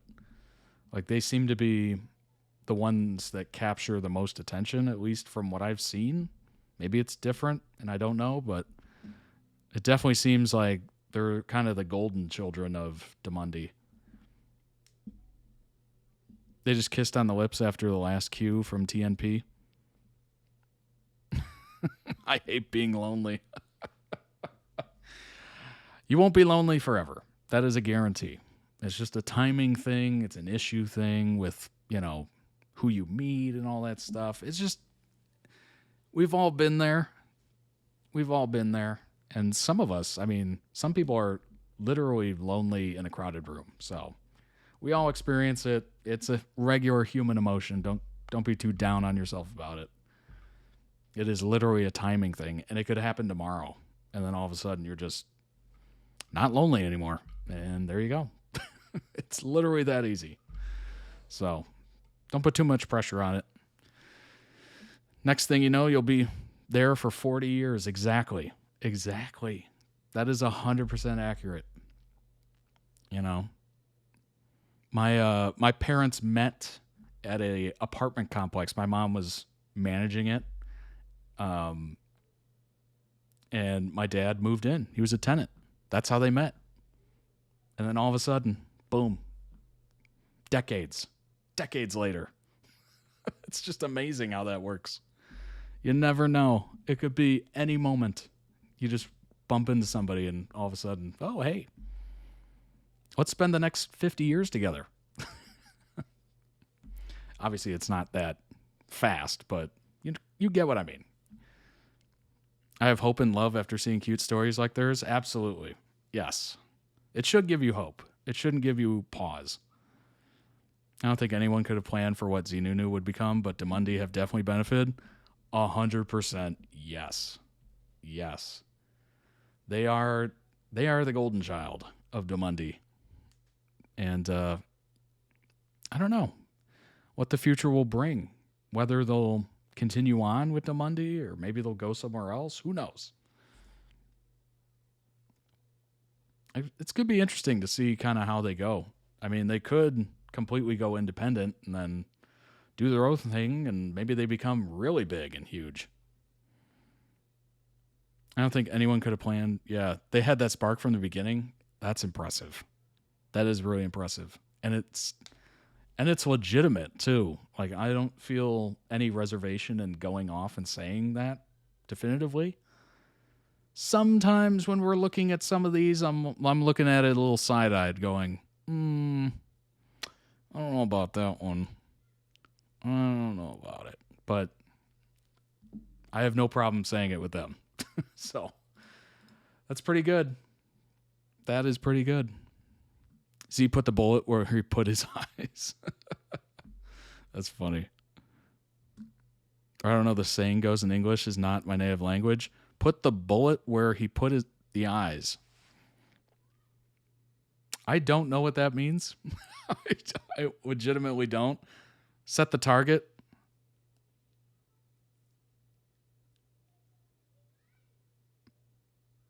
I'm trying to come up with a equal saying. Like, now all I can think of is set the target at this point. So my mind is just not working, apparently. He hit the target. Nunu was the target and he hit the bullseye. There we go. That's as good as we're going to get tonight, probably. Eyes on the prize. Yeah, that's a good one. His eye was definitely on the prize. Nailed it. Nailed the dismount if you're a gymnastics fan. Oh my gosh. Oh, what a great series it seems. I'm so glad it turned out to be successful.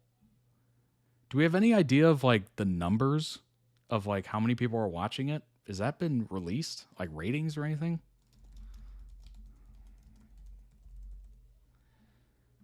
Like, it'd be really fascinating to see.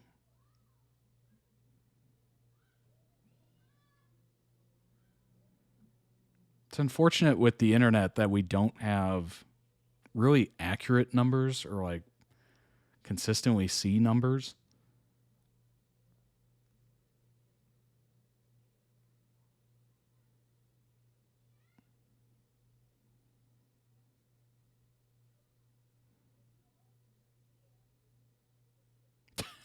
What a funny way to wrap this up. Look at that. 2025 Thai BL about the nightmare fairy tale of learning your parent isn't your parent and you're a prince. What a funny way to recap it. It's the most watched on the app. Nice. Most searched, top 1. Wow, okay. All right. That's good.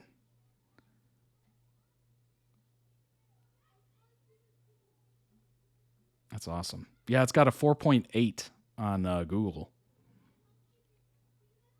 97% of Google users like the show. It's got a 7.5 out of 10 on IMDb.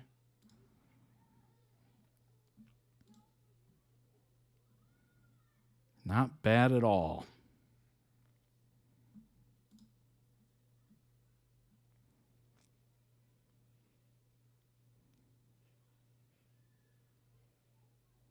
The highest rating so far was for episode 10. Got an 8.8.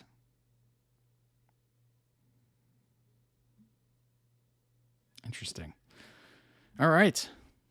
I think that does it, folks. That was awesome.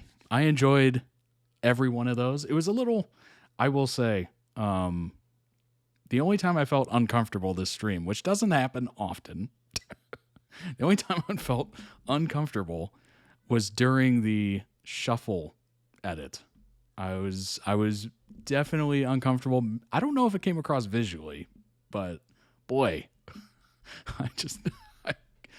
I couldn't stop hearing that voice of Katie, and it's just like, oh, it made me cringe just a little bit. Made me cringe. I'm gonna have to look back and see if I was like visually cringing because I felt it. I felt it deep inside. Oh gosh. Oh my gosh. Anyway, thank you for being here. I appreciate it. I hope you enjoyed. For those of you who joined live, I appreciate it. And those of you watching on YouTube, I hope you enjoyed it as well. Links down below for all the different edits. Go check them out. Check out the creators, all that good stuff. Subscribe to the channel. Follow the Twitch channel to join all these fine people in the chat that you've seen. And yes, join the Discord so you can join the conversation. It's totally free. The link's everywhere. You'll find it. I believe in you. Check out the merch. And if you'd like to request your own video, certainly head on over to toddreacts.com. I will see you in the Discord. Take care, everybody. Have a great rest of your week. I will be back on Friday. Good night, good morning, good afternoon, wherever time you are. Take care, everybody. Be safe. Be safe. I'll see you on Friday. Bye-bye.